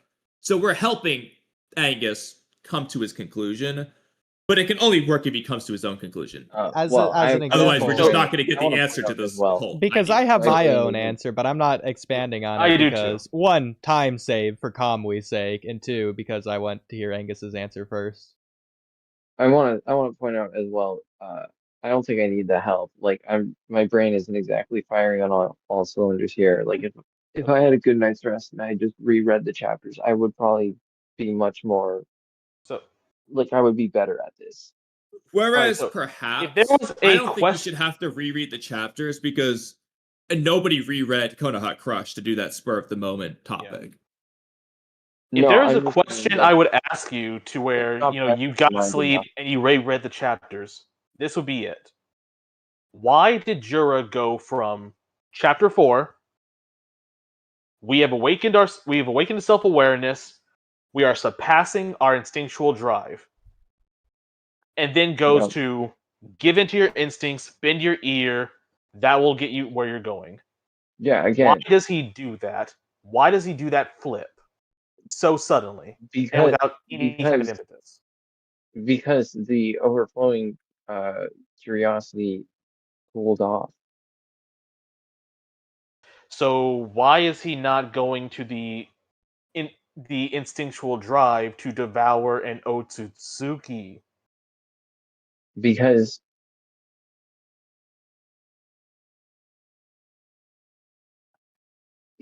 I don't because uh it was just I guess it was a spur of the moment decision on his part.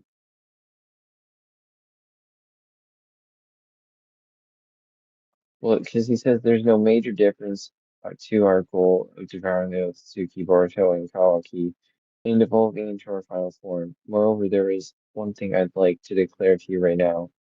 I don't even know why I feel this way myself. It's an instinctual desire. That's why it seems significant. I'm thinking of devouring Uzumaki Naruto. What the? Seriously? Okay, so Ada's confused, and everyone else is confused. And Mamushi asks why.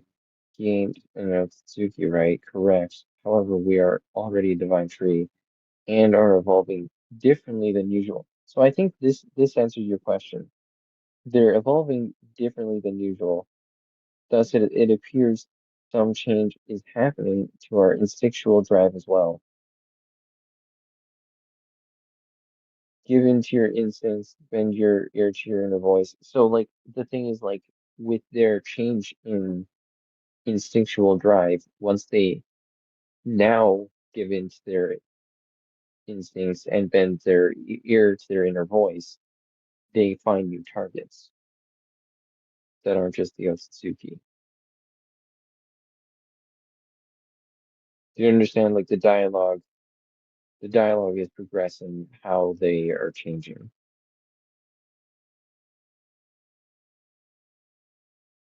Anyone else want to comment on that before me? What? Go ahead.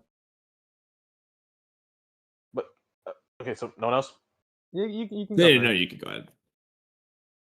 Okay, so he says they are evolving differently than usual, which, setting aside, that's begging the question: what is usual?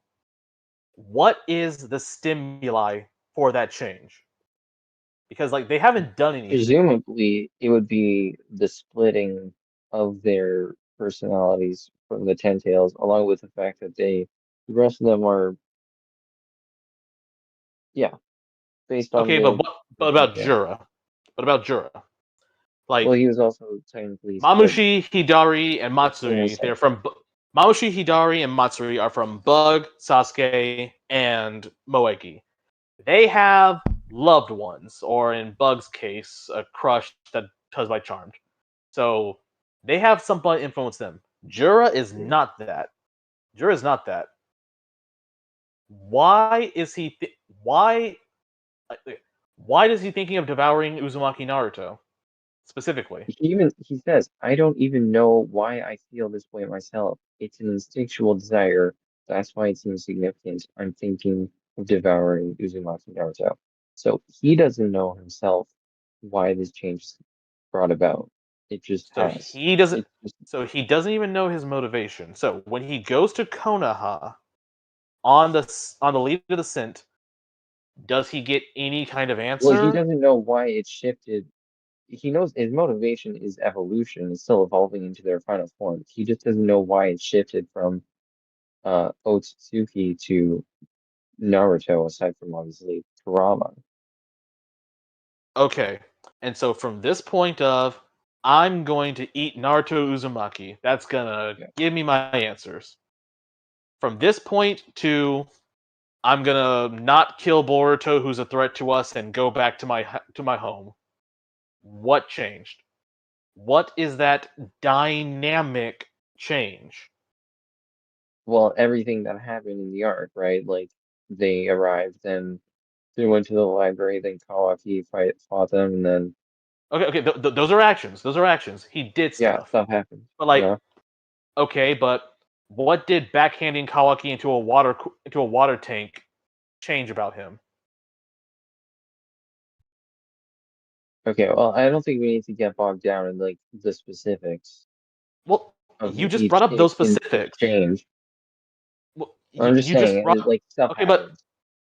oh yeah, okay, I know, but like stuff happened. What stuff? And why did that? And how? And why did that stuff affect him as opposed to any other kind of stuff? Because he was interacting with, because he was in like Konoha trying to find Naruto, and then Naruto wasn't there, so then he moved on to Himawari, And then and he then didn't. he So got sounds like stopped by Team 10, and then okay. You're recounting the plot, but that's not the narrative. And so I'm asking, so it's like you have but the timeline narrative A, is where that he's trying to find you Kurama. have timeline A, which is from chapter 5 to 13, and then you have timeline B, to where Jura decided to go to the Sand Village and get a really awesome smoothie. What's the difference? If all these stuff happened and that made it a change, what change did that make? If you changed anything of what happened, would that make Jura any different? And again, if he's a static character for now, that's fine, but you said he was a dynamic character, Well, so there he's has to be growing a and like big. he's like But there's. learning and he's Oh, reacting to his environment and stuff. there's only so many ways I can say it. A dynamic. Okay, so is he still developing, which means he isn't a dynamic character yet, because there is no big change. So He right now he's still static, not dynamic. no, if he was static, he would have saw Himawari and seen that Naruto wasn't there, and he would have asked, "Where's Naruto?" and attempted to go to Naruto. He would have stuck to his goal of Naruto. He wouldn't have moved to Himawari. So what changed was Himawari showed up and showed that his new thing is here. So Naruto wasn't important to him, it was just the Nine Tails chakra. Yeah, So why didn't he say that he was thinking of devouring the Nine Tails, Kurama? maybe he just didn't know the name. Does, I don't know. does anyone want to tag in with me? He literally said, "I don't know why." I think so, because I don't want you guys to just debate on this one topic first, at least, because Had it done because I can't go forward with I'll this. be frank, the trail we followed is Nine Tails's, and we happened to sense his chakra signature in Uzumaki and Mori. What the heck, Himawari? Besides, I thought Nine Tails was dead. Nine Tails chakra? Yeah, That is that was indeed the in chapter dialogue of the 9. chapter. Chapter 9, yeah. Okay, but okay, what well, I'm since well, Frank, Yeah. as you just called yourself a moment ago, Yeah, sure. if we can backtrack to the theme of the arc, I think that'll help you guys with this debate. Because it doesn't seem like you guys are going to come to an agreement on this part.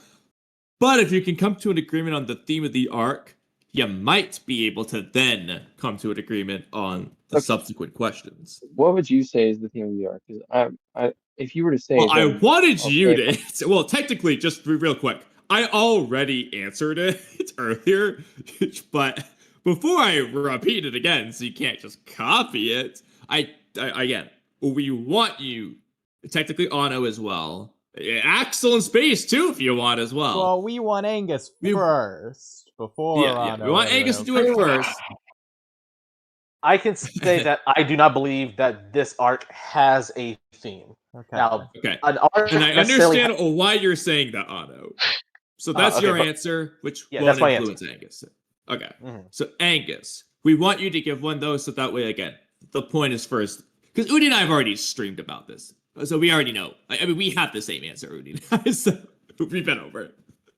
So we want to hear yours first. I guess you could say the theme of the arc is the gaining or revealing of new knowledge. So how would you phrase that into a question? Because, for example, you could say the theme of the Land of Okay. Waves is about I guess shinobi. you could- The question I is, guess what you are could shinobi? Are say- they humans or are they tools? So how would you questionify it? How would you frame it like a question? Because it's not about subject matter, but giving a thematic answer through a thematic question. So, like, as another example, when Jonathan Oliver says any arc's theme is love, that's not a theme, that's the subject matter. What the story says about love would be where you get the theme in that hypothetical Right. example. So the subject matter is the gaining of new knowledge. What does the arc say about that subject matter? Is the Or question. what does it or is ask about it, is another way you could Yeah, What's it think ask about it. about? I What guess does it make the asks- reader ponder over about that Yeah. subject? Oh, I guess it would be like how do you like how does one overcome their instincts in order to gain this new knowledge? Or how does one overcome their instincts, I guess, is one way. Okay. That's a question. Personally, I would just remove the knowledge part. Yeah, you can. We'll the lock in your knowledge answer is there. Subject matter, but it's not really exact. It's not Real connected to quick, the Angus, this might help you narrow it down. I'll give you the most obvious Boruto one. It starts with this. In fact, it's in the movie, which I just watched today, so it's even easier for me. The theme of the movie is in the times that are inevitably, definitively, confirmably changing. Dumbing that down, but So in times that are changing, does the soul of a shinobi The change? soul of the shinobi never changes. Yeah, so even when the Boruto times and change. Naruto and Sasuke asked that question, and they're doing their typical rivalry competition over it. One of them's choosing one side, the other one chooses the other. In the end, Sasuke wins. No. Yes. whatever. In the times that are Well, the changing, answer the is soul no, of a the soul of the shinobi shinobi doesn't doesn't change.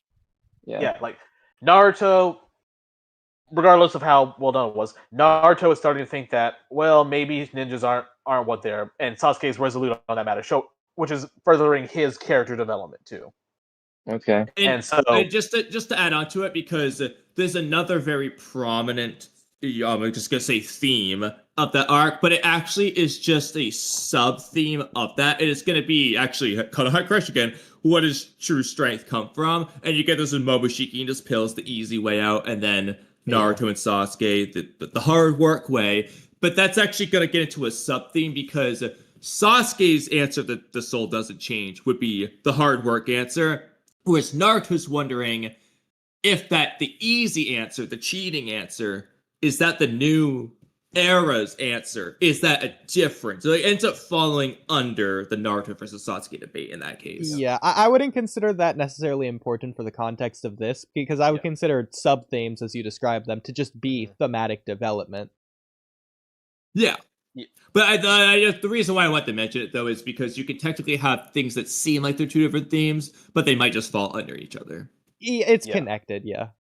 Mm-hmm. Going forward to that, to more into Boruto NNG, Kawaki. Frame it is like, is it worth it to override your instincts in order to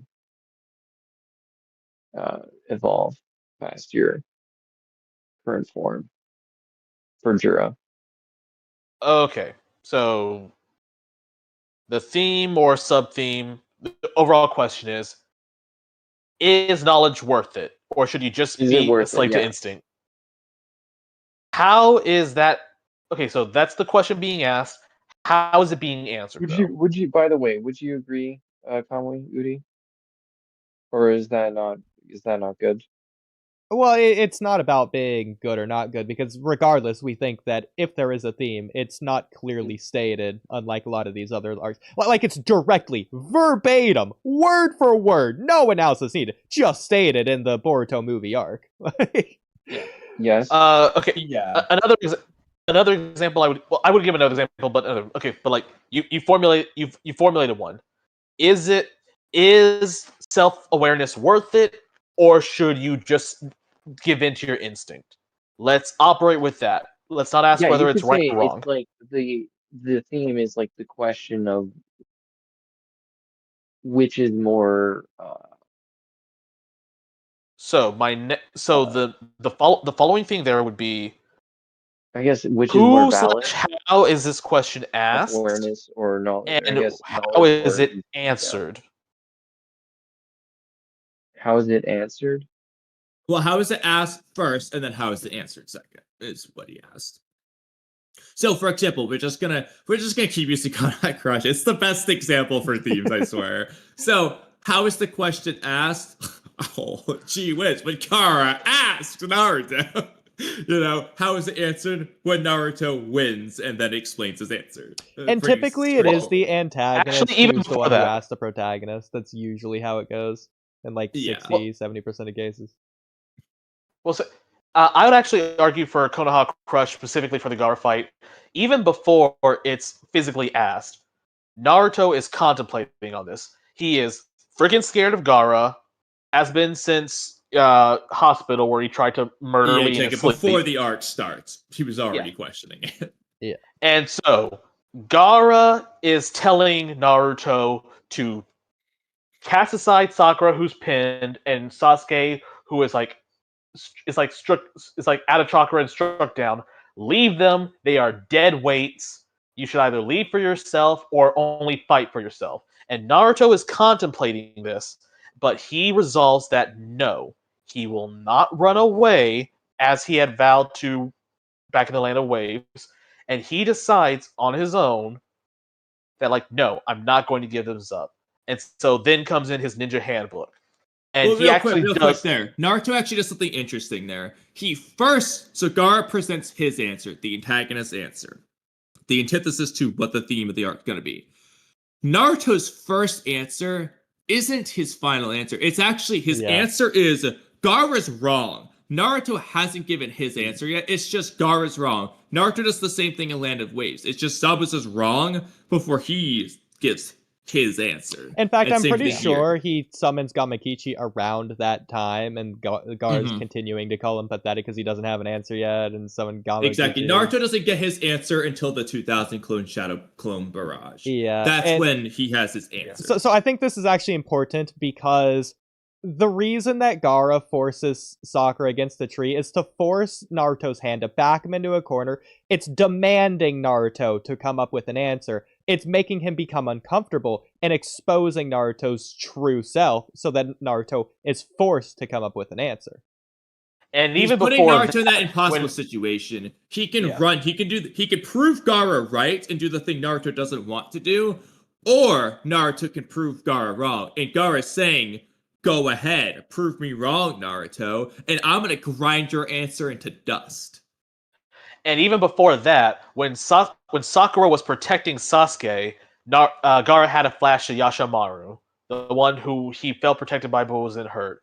And so that also influenced that too, because like It's why 'cause he had Gaara that wants too. to prove himself. Well, one of the Yeah. reasons why he wants to Exactly. prove himself. Gaara wants to win And- regardless, but more than winning, Gaara wants to prove himself. He can only do that if Naruto has an answer. If Naruto runs away, yes, Gaara wins. He was right. But if Naruto doesn't run away and he fights, and Gaara defeats Naruto, he just defeated someone else's answer. He overcame someone else's answer. He validated his own path.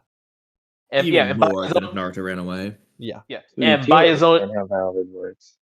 How Yeah. validity and works? by with Gaara's stuff, it's like to exist means to have the answer. By Naruto dying, holding that belief, it means it was unequivocally wrong. And a small thing I want to point out before the 2K was that Naruto did go out, fight, landed the thousand years of death. Yeah. Boom. And then Sasuke like shoulders of the pack, and Sasuke, whom Naruto always wants to catch up to, acknowledged him as someone who wants to be a rival, says, "Take her and run. I don't want to see my treasured comrades fall again." And that is what helps Naruto from a "you are wrong" to a "here is why you are wrong." Because Sasuke before, like when they both hate each other, wouldn't have done that, but he has grown. And so that's what ignites that spark. Had that massive display, the 2K beating the ever-loving crap out of Gaara. I feel like Gaara we're just goes turning even- this into a Konoha Crush explain, but I just to carry on with that. So Yeah. you actually get a good progression of Naruto. Gaara is just beating the shit out of Naruto. That's when Naruto's scared of Gaara. He thinks Gaara might be right. He literally says, maybe he's right. Okay, it's a word for word what he says. Then you get the no, Gaara's wrong, but he doesn't have his answer yet. That's when he does the paper bomb, 1,000 years of death or whatever. Naruto's starting to fight back. He's still losing though, because just saying Gaara's wrong isn't enough, obviously. Yeah. He's doing better, but he's not gonna win. Then you have the Sasuke scene. Naruto remembers Haku's words. He gets his answer, and now Naruto, Gaara's gonna keep pushing back, obviously, but Naruto he keeps winning from here. Because you Yeah. can confront the antagonist, but you can't truly fight them until you have your answer. Yeah. For example, Naruto And versus then- Pain. When Naruto had no answer versus Pain, he lost. Yeah. And even then, when he was facing Nagato, it was a answer pending. He acknowledged that he didn't have the perfect answer, but he's gonna try and find another one.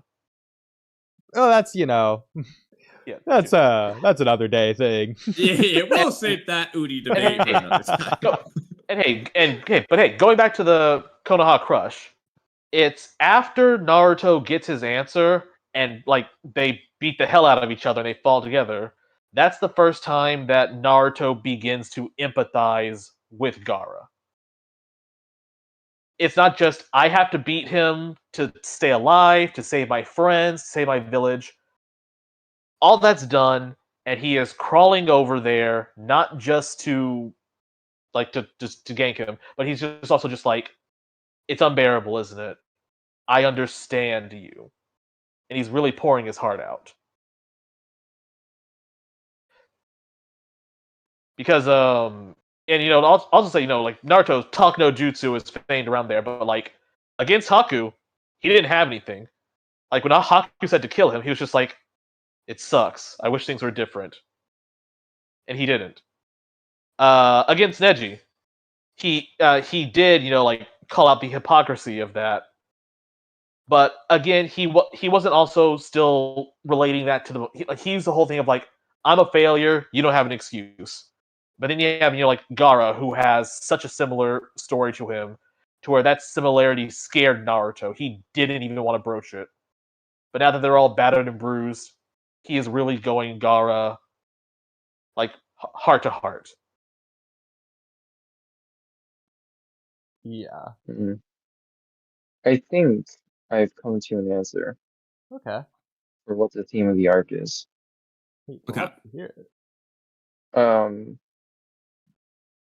I think it's, if I were to frame it as a question, it might be something along the lines of, what is it about love that makes a person overcome their instincts and Okay, their so let's work with instinctual that. desire? Yeah. Okay. Because that would be like a meaningful question for a story to ask. So, what specifically makes you say that? So, what scene or groups of scenes tells you, okay, that's the question being asked? I've been sort of rereading chapter 9 through I'm on 11 right now, and that's just kind of what comes to mind as well for 9 to... I mean, I can point to a very specific scene you probably should point to, but I want you to point to at least one particular scene. You can just describe it. That would bring about that I think question. it's that scene at the end of the fight between Jura and Shikachou. Okay. So, wait, do you mean chapter 9 when they flee? Or chapter 10 when Inojin gets stabbed? Yeah. I would say probably, yeah, chapter 10 when Inojin gets stabbed, yeah. Okay, so is there a particular line of dialogue that you're pointing to for No, it? I was actually going to ask this earlier, but do you think like a theme needs to be stated in certain terms, like it is for Konoha Crush? It doesn't need to be stated, but it needs to be apparent. Okay, well, I would say it is apparent then, the theme I mentioned. Right? Well, okay, but so let's be specific now. What thing? If it's not going to be words, what actions made it apparent? Yeah, it was in chapter 10, I would say, yeah. Well, what panels or pages or scenes? Please? When so gets stabbed, yeah. Oh, what action or event would you say, if you could at least pick one, your favorite one for it, would you say makes that theme apparent? Yeah, when Inojin gets, so that would be. Wait, is it the stabbing itself, or what happened before and after? The whole scene, the whole scene, scene from start to finish, yeah. Okay, so the whole scene of Himawari is getting trapped is going to become nourishment. Inojin charges, kick, stab. Yeah, I think you're getting bogged down in the specifics again, and you tend to do this, and that's not really the point I'm trying to get at here. I get what you mean, Angus. So yeah. Realistically, we don't necessarily need this for the conversation as a whole. So Angus, you have your answer for the theme, and that's good. If we want to get back to Jura and how Jura's decision of leaving at the end, whether you want to look at like the panel or dialogue or scene as a whole, how do you think that decision impacts the theme of the arc, or like the narrative, or however you want to answer that? I have another similar but different question as well. Well, how does his decision impact you can even compare or contrast it to the Inojin scene where he gets stabbed, because I would, for one reason or another, that's impactful for you for this theme. I would say his decision very much has an impact on it, because it shows that he's also capable of experiencing new knowledge that forces him, Jura, yeah, to take a new path, so to speak, or to veer off the current path he was going on, which addresses the theme of what is it about love, or even just what is it about experiences that drives the person to. Okay. So this will work perfect, because my question will relate to this. Okay, so you just reminded yourself and everyone else the theme that you're going with. Yeah. First question. So Jura as the antagonist, or if you think he's the protagonist, either way, doesn't matter. Either way, should have an answer, his own personal answer to the question of the arc. He should have an answer. Whether he says it or just proves it through his actions or whatever, he should have one. My first question is, do you think Jura's answer changes at any point in the arc? Does he start one way and end a different way? Does it change? Before you answer Well, what they are, does it change? the theme as a question necessitates that finding an answer involves sort of like how to put this. Do you think Jura had an answer by the end of the arc, or did he never come to an answer? Like that would be a change in that case. If he goes from no answer to answer, that's a change. So just, is there a change in his answer? That's my first question. Does he go from answer A to answer B, no answer to answer B, or something else? Or is it always answer A? I think he did discover.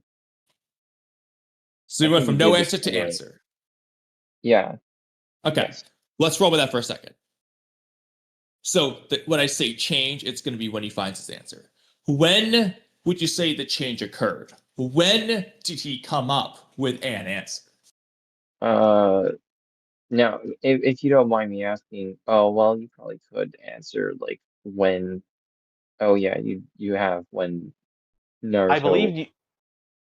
Yeah, for Konohaka. I believe you had said when Inojin got skewered. Is that still true, or is that different? Well, that was for like what makes him think of the theme of the arc. That could be when he comes up with the answer, but it doesn't necessarily when Jura comes up with an answer. Okay. That's not when Jura comes up with an answer. That's more when he begins to ask the question. Okay. Or so when Jura comes up with his answer. And I'm gonna have some follow-up questions after you I come think, back. honestly, it might even be after leaving, like after the arc. Well, then it wouldn't be that in that case. He doesn't come up with an answer in the arc then. If it's he didn't fully realize the answer at the time. Well, then you would have to change your previous answer to my question. Would be he never came up with an answer in this arc then? Like it's either he came up with an answer in the arc, or he came up with it later on and not in the arc. So which of the two do you think it is? Something I'll add is that Jura can have development to work towards a change, but not have that change yet. Because a change should be sudden and drastic and noticeably obvious, in my opinion. Yeah, I would say... And that's why I took a lot of emphasis on dynamic when you said that. I would say his narrative goes beyond the arc, and that therefore him discovering his answer to the theme as proposed by me in the arc doesn't mean it invalidates the theme. Well, so real quick, that's going way beyond what I'm trying to ask, at least, because just for example, okay, this is probably gonna make Oodie laugh, but just going to the pain arc, Naruto, it's kind of a non-answer in a way, but Naruto gives an answer. He gives Pain an answer to Pain's question. It's not really an answer, but it is an answer. The answer is Kishimoto's answer: never give up. So Naruto gives that answer. So that's the Naruto went from no answer to just that's his answer. He has an answer. That would count as a change. I would disagree because Pain's question to Naruto was essentially, how do you solve the cycle of pain? And he went from I have no answer to I have no answer, but I might someday. Exactly. Well, exactly. Here's what I would say. When Pain asked Naruto what he would do to end world peace. However, what Pain is doing is giving up. He is not talking about peace. He is talking about limited cycles of controlled calmness, but not peace. No, Naruto. It's not even that. It's I have complete control over the world's. So I just thought of a hilarious contradiction or whatever for the Pain arc. So Naruto tells Pain, give up on making me give up. Nagato's answer, like you just said, was to give up. Naruto's answer is to never give up. At the very end, Nagato gives up on trying to make Naruto to give up. There you go. No, that's not a contradiction, bro. That's how it comes full circle. Well, but I at wouldn't first, even say that. I would just say, Naruto, Pain was trying to get Naruto to give up. no, wait, that was Obito. Well, he's trying to get Naruto to give up. No, and Naruto no, was that trying to was give up on getting Naruto to give Oh, up. okay, Alright, but okay. anyway, That okay, was jokes Obito. aside, Okay. no, but You know, Ano's back right to in the sense of Obito. narratively, Nagato had given up on actual peace. Naruto's saying, don't give up, restores Nagato's faith, now he believes in it, and so on. I'm No, simplifying it. And then he gives up on his life. No. There was no. It wasn't. His answer was not give up on trying to make me give up. His answer was, I have no answer yet. No, But I no, know his answer, but his Okay, answer is to not give up. Like the whole "that's who Naruto is" speech is he's someone who never gives up. He's saying, "I'm just not going to give up," and that Yeah, is but give up the on answer. trying to make me And give that's up when goes to Pain Obito. changed It from not wasn't for giving me. up to Now giving let's- up. Nagato. No, okay, but okay, let's get back. Let's get back to our little thesis here. This is why we And- never should have brought up Pain, Kamui. okay, all right. So yeah, back Anyway, to okay. Jura. No, Pain was excellent. That was a perfect example of how you can have a situation like this. No, but my point with Pain though is again, Naruto again. The joke with Oodie is he's not gonna like it because Oodie just inside jokes. We'll just put it that. Okay, yeah. Yeah, But that's Naruto goes from having no answer to Pain to his answer. No matter how simple it is, it's now his answer. Okay, but going back to Boruto. No. The whole point is he didn't have an answer yet. Like the whole But his Pain narrative was- answer is don't give up. Back to Boruto. So- No. Anyway, yes. Back to Boruto. Jura can have a simple answer of never give up or whatever, but like the point is, does he go from no answer to an answer in this arc, or does he not have any answer until a following arc? I would say like Naruto in the Pain arc. Don't You use the are Pain probably- arc comparison then. Use I Konoha will Crush. use it. I will. No, because no, we disagree on the Pain arc, so that's the worst example to use. No, because the Pain arc perfectly illustrates how you can have the protagonist. You can have the protagonist But not Angus, know it the doesn't answer work to because if me and Ano are saying Naruto gave an answer and you're saying he didn't, then we He can't use this example because we're gonna bounce in circles. Now, what I would like to go It go illustrates for the point, is But you can't. Not every arc is Konoha Crush. You can't have every arc be Konoha Crush. Yeah, but the reason we're No, using we're Konoha using Crush it as an is because example it's the because it was- perfect example.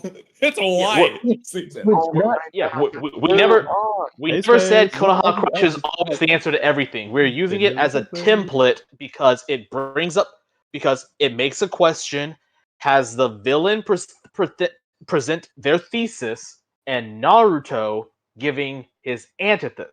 Gara isn't the villain. Giving the Gara isn't the villain. He's an He's- antagonist. Gara is the He's antagonist rival. of the arc. he He's is an rival for antagonist. Naruto, but the villain is Orochimaru. Yeah, we're just using the Yeah, okay, but principles in the not- writing to say how they we're can talking- apply yeah, it we're- to other arcs. We're specifically talking about within the Konoha Crush of Naruto versus Gaara. Okay, and so how we're applying it here is that within that instance of a larger story, because yes, there are other stories going on, Gaara presents the thesis of you have to be alone, you cannot care about anyone else, only affirm your own existence. That is where strength lies. That is a lesson that was drilled into him painfully as a child. Naruto does not immediately have an answer to give because he is scared shitless. But he starts through the battle to being scared. I don't have an answer to I'm going to try and muster up one. You are wrong. I don't have an answer yet. Then finally crystallizes on an answer. And that is when he starts scoring the big hits. When he finds his answer. The Naruto 2K, summoning of the Toad, Yeah. getting the last bit of energy from Kurama to bash Gaara's head in. That is when he succeeds. So for this, and again, we're not saying Konoha is going to apply to everything. We're using it as a framework. So for Jura, Yeah, but then the rest of Naruto doesn't even meet the standards of that framework, though. That's my point. Like, you can't Okay, expect. Okay, well, let's ditch Your it. Let's ditch expectation it. for Boruto to meet this template is fallacious because not even the rest of Naruto meets that template. Okay, then let's ditch it. What I've been wanting Yeah. to say from the beginning, and so does Oodie and Kamui, is what is the general thesis? You had introduced it before as is self-awareness worth it, or should we just or should we just follow instincts only? Now, that is this. So that is what you had put forward. Well, I would say Does the my reframing of it as what drives a person or what experiences or what is it about experiences that drives a person to overcome their or override their. Let's just simplify it to That's a what good way to makes put someone it. surpass their instincts. Let's just simplify it I to like that. override. Override. Okay, yeah, That's a good word yeah, for it. sure. okay? So now you have that. Anthicide. Okay, you have that. So who is going to ask that question? Jura. Who is going? Okay, okay. Who? Okay, but who and how does he ask that question? Who responds? How do they respond? And from that clash, whether physical, verbally, emotional, or altogether, whichever one you want to do this, what do the other come away with it? So, what is any kind of difference that Jura has from chapter 5 at chapter 13? Yeah, so that gets back to the question I wanted to do is does Jura's answer change? Yes or no? We have to come back to that. Does Jura's answer change? Yes or no? So either he goes from nothing to something, or he goes from something to something else, or he just Or he doesn't change at all? yeah. I think he goes from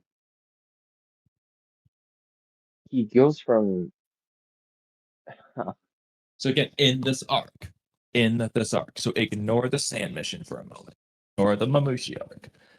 We're not going past chapter 13. you're not going past chapter 13? Yes, Correct, because then it's from not this arc anymore. from the beginning of chapter 5 to the first 2 pages of chapter 13, because that's when Jura exits stage left. That is our time frame. From there, overarching question. Well, even then, I would argue that's unfair, based on your template of Konoha Crush.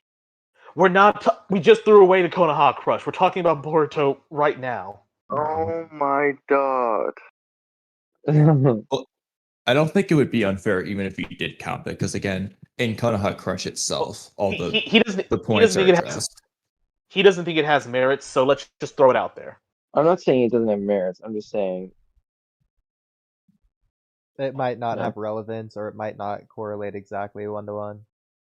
So let's throw it out. Yeah, We're you're That's using fine. it as a hammer, but Yeah, that's fine. but not every arc is a nail. Yeah, it was just an example. We don't have to use it. Yeah. That's what I Pick just a said. different arc. Go on. We don't have to look at any other arc. We're just looking at this chapter 5 to beginning of chapter 13. Question Jura's asked answer at this changed. section. Yeah. Well, Who asked the question? he How exited. does he ask? He exited before he could come to his answer. Okay, so he did Does he come not to his have it. answer in the arc? So, That's my question. and from Well, what I just it was heard, you unresolved. said no. Okay, It it's was unresolved. unresolved. Okay, so he bare minimum stays the same. That means he is static. No, he doesn't stay Not the same. It unresolved, but that doesn't mean he His stayed the answer, same. in terms of the answer to the question, his If he answer stayed the, didn't. no, if he stayed the same, he would have stuck around and he would have been like, okay, well that's cool and all with the whole with what you're saying, Mamushi, but I have some business to take care of here. Because then Angus, that sounds like you're saying he did change his answer then. He did change, okay. yes. Well, no, his answer. But- Not did he change in general, did he change his answer to the theme of the arc's question? Yeah, he found that experience can change. What Or- Well, experience? just real quick, I'm just gonna repeat the question because you've now given two very different answers. So the theme of the arc you presented it earlier, like how does one override their instincts? Jura, does his answer to that question change during the arc? If it's not till later because he doesn't have an answer, then the answer would be no. If he does have a change, then it's in this arc, and the answer would be yes. It Does it goes change from I don't know to something something. To in this arc, not later in this arc? what is that Yeah. something? Well, no. Before we get to that, my question is, when does that change occur? When does he come up with his something answer?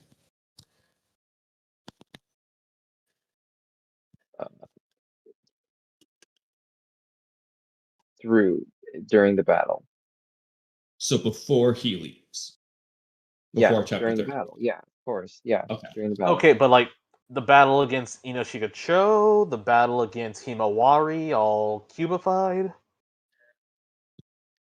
Well, the battle against Shikacho blends seamlessly into the battle against Himawari, so They're technically Is two different battles, is but is there a defining moment or a turning point in Jura's character What's that flashpoint moment?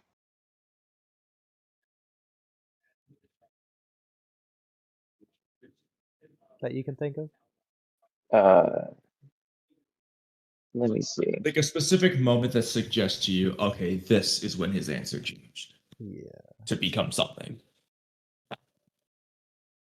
Okay, so I would say I have the defining moment is when he witnessed the death of Hidari. Okay. Okay. So okay, that matter. Okay. With that in mind, how do you think narratively his choice to leave is a representation of his answer? Because they're very Because heavily closely intertwined. what because food for thought does he have? with the death of Hidari came this soulful bulb.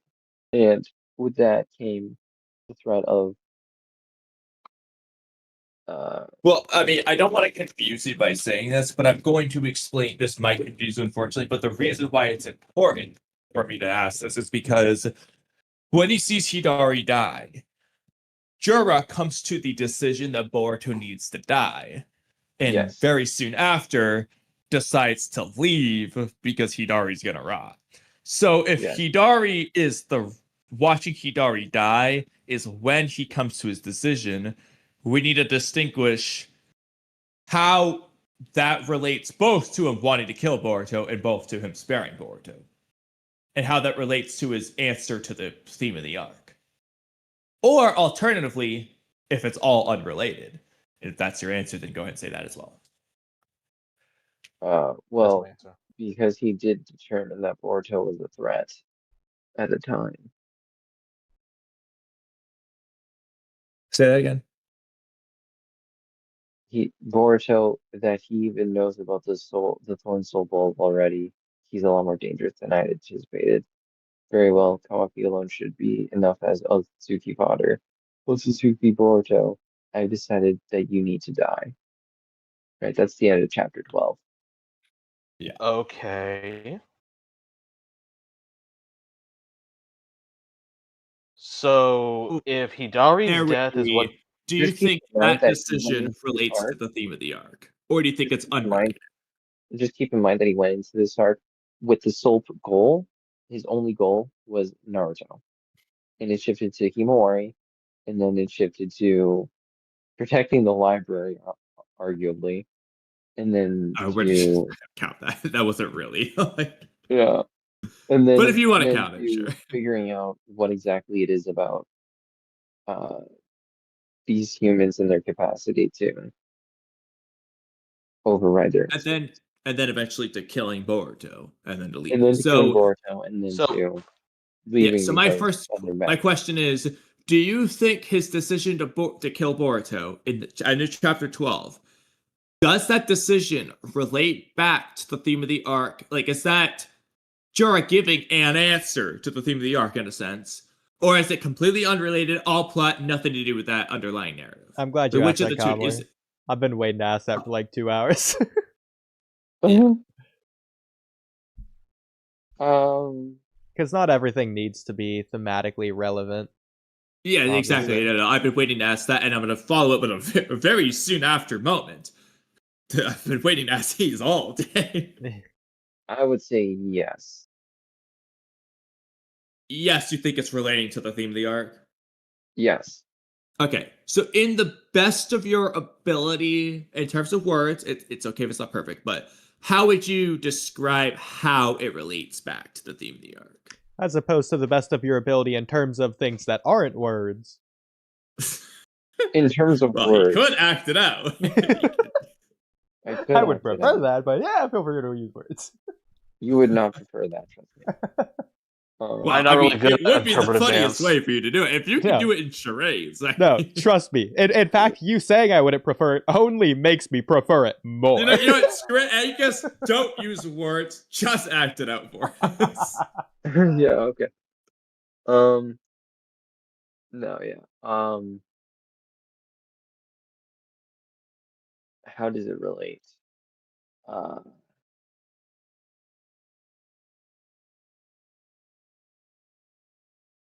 I guess it relates because he found his answer.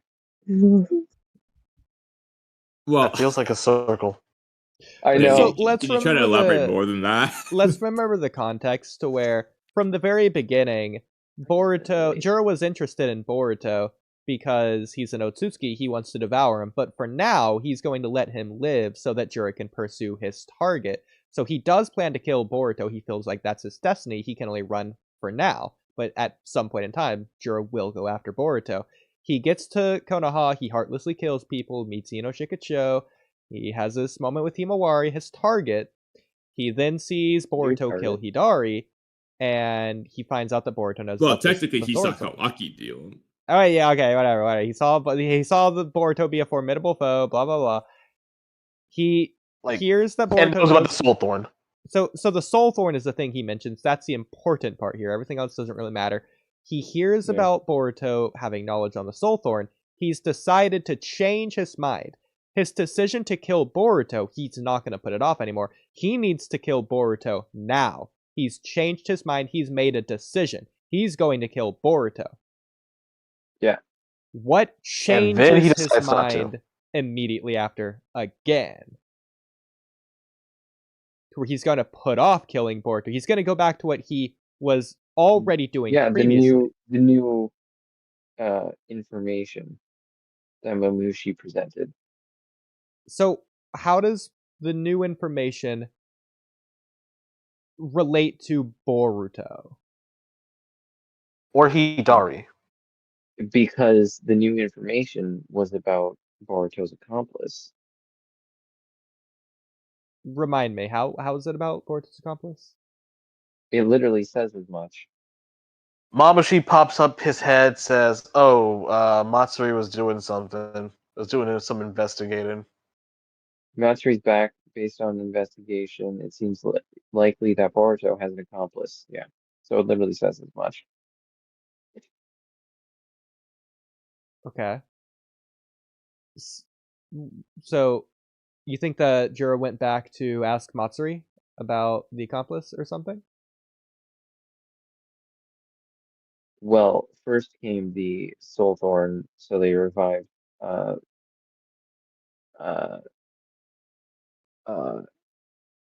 they revived Hidari. And then the accomplice thing was more just like new intel on how the foe they're dealing with is dangerous. Like it was more just like but again, regardless of that, that is new information. Like you were saying, we agree on that. Yeah. Jura's decided. He's changed his mind. He's made a decision. Boruto needs to die now because he's dangerous, because he knows about these soul thorns. Mm-hmm. having an accomplice, that doesn't necessarily change anything in this regard. Well, yeah, but mentioning that Matsuri was back meant that at the end they create a new Hito Shinju. Well, do you think Matsuri returning to the hideout would have an impact on Jura's opinions on how to override one's instincts? Or do you think that would be completely No. unrelated to the theme?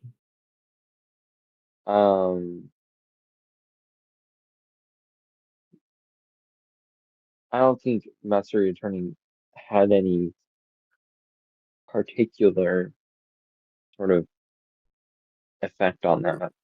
Right, and I would agree. It probably shouldn't. Seems very Yeah. unrelated. So then the Yeah. question would be then, if Jura's made his decision to kill Boruto because of soul thorns, and you previously thought that relates to the theme of the arc, why would Matsuri returning change that? Because you said Matsuri returning didn't relate to the theme of the arc, so why would that change Jura's answer that did relate to the theme of the arc? Well, I think his answer changed before that. Well, Oh, the first thing Mamushi says is that Matsuri's back. So which moment in time? Because he was in the middle of sniping Boruto, and then Mamushi showed up and said Matsuri's back. So unless it's like the milliseconds of Mamushi coming out of the head before he speaks, I doubt that's what you're referring to.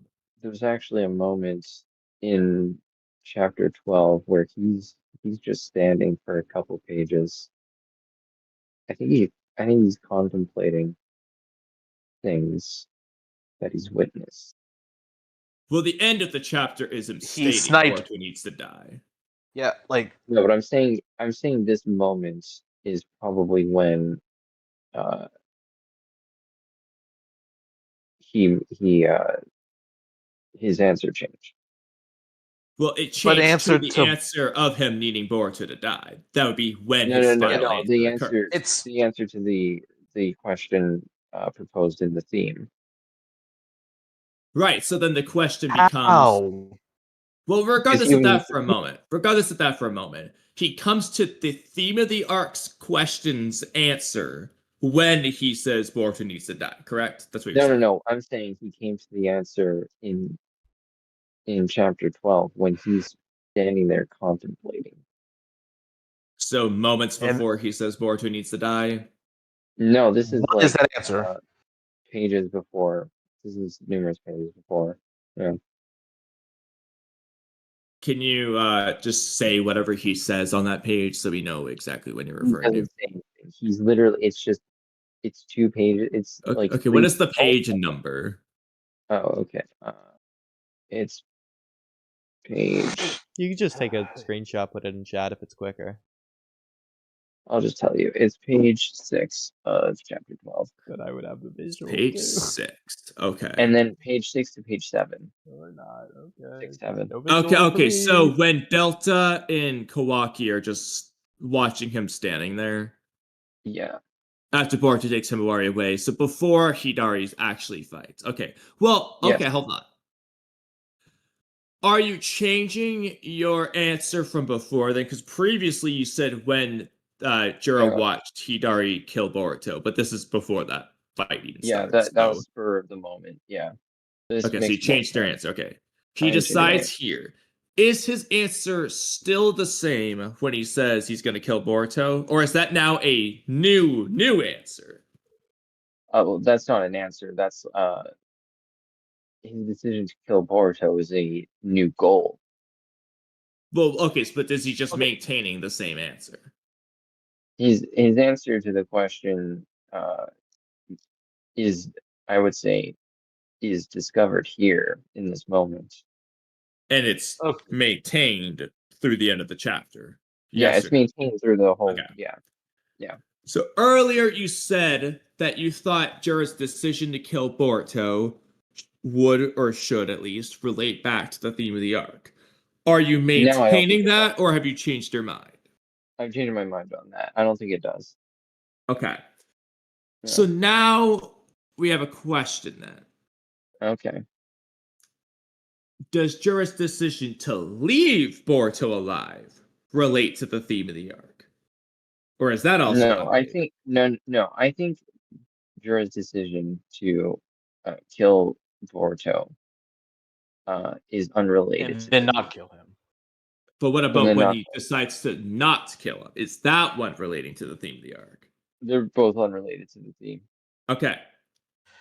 So if that is the case, why?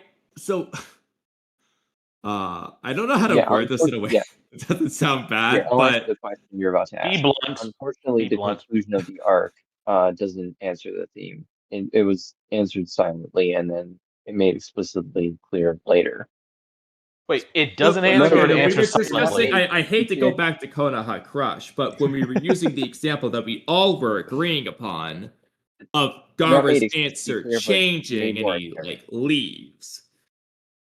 Yeah. You are saying then that Jura's decision to both kill Boruto and then subsequently leave has nothing to do with the story of the arc, Well, it has nothing to do with the theme. which is basically the story. No, the story is everything else that's going on, plus the theme, plus the plot, plus the characters, everything else. The story is the whole complex Well, we'll just spider's web. agree to disagree and move The- on from that point because I don't want to get bogged down in those semantics for now. and the We theme have been is just going in one. circles. So many circles. Circles that Ikimoto can't draw in Matsuri's eyes. Anyway.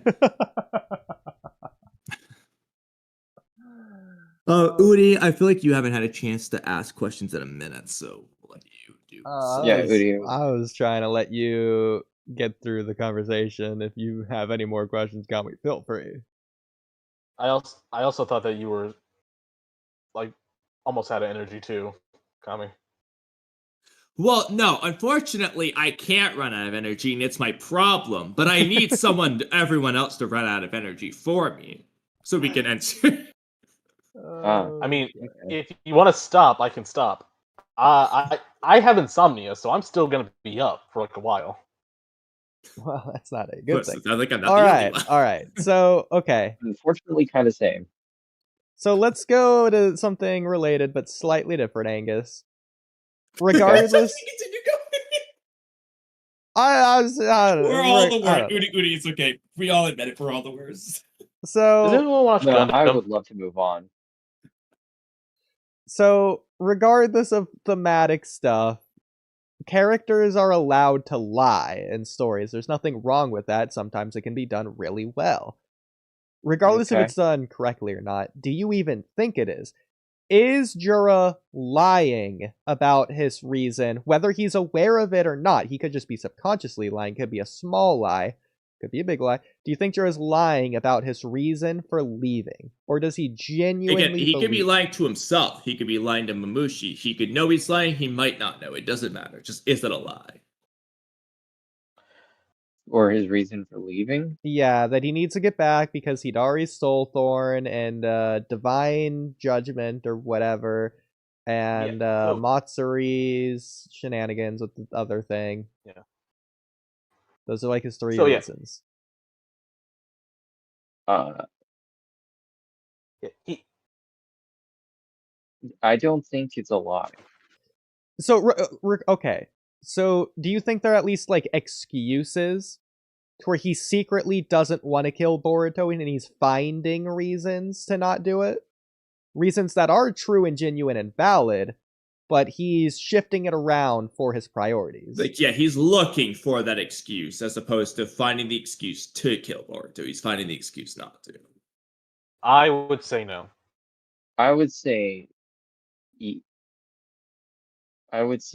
like genuinely taken aback, so to speak, if I may. So he But genuinely thinks Hidari is gonna rot, and he genuinely thinks the foe is formidable. and he genuinely thinks that that Boruto has divine luck. So let's stick with that for a second. Do you think that Jura has knowledge that we don't? For example, do you think that Jura can sense Shibai shenanigans afoot? Do you think that's something Ikimoto's going to come back to in a future chapter? Is it something that was dropped? Or is it just a random, vague, general statement that Boruto is lucky and he's saying it in a weird way? So I don't know. Honestly, it could go either way. Yeah, this is more like theorizing predictions because This is obviously we don't know yet. yeah. This Yeah, is also more us trying to find a reason to which we all know the real reason is, and that's the crux of the issue here. I feel like we should have had this conversation many months ago when these chapters were Well, coming. I hate to break it to you, Angus. Oodie and I have had this conversation for, I'm not exaggerating, at least 46 hours of stream. We've done like 8 6-hour streams. That'll be 48 hours, but we've done like 8 6-hour streams on just this topic. That's probably still underestimating how many times we've discussed it. Yeah, and given So, how let 32 me ask you this two month a is 32 question. chapters. Let me ask you two a question. Would you say either? Oh shit, I'm losing my headphones. I can't hear you. But you can talk. I just can't hear you. I'll talk to. Okay, Oodie. Would you say that you and Kamui are obsessed with this topic?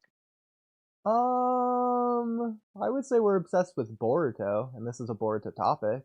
So through the Would you transitive say you're obsessed property, with yes. this Boruto topic? If you had, It depends. Well, if how you much had 6 to 8 hours, leeway do you give obsession? Hmm? How much leeway do you give obsession? Like, am I obsessed with breathing? Would you count that as an obsession? No. Okay. Am I obsessed with streaming? Do you think I have a streaming obsession? No. Okay. Do I have an Angus obsession? Angus, am I obsessed with you? Well, Okay. All right, so this is a question that comes down that I've been asked a lot. That is asked a lot to anyone else. If we don't like, I don't know. Do you? this is a question as. So, this is not an uncommon question, and it's one that's given to anyone who criticizes anything, but in this case, Boruto. You can see it over Reddit, Twitter, YouTube comments, or anything else. If you don't like this, why are you still reading it? Okay. Oh yeah. So here's the thing. Yeah. So here's the thing. 1, I am reading this because it affects characters that I love. What? Oh, because I have a better answer. Well, there are many reasons here. Now, the most common one says is that, oh, you're just a hater. You're just trying to farm blitz clicks clues, which is factually wrong because I don't make any videos. I make no money. I make nothing off of this aside from probably my, I'd say, more magenta colored skull when all of my I'll say blood vessels I burst. genuinely lose money off this. Okay, the more I've done the podcast and less on my own channel, the more money I have lost. Yeah. Yeah, like, Yeah. Probably, dude, yeah. if I wanted to grift off Boruto, hating it is not the way. Heck, even liking it's not the way with people who do. So honestly, here Kamui, with the amount of time, regardless of you, with the amount of time I have put into this podcast, if I just never started the podcast and I put this amount of time into just making my own Naruto channel, I wonder how many subscribers I'd be at right now. Yeah, I'm not gonna lie. I think we've both hurt our careers massively, but it has been way more fun. Exactly. Yeah. So anyway, at the base crux of it, why do I care? Because this does affect characters whom I do care about and the world that I do care about. Why do I still read even if I do not like it? You see, this is also because even if you don't like something, there is still merit in critiquing it. Trying to say why this fails and this doesn't. So people saying if you don't like it, then don't, or I can actually pull up a whole quote of a little Reddit spat I got into, which was actually kind Before of you fun. get into your Reddit spat, I just wanted, because my answer is very quick. It's like when you see a train wreck, you just can't look away. Yeah. Now I you mean, can I'm keep having fun. going. I just need to get that. That's it. That's all. Yeah. If Go it's ahead. Naruto, I'm going to watch it. I don't care if Ikimoto publishes 40 pages of blank, literal, whited out nothingness. I will I check will read every all 40 page pages. every month for years, just in case there is anything. Just for the maybe there's going to be a speck of black somewhere in there. Just for the hope. And I will Well- thoroughly examine that black Oh, spec. yeah. For me, no. Oh, yeah. I do acknowledge that I am engaging in sunk cost fallacy, and I am. I acknowledge that this is probably not going to get better, and I'm probably not going to like it. I get that too. Still, Yeah, it's the if train I wreck. think something is bad, You I can't will look tell away. you why it is bad. And hey, opinions vary, but I do my best to go into good faith, which is why I extra torture myself by reading the manga from NNG Chapter 1 to the whatever current chapter is constantly, because I don't want to lose perspective. I want to make sure that I'm giving it the fair due and seeing what actually changes. Because Yeah. if there's one thing I do not want to leveled at me, though this won't change it either way, you haven't even read it, haven't you? I'm like, no, I haven't. No, I have. Like, I have read this a lot. But Kamui, that I have a question for you. aside, going back to the topic now. Oh, Kamui, is this the part where we should just give our answers to the question, or? Well, I guess I'll just figure out what Angus wanted to ask real quick, and then Okay. yeah, this will be super quick.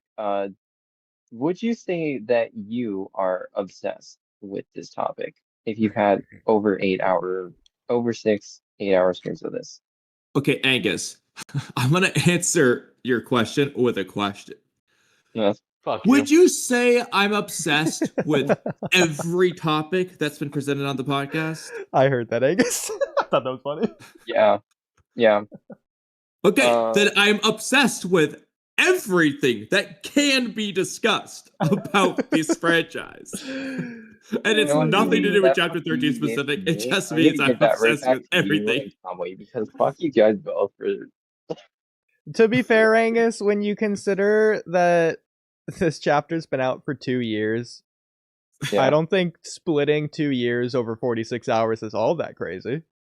For a podcast that frequently does over 6 hour streams all the freaking time as much as it kills us.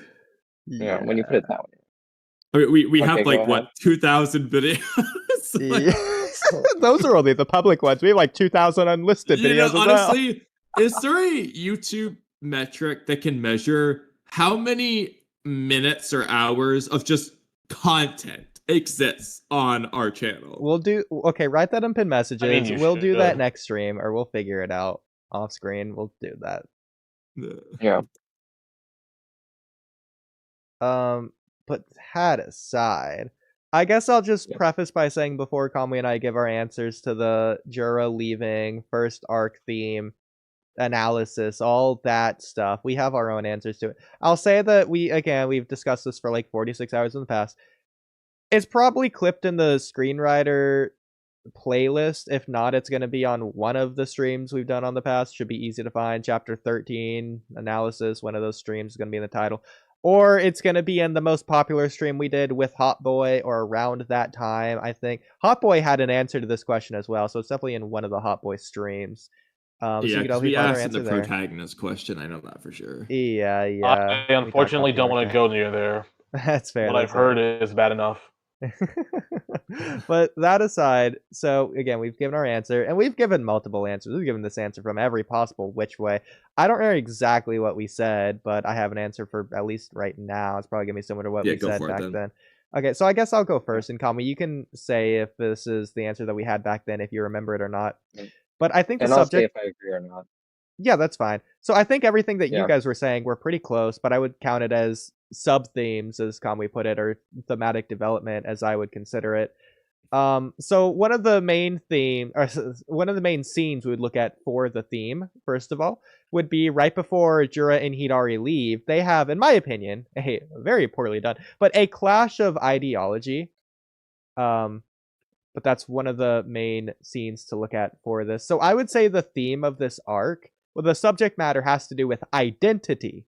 Kamui, does that sound familiar? Is that what we discussed years ago? Okay, yeah. So identity. So, and this really makes it even more strong because I forgot that that's what the answer we came to years ago. So I'm just on my own, naturally coming to the same answer. So after all this time. So I would say if I had to give an answer, it's very loose, but it's going to be something along the lines of the theme of this arc is how does one come to their identity, or what makes one's own identity? How does one forge their identity? Yeah, there you go. That was the one I was going to say, forged identity. Okay. How And does one forge their identity? I would absolutely agree with that. yeah, so Jura comes to the village. He heartlessly, seemingly off-screen, seemingly kills the Leaf Police Force at the very beginning without, like, giving any answers or anything. He just coldly, heartlessly does it. Later on, we get Ino Shikacho. He doesn't kill them because he's interested in them because of the target. They use their teamwork to save Himawari, so he doesn't kill them at first. He does try and kill Inojin later on, but he doesn't actually successfully do that, first of all, which is interesting, but he warns them, which is the important thing. At the end of the arc, he goes to kill Boruto, but then he doesn't do it. He changes his mind. He doesn't want to do it. If anything, you argue did a warning shot, but that'd be headcanon. He seemingly tried to kill Boruto there. So you could do like a thematic tracking there. With Hidari, you could argue... Yeah, Hidari, you can argue to be the antagonist. You could argue Hidari failed because, unlike Jura, who tried to find his identity through himself, through others, ironically, Hidari didn't try and find it through himself. He wasn't interested in that. He was only trying to find it through others, through Sarada, through devouring Sarada. So that's why Hidari failed, because he wasn't interested in determining who he was himself, but only through others. Then you get to the protagonist side, you get to Boruto. Obviously, there's interesting stuff there through Momoshiki, Omnipotence, Kawaki, his fight with Hidari, which goes back to Sasuke, and a little bit of Jura there at the end. So there's a lot of interesting stuff with Boruto that I'll just gloss over for now. Kawaki, I think there's stuff, but I'll just gloss over him entirely. Ino Shikacho is interesting. Individually, regardless of individually, teamwork is like a whole thing with her thing, and Jura loves that, and that speaks on them all individually. But like individually, they have specific stuff. At first, you have Shikadai refuses Himawari's offer when they're on the bird flying away from Jura to let Himawari go off on her own to let Ino Shikacho get away. Shikadai, correct me if I'm wrong, Shikadai is the one specifically who refuses Himawari. Then the others back up Shikadai. Then we get Jura catches up, and Inojin is the one who refuses to let Himawari be in a tree, so he gets stabbed, but he refuses that. So that's Inojin doing his thing. Because of Inojin, Himawari flips out, so she not only through her anger breaks herself out because of Inojin, but she also heals Inojin because of Inojin. If Inojin doesn't do that, neither of those things happen. From there, Himawari's rage also allows Team Ino Shikacho to get away and to get Inojin to safety for healing, which in my opinion is like a narrative reason why Himawari shouldn't fully heal Inojin, but should be the reason that Inojin lives. So they can get away to make sure Inojin lives. Then you have Chocho, who, and we meme it, but narratively you can argue it's good. Chocho does value food. That's part of her identity in the same way that Himawari, loving Himawari, is part of Inojin's identity. In the same way, not abandoning a comrade is part of Shikadai's identity. But through her love of food, Chocho has value with Himawari. That's how they've bonded. In the same way that Naruto and Sasuke bonded through their rivalry, or through all their relationship scenes. You could argue that Himawari and Chocho, despite being off-screen entirely, and that being bad, they bonded through food, which is one of Chocho's interests. Interest being something that makes up your identity as well. Which is interesting considering Jura's interested in Team Ino Shikacho. It's curiosity that's part of Jura's identity, whether he realizes it or not. So Chocho gives Himawari that inspiration to keep fighting, and she fights long enough for Boruto to come save her. Boruto's interested in Himawari. Obviously, despite omnipotence, Boruto's trying to do his thing. He's going to ignore omnipotence and basically accept that punch to keep rolling with the punches to focus on more important priorities.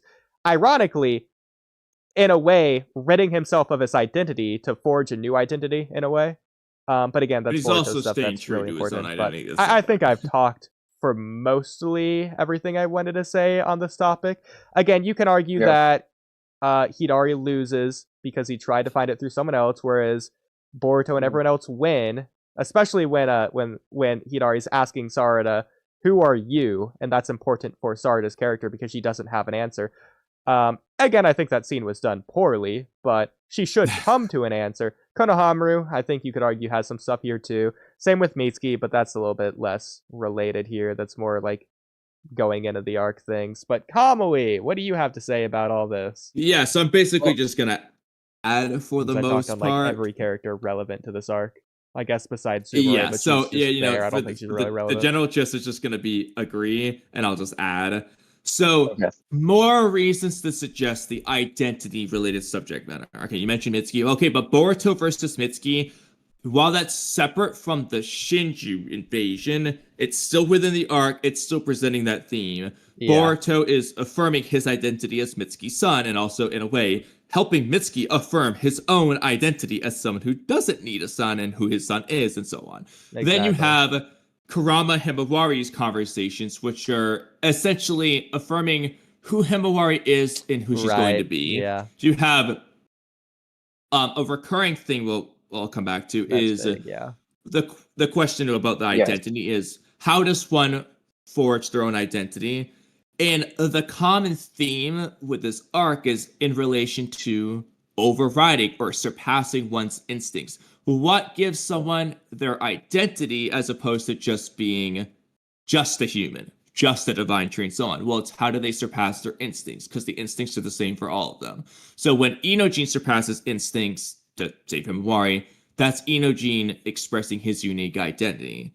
With Jura, he wants to understand that. Why? Well, similar to Hidari, they both want answers to their identity. Hidari chooses instincts, devours Sarada. Jura contradicts himself. However, this doesn't have to be bad. Now, there are some questionable things later on that makes me question it, but ignoring that for now, you can make a very solid argument, at least in this arc, that they're doing an intentional narrative contradiction with Jura, which is that Jura says one thing, does another. He says, follow your instincts. You know, Anna was harping on this earlier. He tells all the Shinji, follow your instincts to find your identity. Jura seems to have a common trend of finding any excuse he can to not follow his instincts. Now, if he has no other answer, he will do it. He was going to put Himawari in that tree. However, as soon as Inojin and Himawari do different things that spark his curiosity, a very intimate part of Jura's identity, he engages in that. He stalls his instincts for the sake of finding out more of that. And he just does this literally every step of the way throughout his character. It's very consistent with him to do this. Me as ADHD, but you can argue that's an intentional narrative contradiction. That is Jura essentially surpassing his instincts unknowingly, being his identity of Jura. Really quick, telling all the other Shinju to follow their instincts to do it. Important. Now, what they do with Mamushi moving forward can be very interesting for that. What are you going to say, Dean? Yeah, this is why I like the word forge, because I wasn't sure about which word to use. I think forge might be best, because it encompasses another word that I was thinking about. Acceptance. Because exactly. That would be included. Exactly. And that's important because it's not just about starting their identity, because you can argue that Hidari, Jura, they don't have an identity yet. You can make that argument. They're trying to find their identity, to create, to make their identity for the first time, implying they don't have an identity yet. You could argue that's where they start, or at least where they think they start. And that's why they want to devour their target. In fact, they not in those words, but in similar words, they state exactly that. That's their reason for devouring their target. Whereas characters such as Shikacho, Boruto, Kawaki, they already have identities, but they've been around. They've set their identities, not in stone, because their identity is constantly changing as they grow. But especially as they're pushing the corner. But that would include this arc. They grow during this arc, so their identity, they already have one, but it can change through their growth. That's not to say it's going to change into something completely different, but develop into something further than what it currently is. So that's why I like this, because acceptance would be a part of that for both the humans and the Shinju. Yeah. Now, can I just say, I do have something to say, which is that while forging one's identity is good, it's a good answer for, or it's a good determination for what the theme of the arc is. It's not bad. I would argue that you could make that determination for going as far back as chapter 1 of Boruto, which is that exactly though, but that's another argument for it, because that's a recurring theme in Boruto. It's an overarching theme, so it would make sense. It's the theme of the series. Well, I think that's also important because prologues, in my opinion, should do that anyways. I'm sure we would all agree. The Bell Test, Episode 2 with Konohamaru, Episode 1 with Mizuki. None of that is the Land of Waves. The Land of Waves begins with Tazuna arriving to the Hokage office and them getting their mission. Technically a little bit beforehand with Team 7 on their cat mission. That episode. It's that, you get the idea. That's when the arc starts. But everything leading up to that, that's still thematically at least relevant to this arc, to setting it up. Because not only, it's obviously doing like obvious stuff, like introducing the characters. What it means to be a ninja, what it means to be Hokage, and all that stuff. Naruto's way, especially. For his identity. But in particular, what's extremely important for the Land of Waves, I would argue crucial, essential, is Team 7 during the Kakashi introduction scene. Team 7 states their dreams. Dreams being so crucial to the Land of Waves themes. Yes. Especially when Haku starts talking about it, and especially Naruto and Sasuke. So that's necessary for the Land of Waves, but it's not in the arc. Yes. There was something else I wanted to say, which is that I really I would say I very much prefer the word overrides for like they override their instincts versus surpass their instincts, because like the more you read, like it's clear that they haven't surpassed their instincts yet. And well, I mean, they override it. Override is kind of more temporary, whereas surpass is more permanent. And I would say that evolution by means of like accomplishing their goal of like consuming or devouring their targets would probably lead to surpassing their instincts, but they haven't surpassed their instincts yet. So regardless of that, I just want to clarify, the reason I use surpass is because Viz consistently uses that particular word over and over again every time Jura talks about instincts. So that's the reason I'm using that word in particular. I mean, you could just say Viz is bad. So Viz is terrible. Yeah, but anyway, that's the reason. That's the word I use. Common Viz L. Yeah. Oh, but I will say everything that at least I have said and Kamui will continue to say about the themes of this arc. Jura's reason for leaving is thematically bad. And well, so also real quick, protagonist of the arc, it's realistically Boruto. Why am I saying that? Because start to finish, what is Boruto's goal? It's to free Sasuke from that tree. He explains it to Sarada in chapter 6, literally at the beginning of the arc. And then what is he doing? He has his final confrontation with Hidari, and well, literally that's to free Sasuke. He gets the soul thorn and so on. Hidari is realistically the antagonist of the arc. Chapter 12, the battle against Hidari, is the final battle. Here's the thing. Jura is just if you're gonna break it down, the antagonist is Hidari. Jura is the villain. That's why the final confrontation is with Hidari. Here's the thing. If the way I would sort of frame it is that the protagonist is the advocate for the theme, and the antagonist is the devil's advocate for the theme. or You the could do it Not that way. necessarily always. That is not what that means. I've been But saying it quiet works. as a- It's as you a- get the general I've been idea. saying quiet as a test to myself, and I think I've been very patient. Let me give you an example. In Konoha Crush, the advocate for the team is so Naruto. now, Oh yeah, you can't use okay. that arc. It doesn't apply to this arc, huh? I'm giving you an example for no, not for the arcs, but for my turn. Oh, but the when we give an example.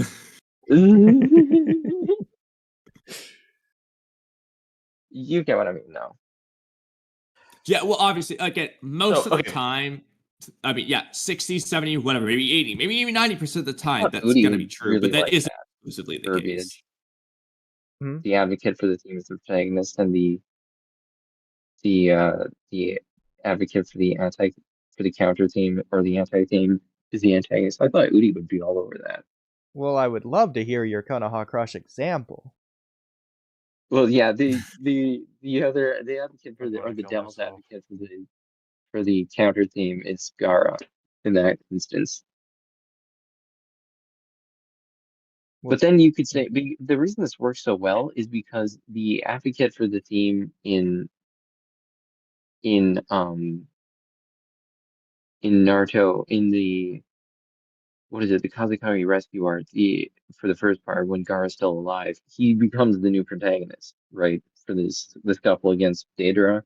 Deidara becomes the antagonist. That's not exactly how that Where works. are we going but with I see this? what you're trying to say.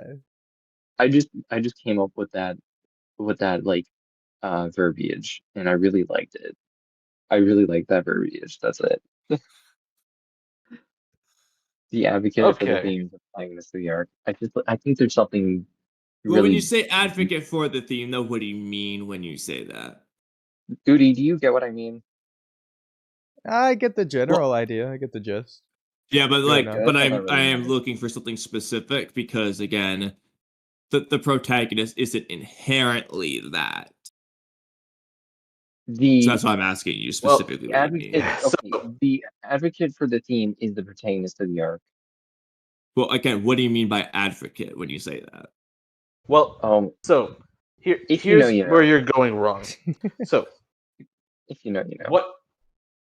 Okay, so put it simply, and this is still something that people who aren't even not even I'm talking about middle school where you're learning this, but full grown ass adults like us don't understand. A protagonist is simply who we are following. The antagonist is who is against our protagonist. Nothing to do with hero or villainy. Now, when it comes to no. The problem with that. Hold on. No. Now, a theme can come up always with. had a problem with that because you're always following multiple characters, some of whom because you're occasionally following to add on to it. It's the protagonist is the one with the goal in which we are following from the perspective of that character's goal. Specifically, it's their goal that we're following. So the Sasuke retrieval arc, for example, yeah, the whole Sasuke retrieval squad wants to bring Sasuke back. But let's be honest. Yeah. Whose goal are we following? It's Naruto's. It continues past all the other characters are done, and it's Naruto who makes the promise of lifetime to Sakura, which is extremely important for that arc. With the belt test, again, yeah, all of Team 7 wants to protect Tasuna, but whose goal are we really following? It's Naruto's. Naruto is the primary protagonist, but there can still be multiple protagonists. I don't like your Kazekage rescue arc example to where at the beginning Gaara's the protagonist, Deidara's the antagonist. Because at that point you could say, oh, at the beginning of the Land of Waves, Kakashi's the protagonist and the cat's the antagonist. That's not how that works. It's just an obstacle. Likewise, I don't think that Naruto is trying to prove that ninjas are humans during the cat mission. So is that it's like it's just not how that works. No, you're completely right about that. I would say there are two better words for that, which is that Gaara is the hero and Deidara is the villain, and that's very clear, and that's much better. Gaara is the hero of the Sand Village, but he's not the hero of the arc. Yes, that's what I meant. He's the hero of the Sand. Yes. Likewise, I would still consider this just prologue. It's just set up for the Yes. first arc. Well, I mean, yeah, it's just the beginning of the arc. It's the Yeah, of opening. course. But I had a better example, which was that you could argue that Kabuto, obviously he's the antagonist in the war arc, in his fight against Itachi and Sasuke. But then in his flashback, is he still the antagonist? No, he's clearly not Yeah, but the that okay, but antagonist. that's He's the No, protagonist. he just giving is- backstory he- on the antagonist. He is still the antagonist. We're just getting his backstory. I mean, Yeah, he no, killed what I'm No. saying It though, seems pretty antagonistic. What I'm saying though is like, yeah, that's what I mean. He's the protagonist of his flashback, but the flashback is within. You see what I mean? Like it blurs the lines. Not as Main much Yeah, as but character that, isn't that's protagonist. getting so Never- like hyper I'm specific. not saying You might lines say, okay, never- Pain's the hero of his story. Yeah. You know, Well, okay, I'm that's, just- that's yeah. not the Naruto I'm story at that point. yeah, but I'm not calling him a hero. There is clearly a difference between hero and protagonist. Okay, but Yes. I was just saying, okay, Nagato's the protagonist of his flashback, but that's not the Naruto story. It's not the main Exactly, arc. It's just exactly. a small thing in it. perfect. That's perfect how it illustrates it. Yeah. Anyway, But that's getting so- beyond the protagonist of the arc. And when we say So- the protagonist, we mean the main one. Yeah. So for Mhm. Oodie and Kamui, what you said for what will be the theme stuff, you deserve to be paid because you are doing the brunt work. Well, we'll We accept agree. payment. How much you want to give us? By Well, all no, means, you- tell the audience how much to put in the super chat button. Do you want my PayPal? Well, I think Ikimoto should be paying a lot of people because they're doing the hard lifting here. Well, we know that Ikimoto is my name, so he's not going to be paying many people much. God damn it. Now, if Ikimoto can forget how greedy he is and pay us, by all means. So, And also, what do you say if the he podcast sucks is so coming a little much bit to an end, or do you still have more gas in you? said he was stinky. Well, actually, we're planning for this to be the last one.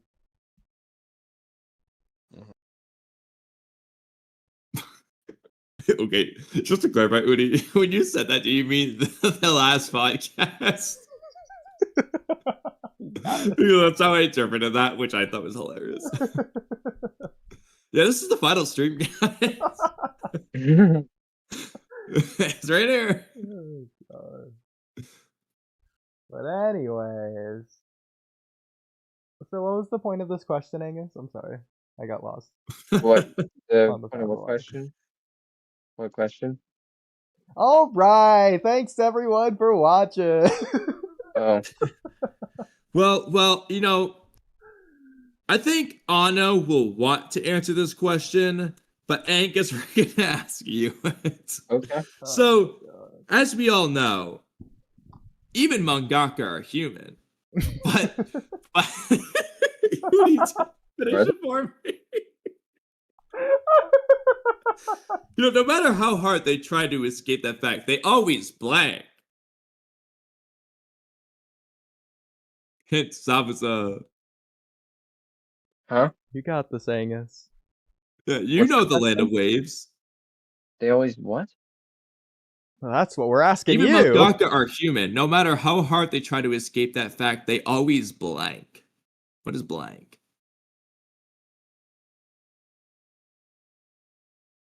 They always come up against reality. They always That's fail. definitely not what Zabuza said. Fail? Okay, or at least Ikimoto, what? Huh? Well, it seems like Otto's doing a lot better. Here, let me say it like Zabuza. No matter how hard we try to escape that fact, we always That's fail. terrible, Zabuza. Or at least Ikimoto. You see, you're not doing a Steve Bloom. You're failing at a David Hayter. Yeah, that was more like Snake. Yeah. Well, I don't how would care. Snake say the next word?